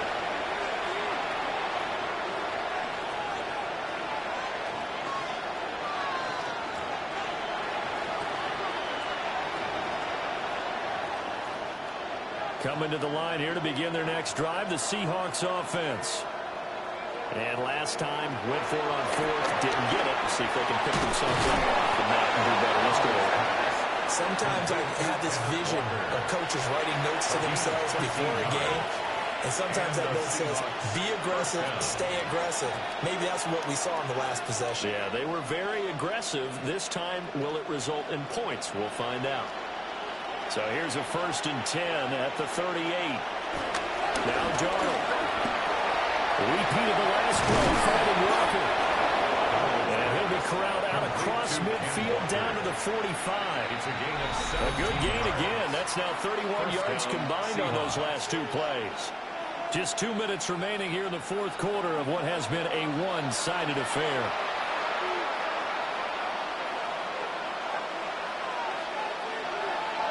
Here's Darnold. Setting up the screen here. This is Walker.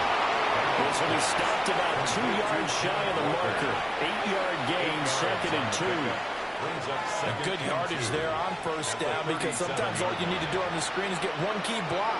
That might set your man free, and that was pretty good pursuit to the football defensively, or it could have gone for more.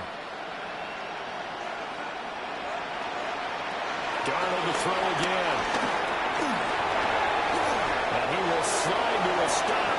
He does have the first down. Now the offense going to use the first of their timeouts as it'll come with an even 90 seconds remaining on the clock.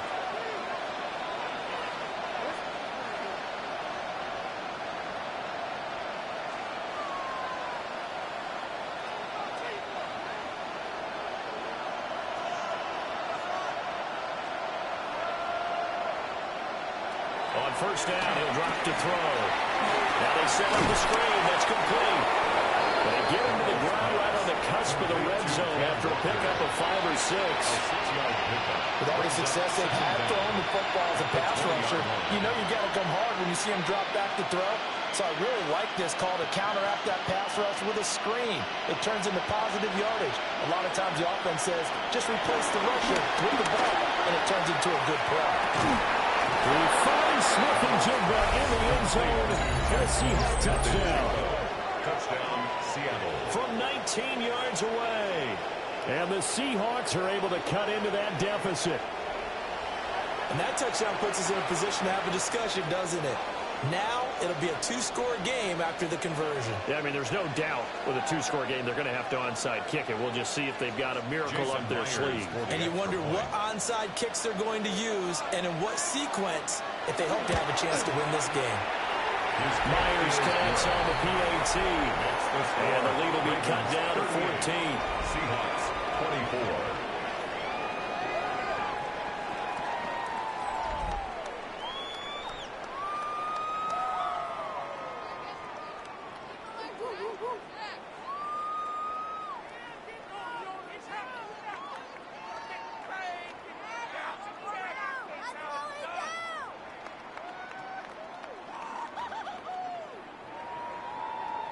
So 2 scores down, time definitely not an ally, but here comes the onside kick. They knew they needed a miracle. They had to have that onside kick. They didn't get it. Well, as we knew, even before they put the toe to the leather on that one, their chances of getting that done, slim and none. And I do believe we saw Slim just leave the door, didn't we? We did indeed. I think we're down to none. Here comes the Raven offense now, ready for another possession. And checking the timeouts, they do have 2 defensively, but no real need to use them as they're not going to be able to stop the clock after that.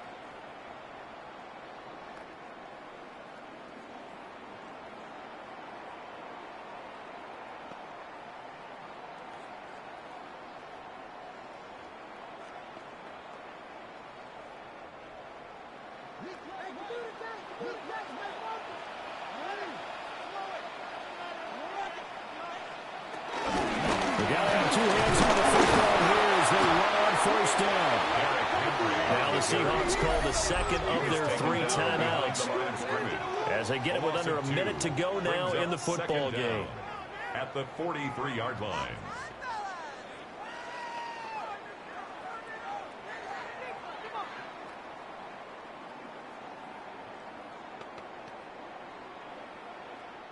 You'd have to think likely another running play coming here, 2nd and 11.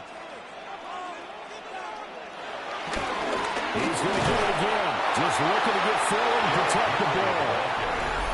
Now the Seahawks forced to use their 3rd and final timeout. No gain on the play. As they get the stoppage with a little over 50 seconds left to go in the game.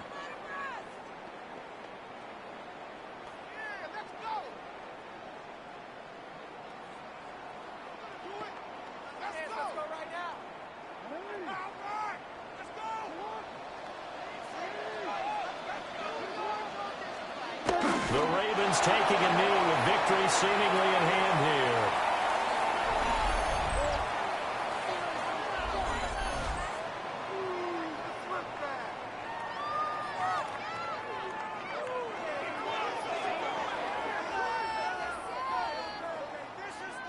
The Ravens send their punter out now as he's on here to punt it away.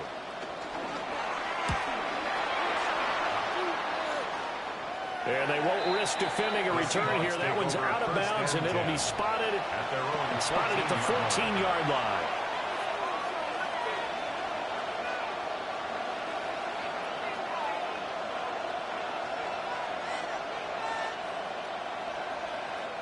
Here's 1st and 10.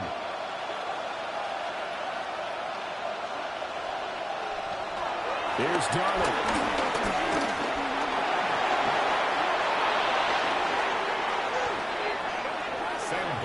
Scrambles from the pocket.